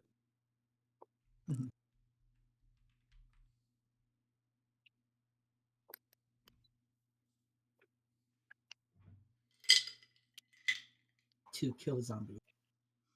I shall kill the guy at 1. Um, Alright, then roll exposure. yeah, well, Safe. Safe. Perfect. Then roll for the sample.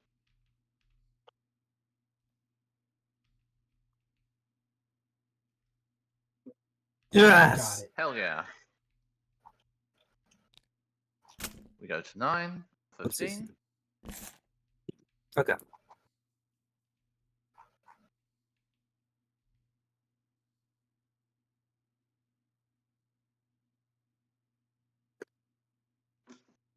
What does frostbite do again?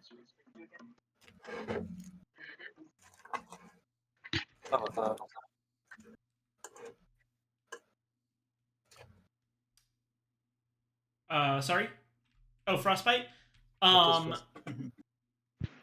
Beginning of each of your turns, each survivor that you control that has one or more frostbite on it receives an additional wound. So Mario gets another wound. Yeah. You might want to pilot her back to the colony so that Yep. There you go. Yeah. Yep.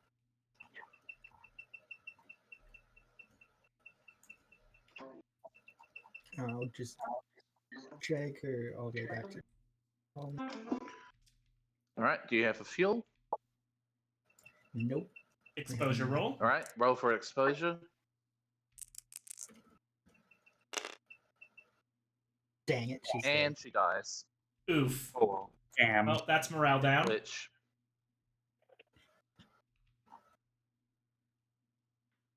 Okay. No. Honestly, I think we can finish the progress. Ideally, we don't want to lose any more morale Yeah. because we're Yeah. guaranteed Yeah, to free from morale. starvation. We do have a free morale point. Oh yeah, you do.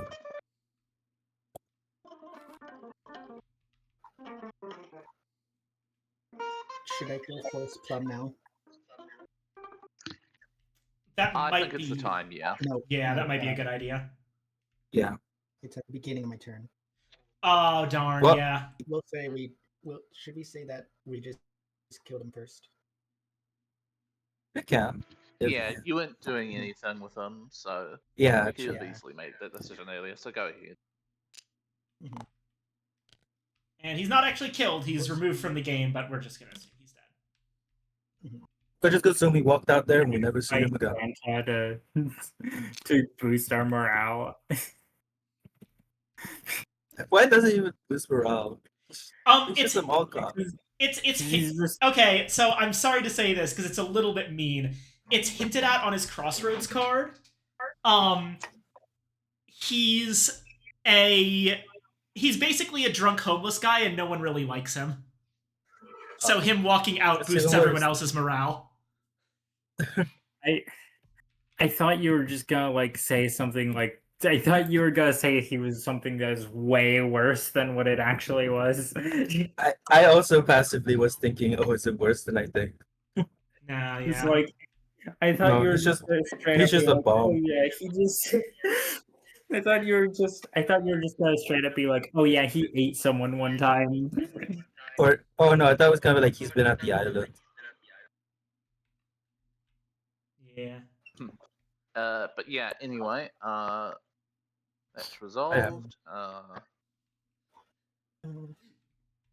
What else does thou do? David, I guess he'll search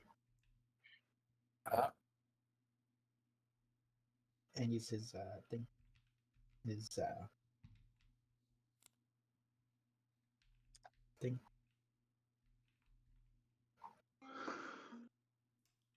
Yeah. That's fine.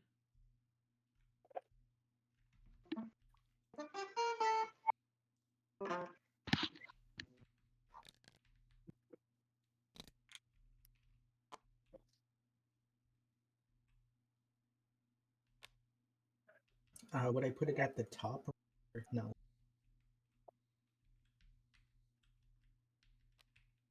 Would I put the additional search at the The bottom? one you didn't pick, you put it at the bottom of the deck. Yeah. Okay.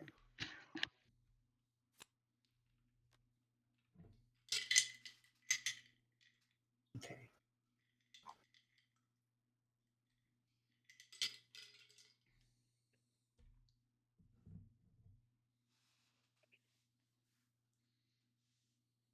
For these tokens.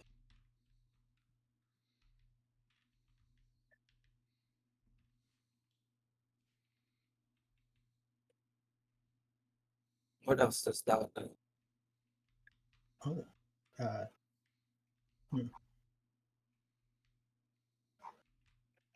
Who wants a lighter? What does the lighter do? Uh, Once per round, when the survivor performs an attack, you may play a fuel card to kill 4 zombies instead of 1. Do not roll for exposure. Do not use the ability on the fuel card. Yeah, show it. That's not a bad idea for someone to have at the colony. Mhm. How did that? I Yeah, have no among others, idea. you could give it to me because my dice aren't probably going to help conventionally fight anyway. I do have a fuel. Mhm. Okay.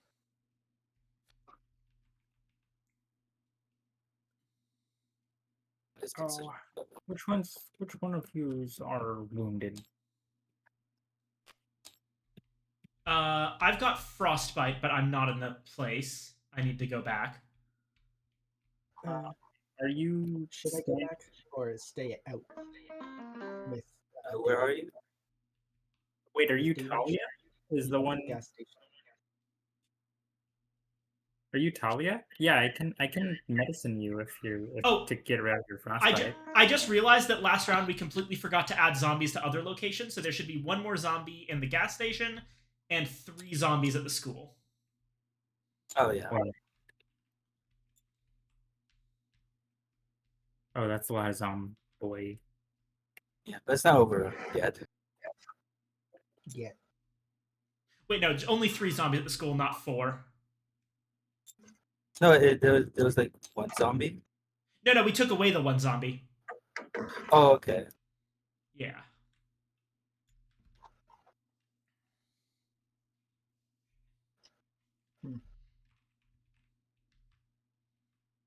Did we add to the police station?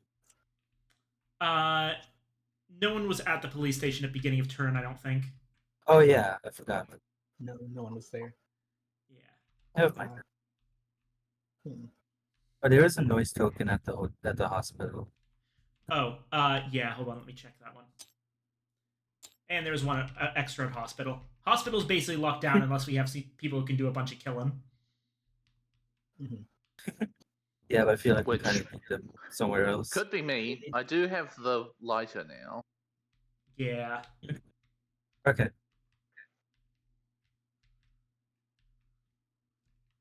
Anything else you do?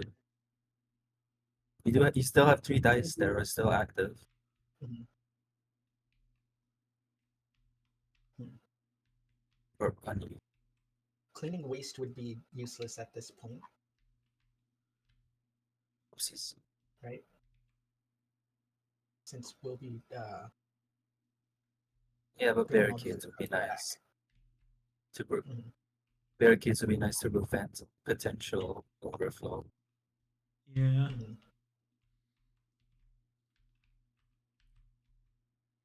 Uh, 2 more barricades. 2 barricades, actually. Alright. 1, 2, and I could move Andrew.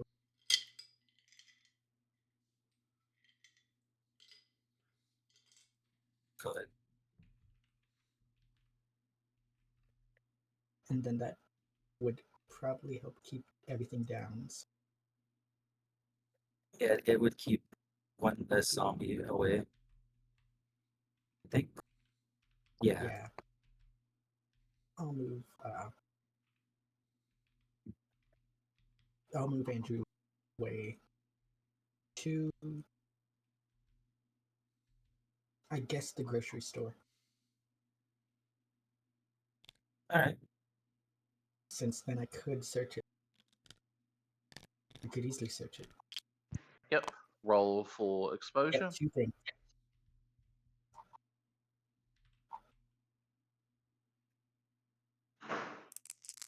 So ideally, we probably would want to. Safe. And I shall search and use Andrew's ability at the grocery store to keep 2 cards.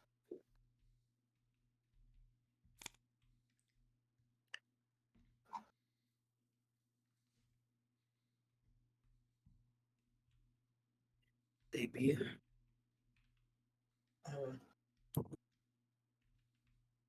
Do events happen immediately or no? No. Okay. I'll contribute 1 food to the food supply. Okay.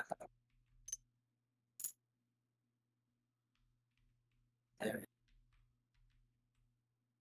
7 plus 5 is this. 12 survivors. We are short of 1 food. Lest we move 2 survivors. And that is all I can do.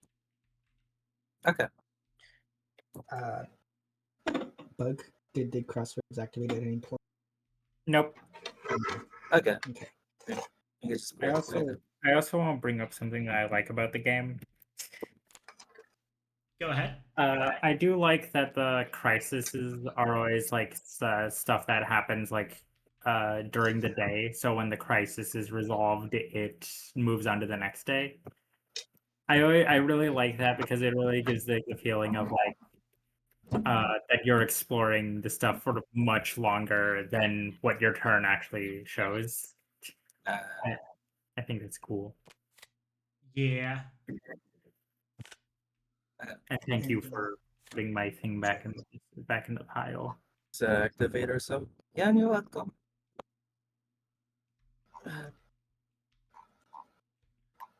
Hey, you control Bev, right?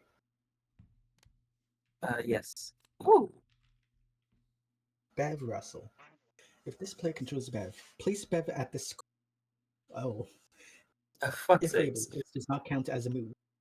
Once again, she finds herself back at the school. The last place she saw her precious boy. The others have mentioned seeing feral children here. And Bev is determined to... Wait. What was that? From out of the darkness, she sees a familiar face, a webbed pattern of inflamed veins sticking up under the skin of that once beautiful face. No, she whimpers. My boy. Mommy, he cries as he rushes out of his hiding place. But he stops short, coughing up black bile onto the cheap laminate of the floors.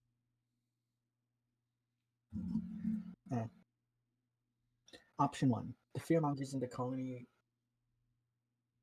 would murder them. For God's sake, they're just children. Is it their fault they're infected? Remove Bev's survivor card from the game. Bev's standee cannot be attacked, killed, or moved away from the school. For the remainder of the game, whenever a survivor is moved to the school, that survivor receives 1 wound, as Bev defends the children. Or option 2. The heat from the inferno radiates against Bev's back as she walks away from the school, a tear rolling down her cheek. Rest in peace, my darling. Remove all item cards and zombies from the school. Yeah, Either- I wonder what I'm gonna do. Burn down the entire Oh. school, or Bev becomes a stage hazard. Sorry, kids. Time to let go. Okay. We're gonna be all right though, right? We're not Yeah, gonna no, be set on fire. the survivors are fine. Okay. Does that count as killing zombies? It unfortunately doesn't because it says remove. Yeah, and also like there's no samples to like get back from there because you burnt the body. Then Yeah. items are just gone. The school But yes. is done. So school is just a safe place, technically. Well, it's not safe anymore. It just doesn't have any items in it. Very There's just annoying no it reason moved to me go though, there because now there is a huge risk of me moving. Yeah, And It Lux actually turning resolves, gets so this moved. now goes discarded. there's not really any benefit to going to the school anymore. Yeah. No, I mean like Besides this huge risk of me moving not having Bess back Yeah, the fact that, because I don't have. now Bev has to risk moving back to the colony and getting bitten. Yeah. Okay, first things first. Actually, okay. Okay. How many items do you think they're going to use? So. Oh fuck! It's 9 items already. I mean, actually, it doesn't matter what card amount I have. So okay. I move. I guess Beth back to the colony after burning the fucking school down. Alrighty. Yep. All right, exposure roll. Fate has a funny thing. Safe. Oh, Safe. that's so close. Alright, kick the shit out of him. And yep, do the Bev thing. Come on. Roundhouse kick Yep. him. Yep, which gets 2.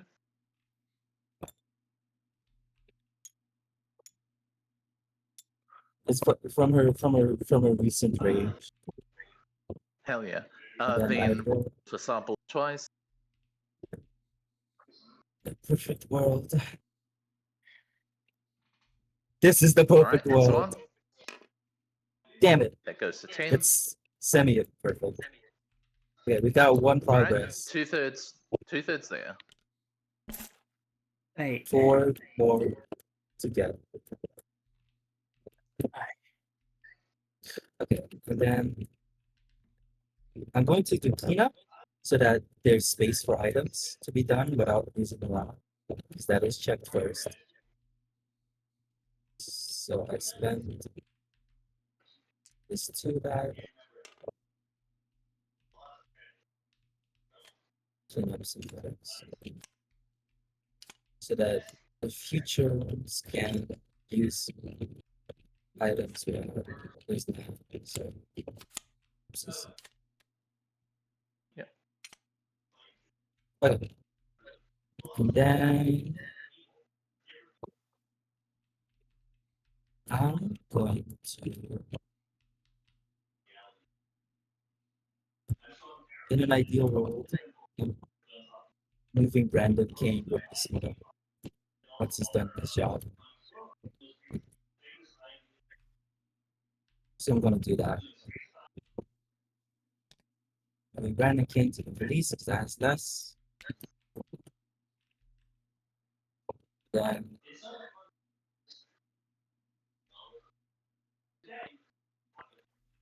do I attack at the risk of being bitten and losing morale, but at the potential of gaining cure progress? Or do I search? Yeah. To which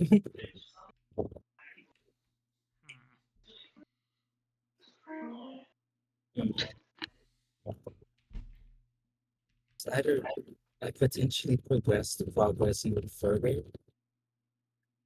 or search for an item that might help with our food or something else.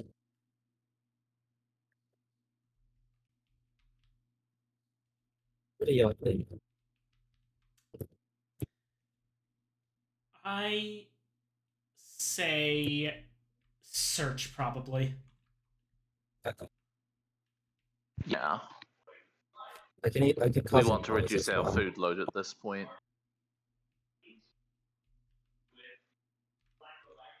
I don't think I want this. I said, okay, noise. One more option. Cool.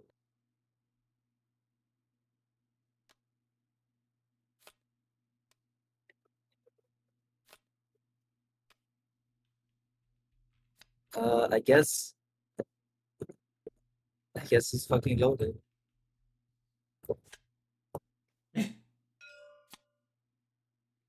Ah, the sniper rifle. Nice. It won't. Oh, hell Wait, yes. Oh yeah. this. Oh yeah, you doesn't can just items- immediately equip that and kill a zombie for free at the station. What is it for free? Hell yeah! Yeah, you don't have Yes. to look at the card. You don't have to. And any location. Oh, at any location. Do not roll for exposure. This is not an attack. It does not cost you an action die. Oh, it's an auto attack. It's not an attack, but it does kill. Oh. Okay, that's okay. Okay, cool, cool. Yeah. Bang. Goes every round. Well, we only need one round. Yep. Hopefully. All right, then roll for the sample.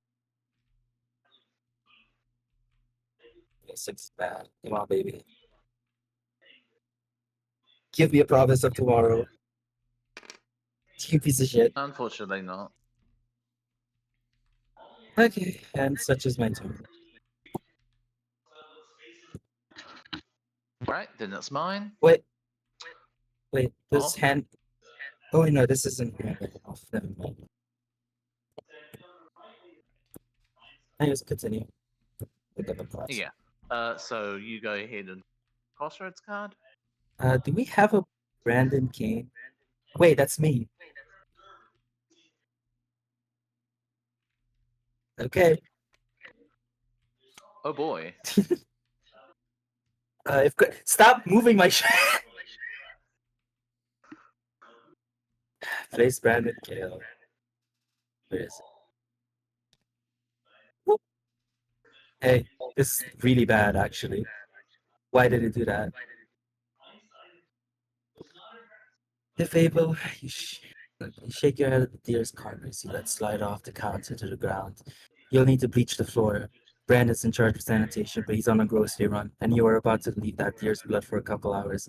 It's really dark in this room. Did you paint out the windows? Turning on your flashlight, you see the shelves with the cleaning supplies and the glass jars. Good God, what is he doing in here?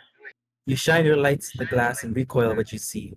Nail clippings, used hygiene products, and hair. Oh God, the hair. None of it's Brandon's.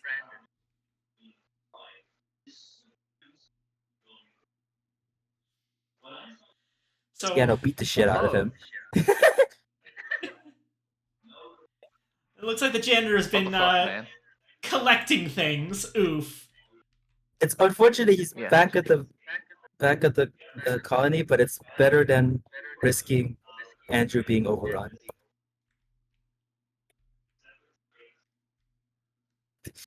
Yeah, do you I beat think him so. up? All right. That's one wound on him. He goes to the.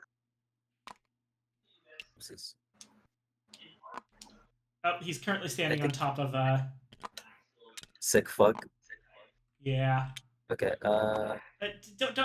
Don't put him next to Janet. He's over here. All right, there. All right, then it's mine. I'm tired thing of moving him, man. Wait, this requesting equipment count as well? Or is that something else? So requesting is during a turn, a player may request one or more item cards from other players. Other players may give the requesting player an item card from their hand. If they do, that card's going to be revealed and immediately played. So basically, it's if you need like medicine or something. Again, and I guess there's no way for me to give the rifle, unfortunately. Handoff is what you're looking for. Yeah, but I can't do that. It's already. Oh my yeah, turn. good point. But yeah. All right, then it's mine.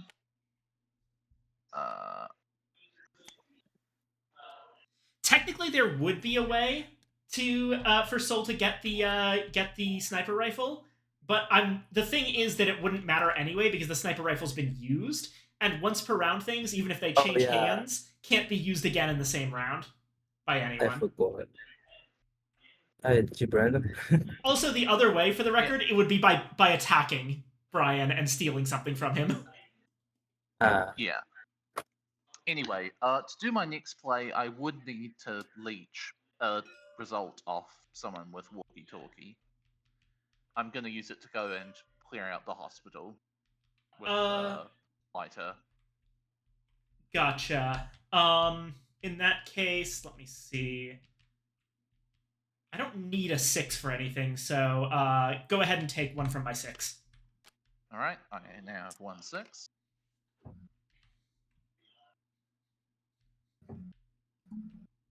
All right, then I'll move him to the hospital. I roll for exposure.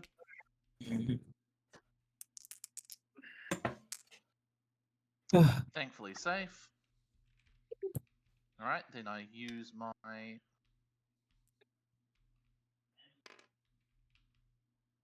spend attack. I spend my attack and a fuel card to instantly kill 4 zombies.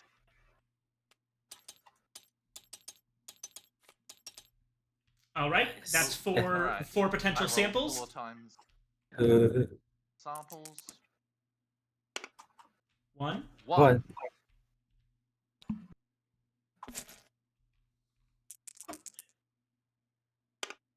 Two. Two. Keep missing. No. Okay. 3. No.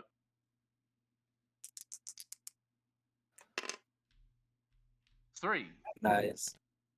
Nice. Oh, okay. So for the rest of our turns, until Just well, beat when the shit out of zombies. Viking does her thing, don't do anything else risky. Okay. Yeah, and then I have one remaining action dice with which I'll I'll search the hospital. Yes. Hospital.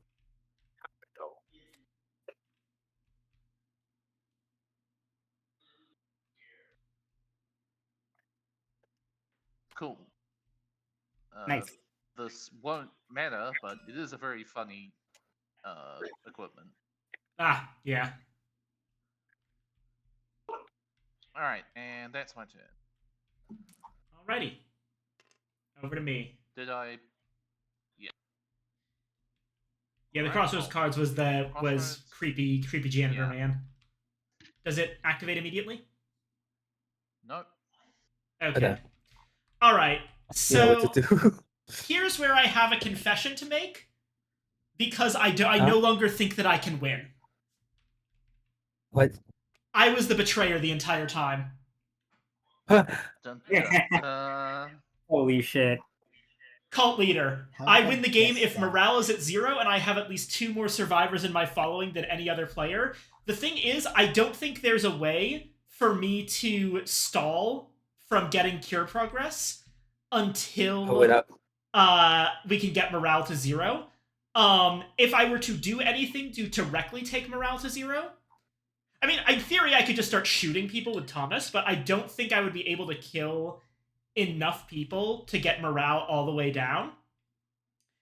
And the thing is, since I'm not the last player in turn order, if I did anything obviously suspicious, then You would get voted out. I would get voted out, and I wouldn't be able to do my objective.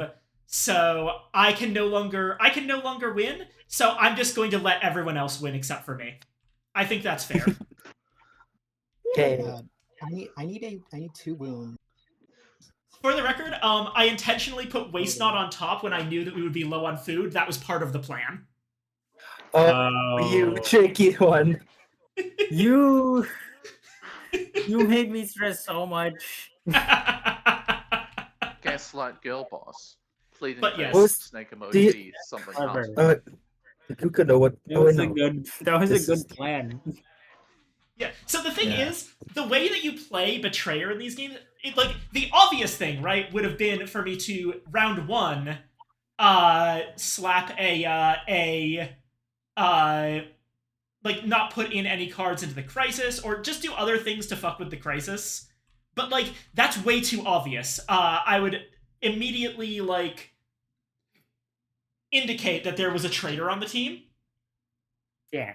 And then everyone would be really suspicious of me. So I thought that the better option would be to act completely helpful while quietly doing things that I could fully control that made stuff harder for us, like taking the Like that waste not. yeah, like the waste knot, or taking every single extra survivor card whenever I got my hands on it, instead of making noise to get more of them, or to Oh get my different God. options. So yes, I was plotting the entire time, but at this point, we got too good at killing things, and Yeah. I couldn't do anything too suspicious. Like if I were to just not do anything with Thomas this turn, you guys would pick it up immediately that I was sandbagging the game. So Oh, yeah, no, because like we're 1 point away. yeah, so Yeah. at this point, I think that there is actually no way for me to win anymore, because either I finish up the situation or I get exiled. My God. So I will. I honestly, I will offer a deal. I'm going to do my best to try and complete the thing. If by some absolute fucking miracle, none of my shots end up landing, and we don't get that cure progress, I would like it if you would not vote me off. Is that okay? Yeah. Alrighty. I do like the idea. of Is just, that like, is that why you using- want? Is that why you wanted to keep the mall Santa? Because he was at Yeah. 2. Yeah, but then I saw that morale was getting extremely low, so and that is why I have.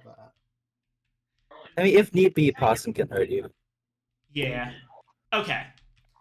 So I did have one other plan that I was going to do, and basically the plan was that and I'll still do it if I end up failing other things, I was going to pilot Talia home to try and heal her, and actually be hoping for a bite result.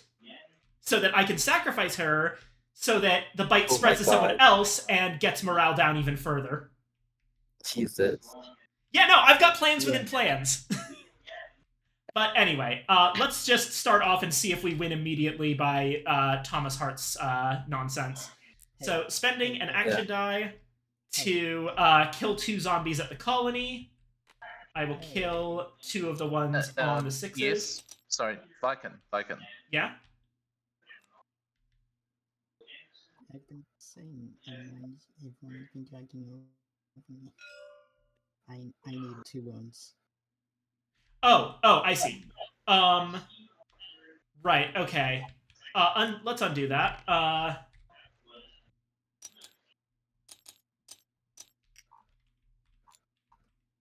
only have 1 wound. Okay. That's why you want to keep that fucking mall Santa. Let me see if this actually works.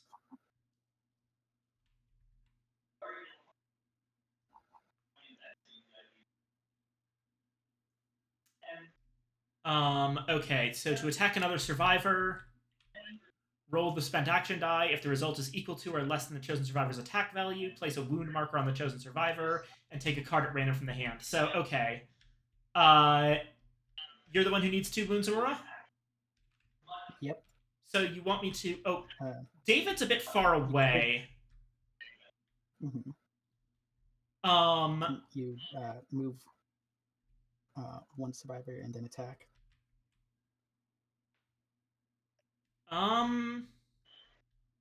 Well, considering I'm the traitor, now you're asking a bit much of me. Alright,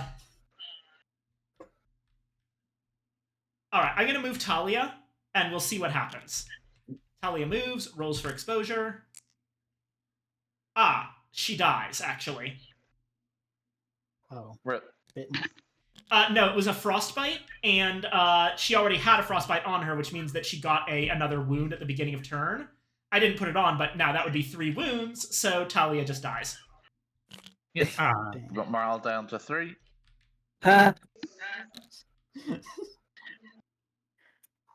maybe you could just start blasting and deal enough thing. No, you can't. I don't think you can. I don't We think want I to want... finish our objective first. I do Yeah. have Andrew. Okay. Andrew's, no, Andrew is. Okay. Let's see. Okay, Thomas is going to just use this 1 and this 2. Actually, sorry. Just gonna use the 1 to punch Andrew. Or wait, was it? Andrew Who was it? is here. Where? Oh. Andrew's at the grocery store. Well, now you're just making me move my characters all over the place to do this for you. No, I'm not gonna do this. Oh, I'm not moving I more want of my this goal characters finished off of the first. colony. Look, I I'm want this sorry, objective but finished first. I'm not risking it. Your characters are all too damn far away. I've already lost one character doing this. Okay, So deal the blow. yeah, I will do the thing. Okay, 5, and I kill 2 zombies.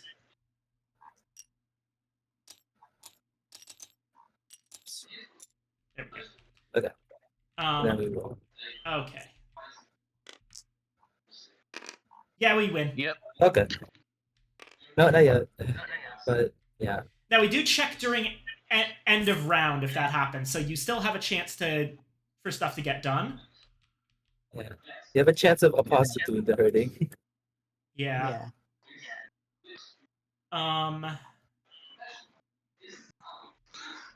Fuck it. Okay. Whatever, I guess. I guess I'll...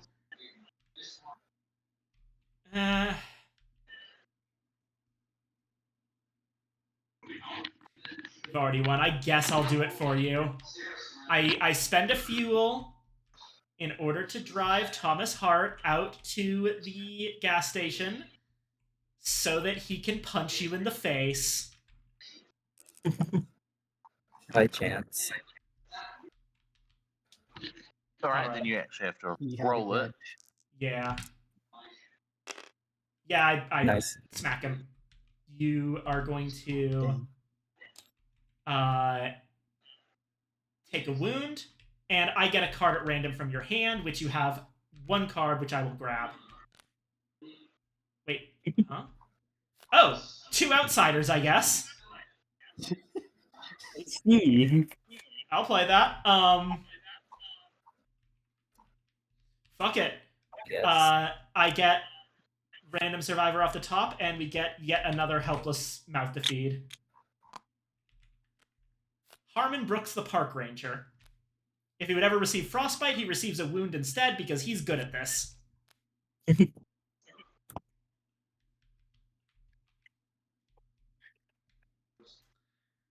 Okay. Very capable placing it. Or something. I guess technically you have to roll for 1 more cure, but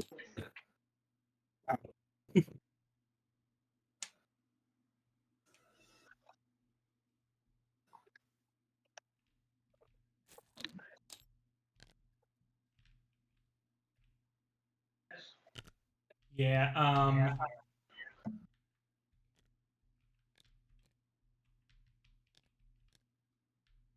Oh yeah, roll for 1 more cure, sure. Yeah, we get another cure token. emergencies. Extra. Actually, wait, the I road. just realized that I still might be able to win this, but it's kind of just down to chance at this point. Yeah.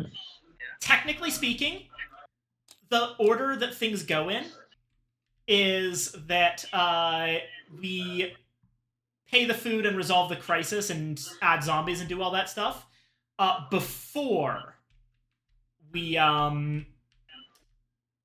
actually you know, check to see if the main crisis is resolved. That's like one of the last things that happens during colony phase. So if we lose due to morale loss first, then there's a chance I still win this. Good luck, everybody. I'm going to both help and be a little bit canny by... I'm going to go ahead and move Harmon Brooks to the hospital. Rolling Alright. exposure. Roll for exposure. We're good. He's safe. And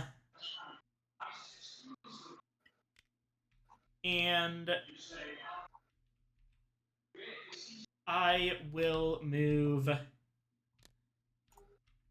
Alexis to the school, I guess, and roll for exposure on her. She gets frostbitten.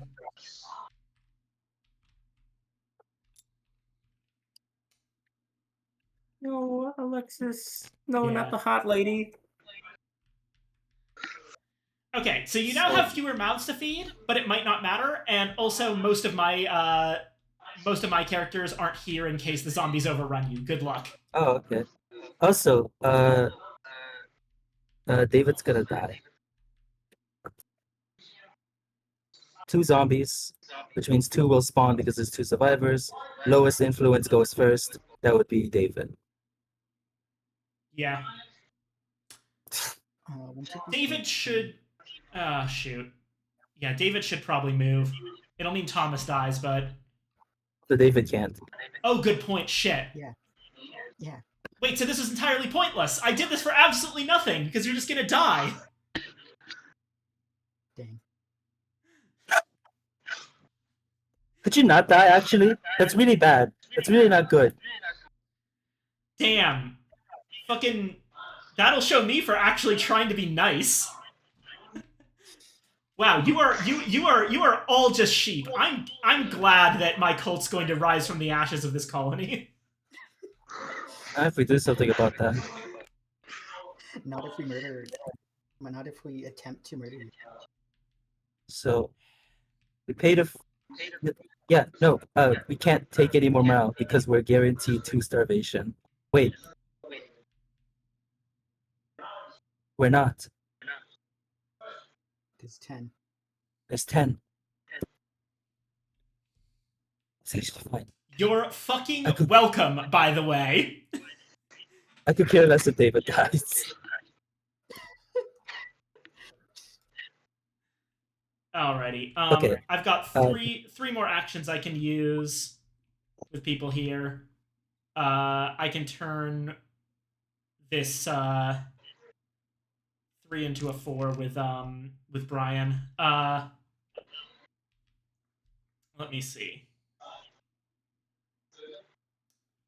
I'm gonna have Thomas search. Let's see.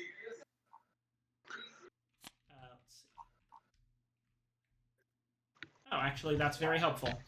All right, I'll take that. And you know what? I can prevent the death. I can prevent the death, even though I shouldn't, because it goes against my interests. But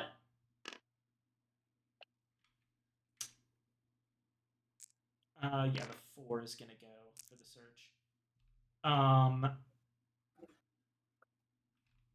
Well, first off, I'm going to use my medicine to remove the frostbite token from Alexis. So she'll be okay. I'm going to use this 2, and I'm going to build a barricade in the gas station. Which should be enough. Should be, yeah. And the last 5, what do I do with that one? Fuck it. Thomas kills a zombie at the gas station as well. Yay! We get another Thomas essentially cure. Just runs in, punches David, calls him an idiot, boards up the place, and Oh yeah, and has at any point Sol the crossroads activated? Nope, it's 1 for Edward White. Ah, Oh, probably could have said that. What is the crossroads? That's correct. he makes penicillin. Neat. Ooh, neat. Okay, is it possible for one to just pass their turn? Yeah, you can pass turn at any time. Okay, then honestly, so the smartest thing is just building barriers at the colony and then not doing anything. And the Yeah. only threat we have is the one crossroads at the top that potentially could be colony activated. Yeah, just like board up everything and just like work on the cure. I guess in universe it'd just be working on the cure. Could assume the silence Oh, is hold on. not activated. Hold Hold on on. a second. Oh no. How many survivors do you have, Opossum? 2. And Soul, you still have just the one? Yep. The colony, just the 1. If the player has more survivors in their following than one or more other players. Oh no. It looks like you guys are going to be able to make it, though. I care about you. I do. That won't ever change, but I can't do this anymore. I'm sorry. I won't tell them what you're up to, but I just can't be a part of it any longer. Not now. Option 1. I understand better than you think. Perhaps I knew this day was coming, but your happiness is more important to me than anything, so I won't stand in your way. Remove a survivor card from your following and add it to the following of a player that has fewer survivors than you do. Option 2. I see. It doesn't matter how soiled your hands are, but as soon as mine look tarnished, you're ready to walk away? I know what keeps you up at night. I know the stains you'll never be able to wash away. And as soon as you walk away, everyone else will know too. Roll a die. On a result of 3 or lower, lose 1 morale. Man, if I had gotten that one... Oh god. Who has less survivors than me? I'm just gonna hand you over to someone else. It's Soul. It's Me. small. Yeah. Yeah. It's just Anna, really. Right, I'm just gonna give Anna to Soul. Oh, Okay. If you have any fuel, I'd say it's safe to go to the colony. Otherwise, just don't do anything. I don't have any fuel. Should I? Just go to the colony anyway. It'll be fun. No, I don't think it will. All right, who is standing next to me? Alexis Gray. She wounded? No, I don't care about you enough. Just don't do anything. I'm just gonna. I guess I'll just pass my turn over to. Actually, wait. Yeah, I mean, you could just barricade. I guess. 3 barricades. Barricade the School's school? burnt out. There's nothing at the school. Besides you. But there's gonna be zombies there in a minute. Oh no, guess. 2 zombies. I'll just half-heartedly throw 3 barricades there. Eh. It's like, guess there's barricades here now. And then that's your turn. Yeah. Okay, cool. We go through colony phase. Right, okay. Pay food. So I think you have just enough food. 5 food, 10 survivors. Well, 10 people.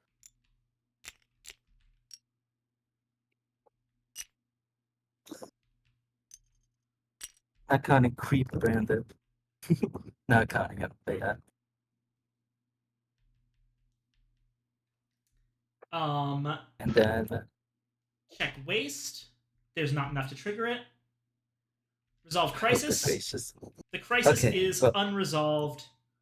Don't bother with doing the removed stuff from the game because it's not going to matter. We're just going to I lose know, your it's just- morale. Yep. And then add zombies. So there's going to be 5 zombies. 1, 2, 3, 4, 5. Still no overruns. And check main objective. Game ends. Yippee. Y'all win. And, Well, if it's any consolation, Alright. I don't win either. and secret objectives? Well, I win. I also win. I had this 3 food in my hand this entire time. Nice. Oh, Yeah, that's- mine was just Does that count? I think it does. As, Have at No. least 3 food in your hand. yeah, is that 3 food or 3 food cards? I think it's 3 food cards. Is it? What? So things in hand are cards in hand. It's just that the cards no, have the effect of adding certain amounts of food, but it might be different based on how the card. Where is the card that you've put? Okay, you've put it down in here. Well, At least- the no, me- yeah. the medicine one says 2 medicine cards. That says 3 food. So I think it counts Huh. because that's specific. Yeah, add 3 food tokens to the food supply. I'm gonna give it to you, but I'm not entirely sure how that works. It's a little bit inconsistent, which I don't like. Yeah, I've played games that were like that. I'm guessing if it's normally food cards, then I'm guessing that's not how it's supposed to work, but I'll take it. Yeah. Yeah. Yeah, I win. I win most definitely though. Yes. There are in fact 15 or so survivors. Game. Yay! So, repopulate, hunger, and masochist succeed. Cult leader and hypochondriac do not. And we now read. Or wait, do we? No, the game just immediately ends. We could read what happens if you want. Yeah, let's see if I had one. S17. S17. It would be the dawn of a new age is upon us. In the Old Testament, God sent down his angels to deliver punishment to the flock. But when 2,000 years passed, the flock believed the shepherd did not exist. They claimed he was mythological, and so they wallowed in their earthly comfort and sins. But what is 1,000 years to God? What could even 10,000 years be to the Almighty? Now the shepherd has turned his eye back to his flock and found them sick with corruption. And so he does what any good caretaker would do. He culls the disease so that the healthy might live. Make no mistake, my disciples. The dead that roam across this country are the damned, and they seek out those sheep bereft of repentance. Our Lord does not wish to kill his children. Indeed, he loves them, even as he strikes them down. But he shall not suffer the poisoning of our souls any longer. And so we welcome the ravenous dead, those wretches that our Lord found wanting, knowing it is a just punishment for an unjust world. Oh, I want the obsessed betrayal. Also, I'm just noticing these boxes are Skyrim chests. Yeah, they are. But yeah, no, I enjoyed that. I got to have both my big betrayal reveal, but it wasn't the feel bad moment of me actually winning a betrayal. Although that would have been cool. I think that the moment I made the reveal made for a kind of a good heel face turn story.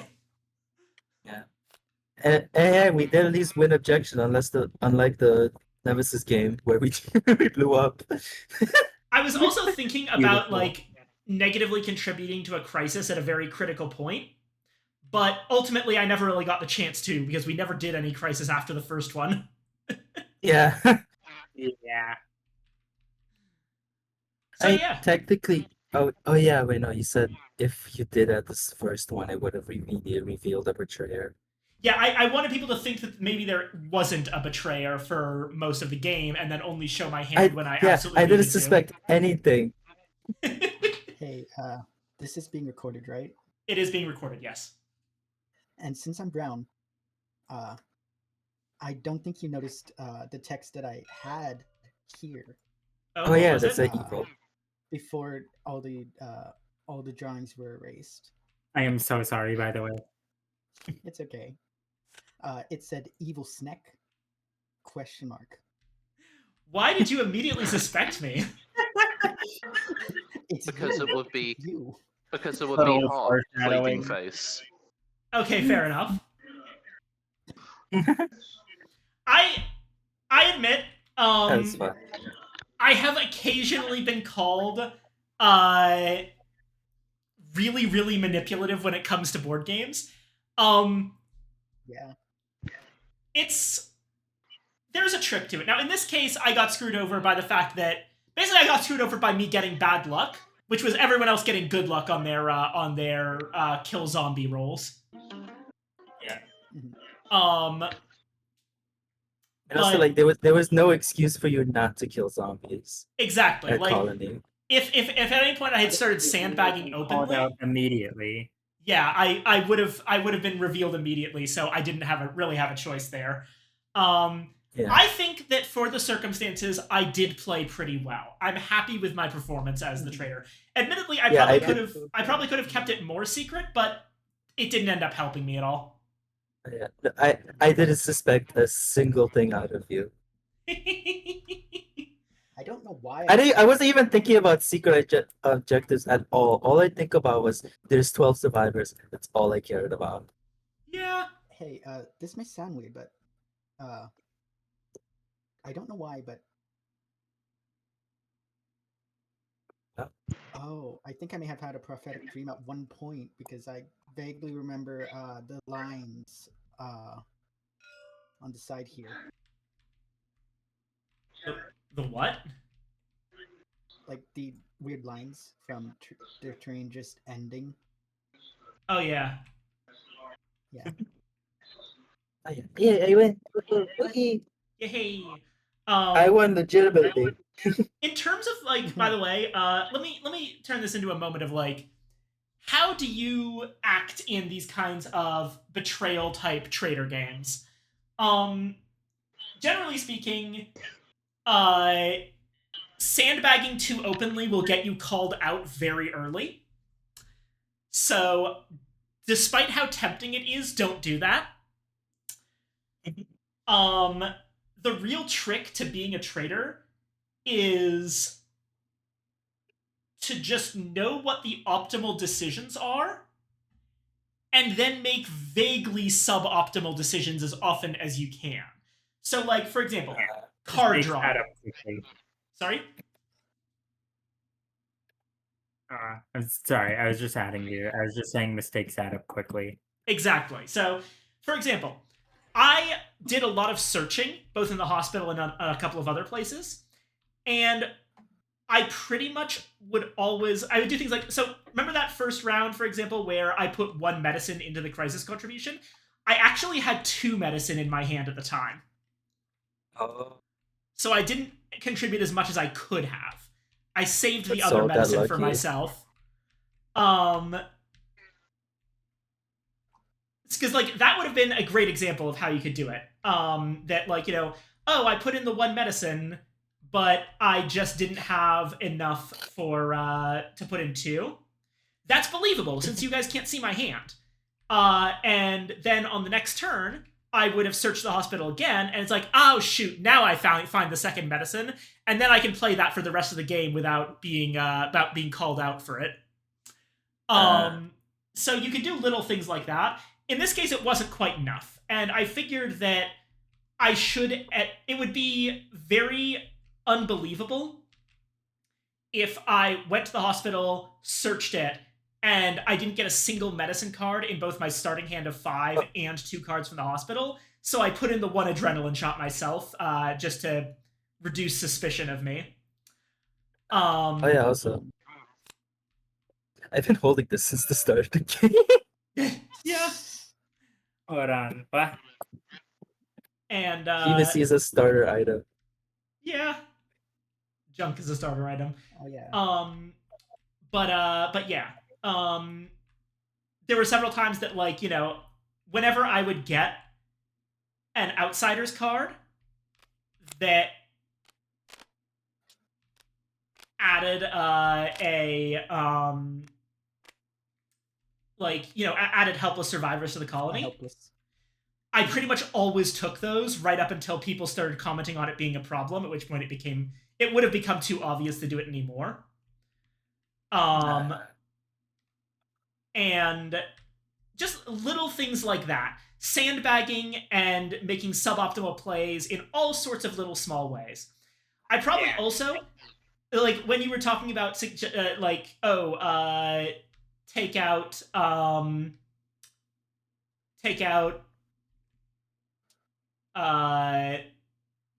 Forest Plum to raise morale earlier.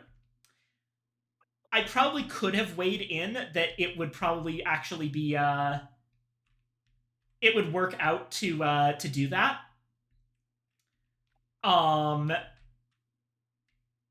But I decided to, like, you know, if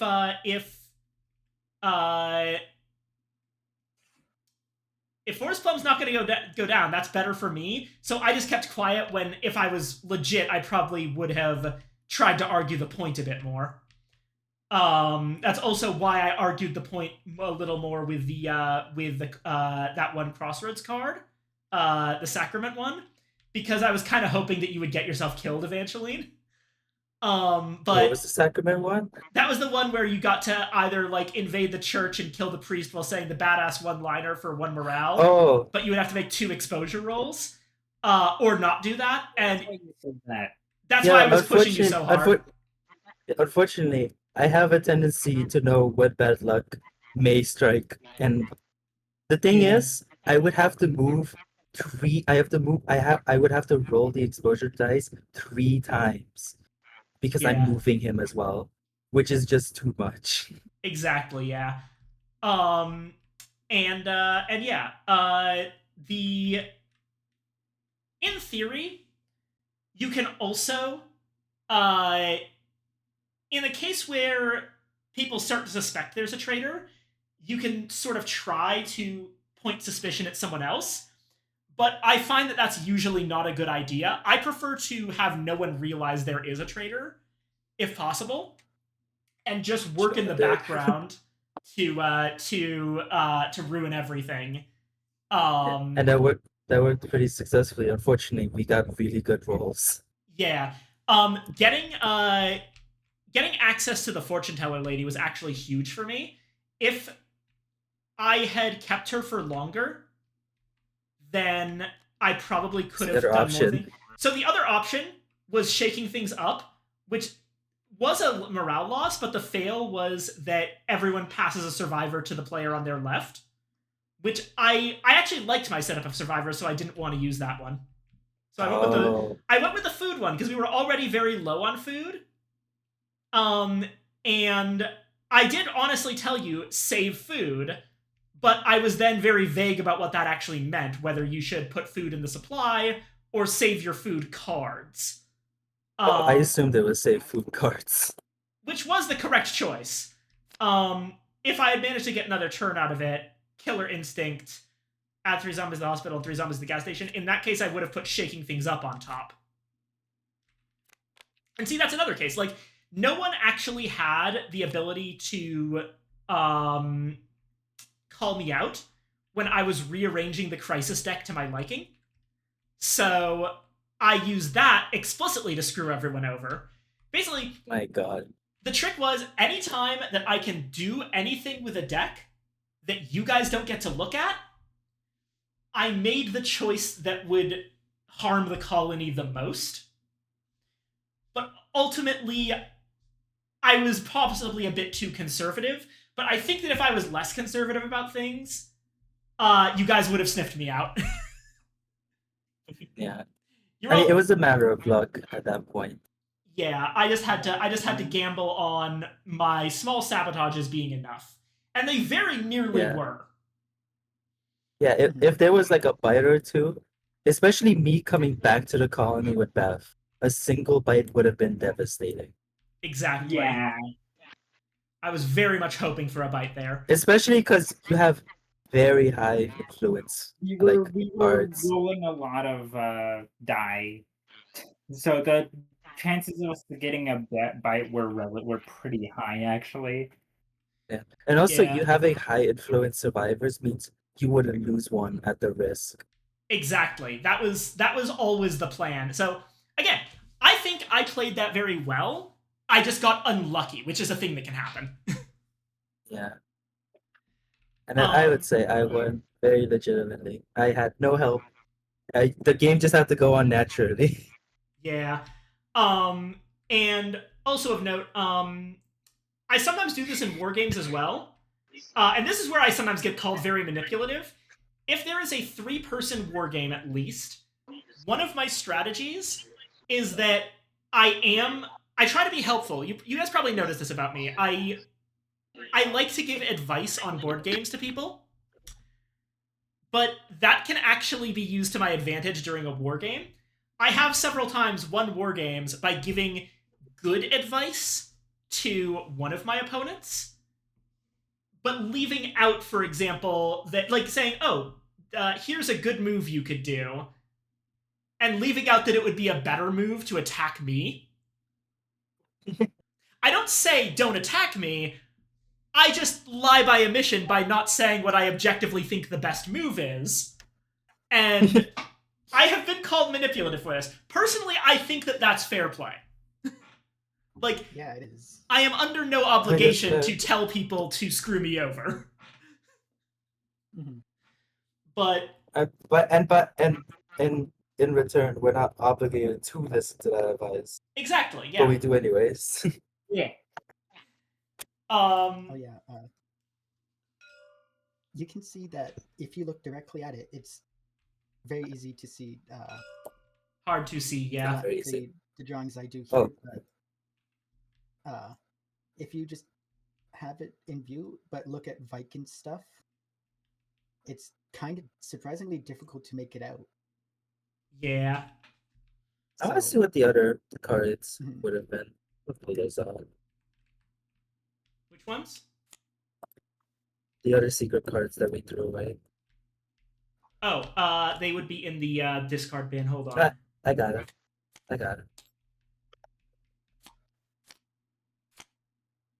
What would have been our other potential choices? Justice. Justice. You have to exile the betrayer, betrayer if there is exile. one. Oh. Yeah, this one would have been difficult for anyone since you revealed yourself at the end. Yeah. Germaphobe. No one gets wounds. This one conflicted mine. Okay. All I need is my books. You have at least 2 book cards equipped to a single survivor you control. Oh dear. 2 book Okay. cards in hand. Book cards. Zombie killing robot. You have at least 1 weapon and 2 tool cards in hand. Optional, name your zombie killing robot. Main objective has been completed, and also you have 3 fuel cards in hand. That's expensive. Yeah. Fuel is really powerful in this game. Mhm. Yeah. Like especially with the lighter. Yeah. So yeah, that is Dead of Winter. Oh yeah, let's look at some of the other survivor cards. Loretta Clay, the cook, Carla Thompson, the police dispatcher, Ashley Ross, the construction worker, Buddy Davis, the fitness trainer. There's Edward White. Oh, sorry, that you put them on the... Yeah. I'm actually gonna put this guy up here for something. Olivia Brown, Jenny Clark, the waitress, Mike Cho, I had this Ninja. as one of my choices. Wait, no, Buddy and Mike were one of my other choices. John Price too. Okay, so yeah, these 2 are literally Walter White and Jesse Pinkman. Oh yeah. Look, yeah. That's the joke. So for the record, for the dynamite thing, like that dynamite card earlier, that is fundamentally the joke. It's for these 2 characters, and they are Walter White and Jesse Pinkman. Oh yeah, Gabriel Diaz was one of my Oh my choices. God. He's also the guy that showed up really early on. Yeah, fine. Graybeard. Nobody likes Graybeard. He was actually one of my starting choices, but I figured that would be too obvious. Like, he's a good fighter, but I wanted to go with the soldier anyway, because also the 16 would have been a problem. Oh, very much. Also, I love Sparky so much. Stunt dog. Of note, throughout and because of zombie movies with animals. Yeah. Throughout the book, there are these like quotes from the different characters. Like Graybeard has a great one. You're all idiots. Worse than that, you're dead idiots. Sure, I know how it goes. Each one of you is a link in a chain and blah, blah, blah. Well, all it takes is one weak link in a chain for the whole thing to fail. So good luck to you. You all hold hands and sing your campfire songs, but as soon as you trust the wrong person to the wrong task, you'll be eating each other like the rest of the dead freaks out there. But this one... So, for the spreading a bite effect... Bork, bork. Translation. He wasn't movie material, but as people go, he was a good one. I shall miss him. Sparky. Beautiful. I love the idea of a dog who is, like, aware that he's an actor. Fun fact, there has been one actual animal actor in history that a lot of people who worked on the film suspect was aware that he was acting in a movie. It's Jed, the wolf dog who played the dog from John Carpenter's The Thing. Oh my god. Jed does things in that movie that can only be described as making intentional acting decisions, according to John Carpenter himself. Like, there are a bunch of things where they didn't explicitly train Jed to do certain things, but it seemed like Jed was aware what his character actually was of, I'm not a dog, I'm an alien pretending to be a dog, and makes, like, choices based on that. It's kind of insane. God. This is so cute. I love him. I love that movie so much more now. Yeah, it's also, Jed was apparently, he was a husky, but very, very wolf-like husky, to the point that there's suspicion that he's a full-on wolf dog. And wolves do tend to be much more intelligent than domesticated dogs. So there is a definite possibility that he was intelligent enough to understand, like, that the humans want him to pretend to be something he's not, and he decided to go for it. He just went along with it. He's like, okay. Like, okay, yeah, I'm an actor. Oh wow, Gabriel, Gabriel is strong, but the 3 family members would have been too much. Yeah. That's the reason I dropped him for the lawyer. Yeah. Yeah. He's really strong, but like But if you don't get him, then good luck finding him without that. He's also very good for, like, the thing is, when he's in a location with an item deck, he looks for survivors. That's his entire thing. Yeah. Yeah. He's a firefighter. So if your problem Yeah, he's is a too firefighter. few characters instead of too many like we had, Gabriel Diaz is great. Yeah. Oh, yeah, and including the 3 helpless he'll bring along if you find them through crossroads. Yeah, of course you can find him in other ways, but Yeah. But yeah. Oh, also this is Jenny Clark, the girl that brings 8 zombies to home. Yeah. Oh.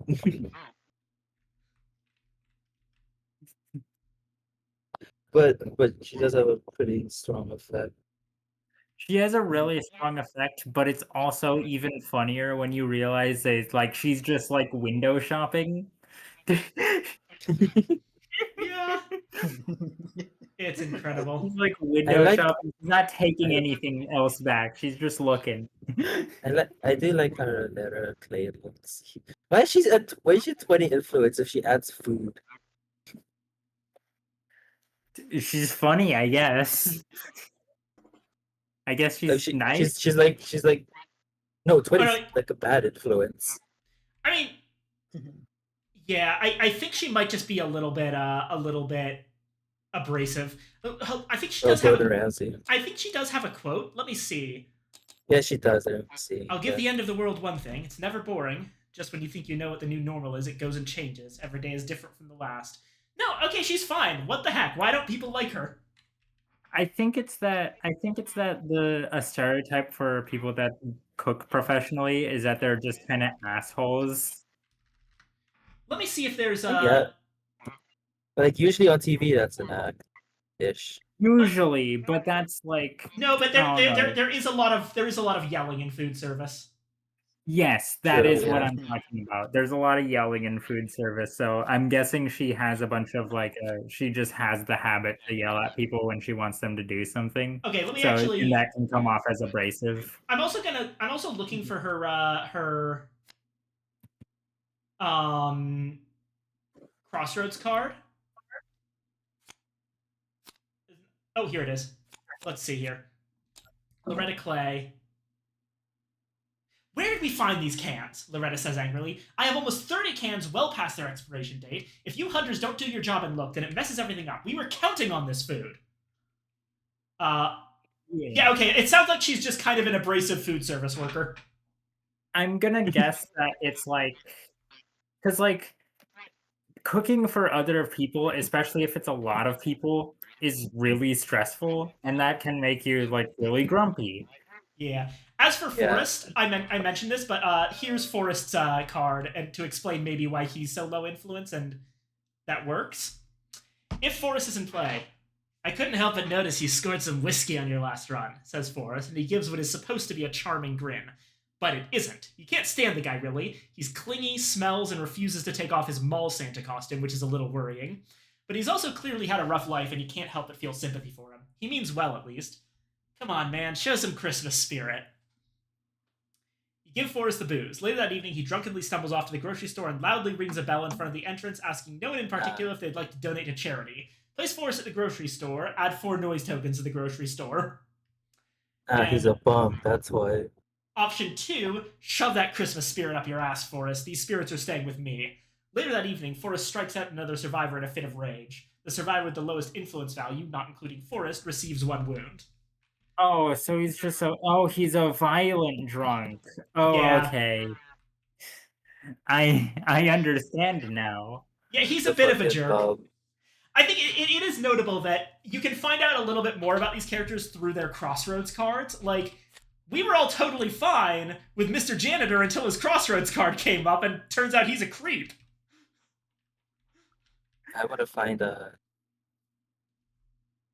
want to find Mike's. I want to know what the ninja does. Yeah, his ability is that when performing an attack with Mike, don't roll for exposure. It's pretty good. So apparently he actually, like, being a ninja is not some silly thing. He's actually a really good stealth fighter.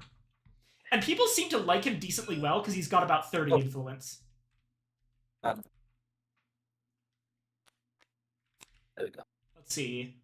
If player controls a survivor and Mike is still in the survivor deck, the zombie crashing through the window cuts off your final escape route. There's no way out. The inevitability of your death begins to sink in, and you find you're surprised at how at peace you feel. The gnashing dead press in on you, and you close your eyes and whisper a final prayer. You hear a high-pitched battle cry and open your eyes again to see a man dressed entirely in black slicing through a zombie with a sword. You join him, helping him fight off the zombies. Grateful for your help, he agrees to join your group. Search the survivor deck for Mike Cho and add him to your following. Add 1 wound to Mike Cho and to a survivor you control that is at a non-colony location. Remove all zombies from that location. As he So he also collects swords? Fuck yeah. Ah, fuck. As Ow. he expertly dispatches the zombies, you see your chance to get away. Remove all zombies from a non-colony location where you have a survivor. Yeah, no, this dude's awesome. Everyone, Yeah. I understand why everyone loves him. As for Sparky Yeah. having such a low influence, as cute as he is a dog. He has a dog. Yeah, are you gonna listen to a dog? You probably will, but you're not gonna get very much out of that. Let me see what his thing is. Sparky. Oh yeah, smart. Oh, here's Thomas's.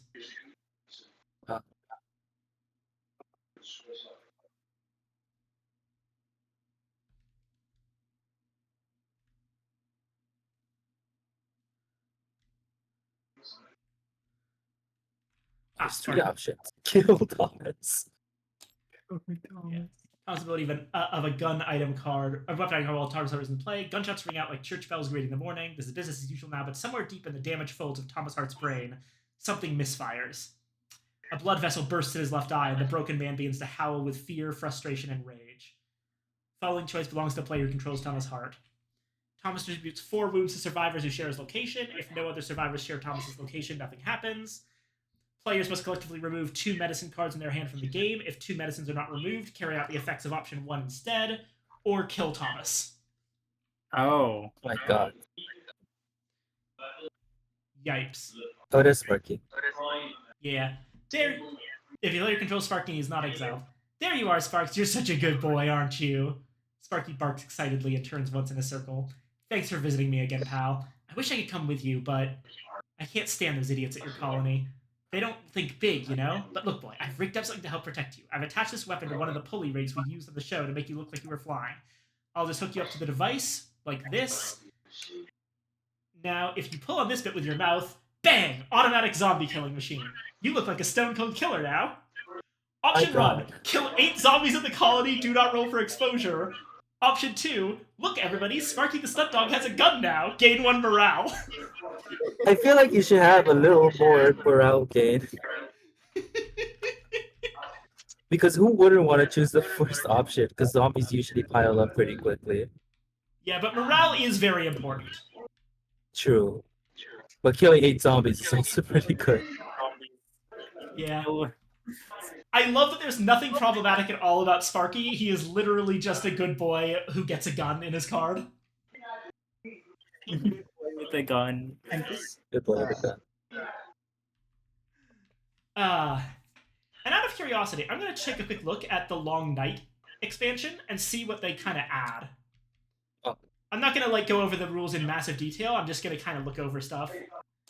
There's new So main I think I'm gonna need to go. I need to sleep That's and shower. perfect. That's perfectly fine. We're basically wrapping up the stream anyway. Yeah. Oh, by the way, I'm I do want to mention something though. Remember at the beginning when I kind of estimated that since it says 90 minutes, like you take the higher estimate, double it, and then double it again because we're all new and there's a full complement of players. Well, that would have come out to about, depending on how you double. I think I said double, but what I kind of meant was just add it again. yeah. So it's Wait, at is it 90 really- minutes plus 90 minutes plus 90 minutes. That would be about 4.5 hours, which isn't too far off. Well, we're at 5 hours right now. Well, We're at 5.5 6 hours. hours. Yeah, but we've been talking. but we've been talking for a quite while. bit. Yeah. yeah. I think. So the quote next week is super cute. Yeah. Oh, sorry, which quote? Yeah. Anyway, I have to Uh, go. Goodbye. Good Goodbye. night, everyone. Bye. It's been super See ya. fun. Thank you so much for coming. I'll hopefully be able to join you again. Goodbye. Hell yeah, you are always Bye-bye. welcome. Yeah, it's over here. I hope you love reading as much as I do because rulebooks are kind of dry and boring. Am I right? I don't find rulebooks dry and boring at all. But yeah, okay. So most of these rules appear to be the same. It's also like new quotes. Blue doesn't say much. She's a chimp, but certainly no ordinary one. Alright, what's Oh, they should add a chip book in. what the heck is the new stuff? Oh, the Long Night rules. Okay. So that is nice. They include all of the base rules. I believe that the Long Night is a standalone, so you can actually play the Long Night without owning the original Dead of Winter. So they include all the base rules, but then add more stuff. Dead of Winter: The Long Night uses all the same rules with slight modifications and added twists. So you may add the 3 modules in any combination or none of them. At the end of each round, any player may initiate a vote to prevent the first player token from being passed to the next player. Okay. That could be interesting. There's concept of pick a random location, which is just roll a die. The graveyard is just to organize survivor cards and standees for the dead. No gameplay effect other than crossroads cards. Despair. A survivor may gain despair due to crossroads, crisis, or other game effects. These are normal wounds for all intents and purposes, but they can't be removed by medicine or any other things like that. They can only be removed by effects that specifically remove despair. Helpless survivors may become or start out unruly due to crossroads cards, crisis cards, or other game effects.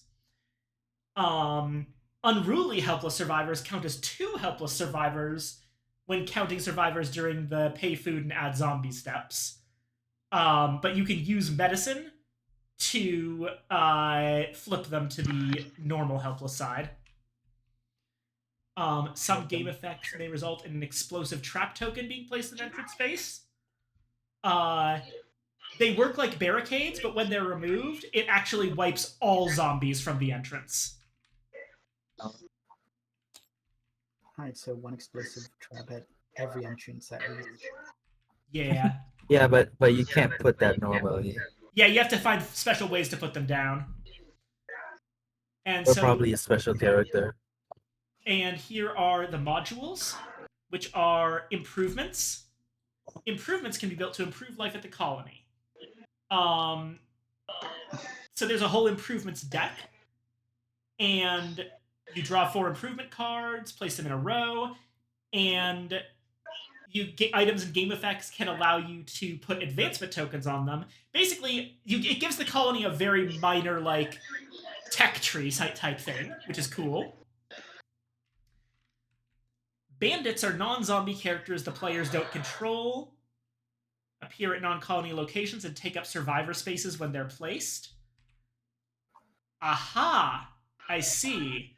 So basically it adds almost a third faction beyond the survivors and the zombies that get in your way and take the resources as well. Oh, I think this also adds zombie variants. Yeah. The bandits' hideout. An exiled player who is not the betrayer becomes the leader of the bandits. Oh, that's neat. I like that. Like, basically, if you screw someone over, then they start working against you directly. This game has, like, for what is effectively a very simple gameplay loop, the actual game has a lot of potential and a lot of ways to, like, tell a story through its gameplay. I like that a lot. Yeah, it's fun. The Raxon module. New location with special rules. I see. It's a whole thing of, like,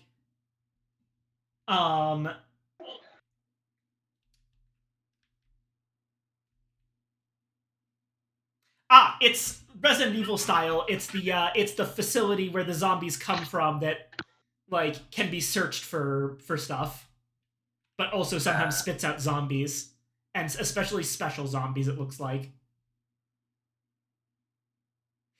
Explosive traps don't kill special zombies. You have to kill them. Okay. Yeah.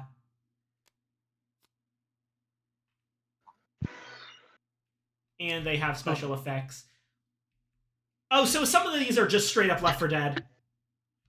Yeah.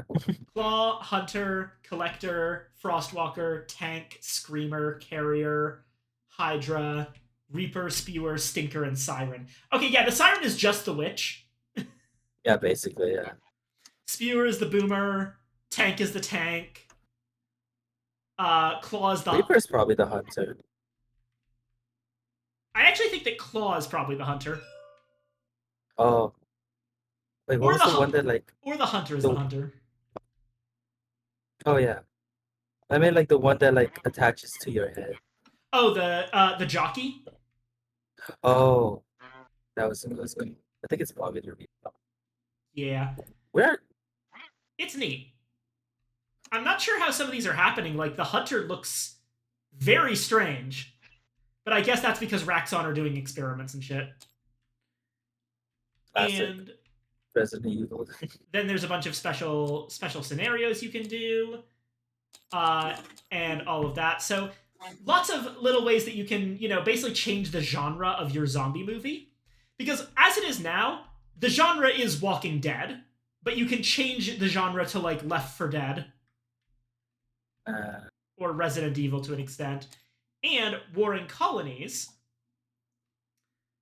adds new stuff. And if the player owns both Dead of Winter and Long Night, this expansion provides rules and materials for combining the two into a mega colony versus colony variant of Dead of Winter for 4 to 11 players. Oh, that's neat. So they, like... The Long Night is playable on its own, so it's basically a secondary edition of the game with new characters and the extra stuff. But they knew that people would want to buy both Dead of Winter and regular, or Long Night and Dead of Winter. So they added an expansion that works for both games. And if you have both games, then now you can play team versus team. With a lot more players. If you could somehow find 11 motherfuckers to sit down. Well, honestly, Tabletop Sim makes that much easier. True. But I feel like that's gonna be at least like a couple of days. Tactics cards, combat trackers, simultaneous actions, bullet tokens to fight the other colony, lone wolf secret objectives and mission cards. Oh, I see. If there's an odd number of players, then one player becomes the lone wolf and has their own little tiny mini colony of just them. Oh, Oh, that's so and I cool. imagine they like can be friendly to both sides or something. Who I need it? I am curious about these extra rules. Oh, how truly gormful. Hi, Sully. Oh, colony combat is after food. Okay. Yeah. Yeah, because you gotta have a full stomach. Let me actually. You can also Optional remove Anna Luchan. sorry. Okay. Move survivors.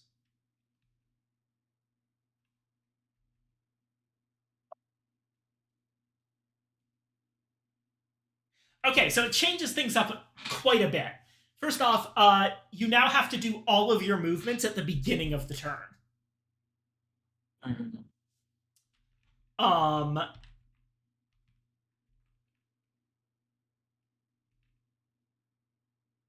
And you do it like from like, you know, one side then the other side, then one side then the other side, and it's done. First move goes to colony with lower morale.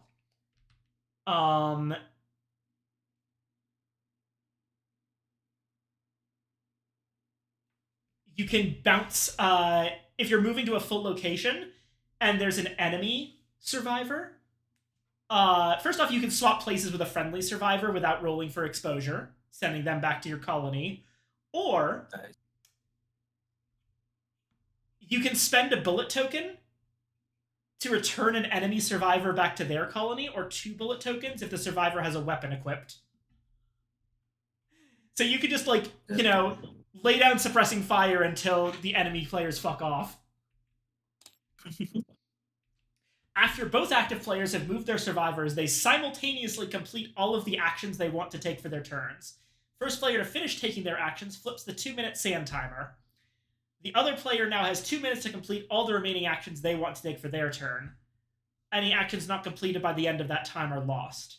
No simultaneous actions should conflict. If both players are performing searches, each player simply grabs whatever card is on top of the deck at the time when performing a search or making noise.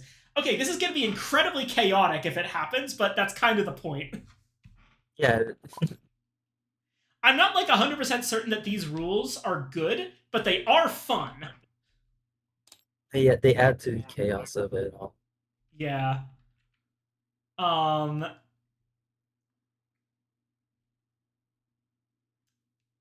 Survivor death and combat.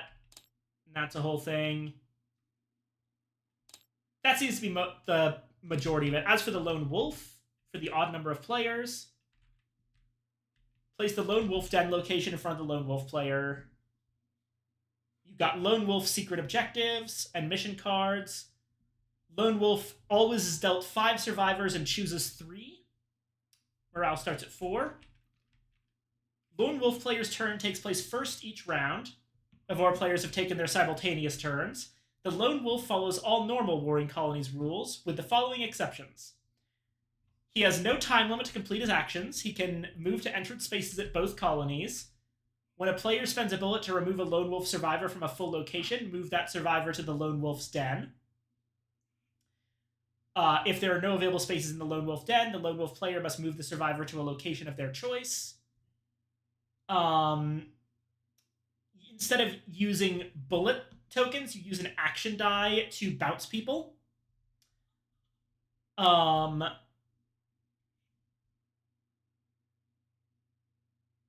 So basically, it seems like the lone wolf works like an exiled survivor, but they're exiled from the very beginning of the game. They're not exactly exile. It's just they're just kind of on their own. Yeah. And yeah, all sorts of things. Yeah, no, this is a really solid game, I think.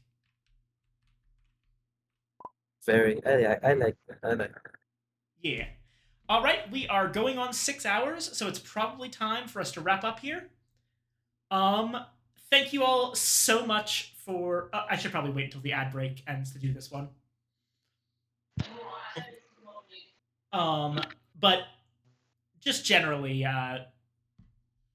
thank you all for coming. And just in general, I'm really happy that enough people have been interested in playing board games with me to make these streams a success. Yeah, it's been a lot of fun. Yeah. And I have plenty of board game plans for the future. I think that next week I'm gonna put more war games on the docket because I definitely want to put Cthulhu Wars back on. That's one that I've been wanting to play. I found an Alice in Wonderland themed war game called Wonderland's War. That I'm looks very really fun. interested. And in general, I haven't put that many war games on the docket, but they're actually my favorite genre of board game. Anyway, thank you all so much for coming, everybody. We are going on 6 hours, and our game is done. So I think it's about time that we wrap this up. I will see probably everyone next Wednesday for Book of Hours, and then I'll have the next poll up as soon as I can. I already have some ideas for it, so it'll probably go up earlier than this week's was. I had some trouble figuring out the options for this week. But I will say one thing. With the success of this, I think I'm a little bit safer to start putting up board games that I have not yet actually played on the poll, so that we can learn them as we go. Yeah, Alrighty. Let's see who we potentially have to raid. I was a little scared I wasn't going to understand, but no, it's written out very well. Yeah, Dead of Winter is a game that I think looks really complicated when you first look at it, but it's honestly pretty straightforward. Yeah.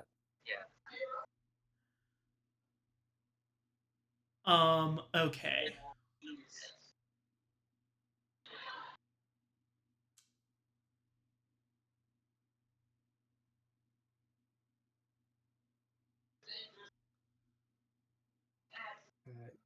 You're recording this, right?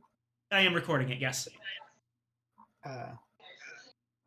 So when you are checking your recording, check around here to see my suspicion. Yeah. Because it's in the brown and it blends in. I believe that I saw it immediately. Yeah. Mm-hmm. It will change from snack to evil snack ? And then at some point, I just remove the question mark. I actually don't know if I don't think I actually got a direct answer from you earlier, or I may have missed it. Did you actually suspect me, or was that just a joke? Yes. You suspect me? Okay. What was I doing to be suspicious? I'm curious. I don't know. You sounded a bit off when That's it. Like just that one off when you were trying to encourage. You sounded a tiny bit too eager to encourage Evangeline to take the exposure rolls. What are you talking about? I didn't sound weird. Normally you sound normal, but you sounded just the tiniest bit too eager. Okay, good to know that I cannot let my guard down for a fucking second around you, Jesus. Had I not had that dream, had I not had that dream not that long ago, I probably wouldn't have realized anything was off. Actually, right? You were talking about. I love having deja vu. I love having deja vu dreams. Not just that, but Aurora did actually have a dream where I was acting out of character and was actually secretly an imposter. So that's very funny. Oh yeah. I think Okay, the I gotta reason- go. But bye bye. Bye-bye. I think the role that you skipped over in my dream was specifically about imposters or something.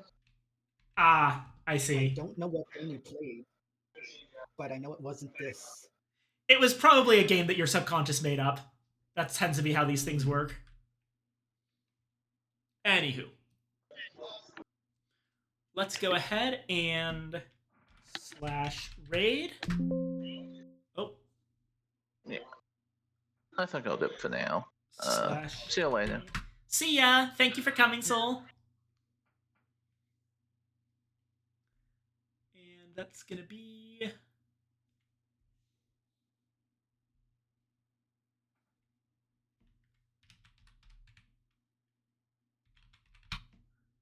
Takawasa. All right. Thank you all so much for coming, and I hope you have a great evening. Stay warm out there. You don't want to get frostbite, because that kills you in like 2 turns. All right. Bye-bye. Raid. Bye.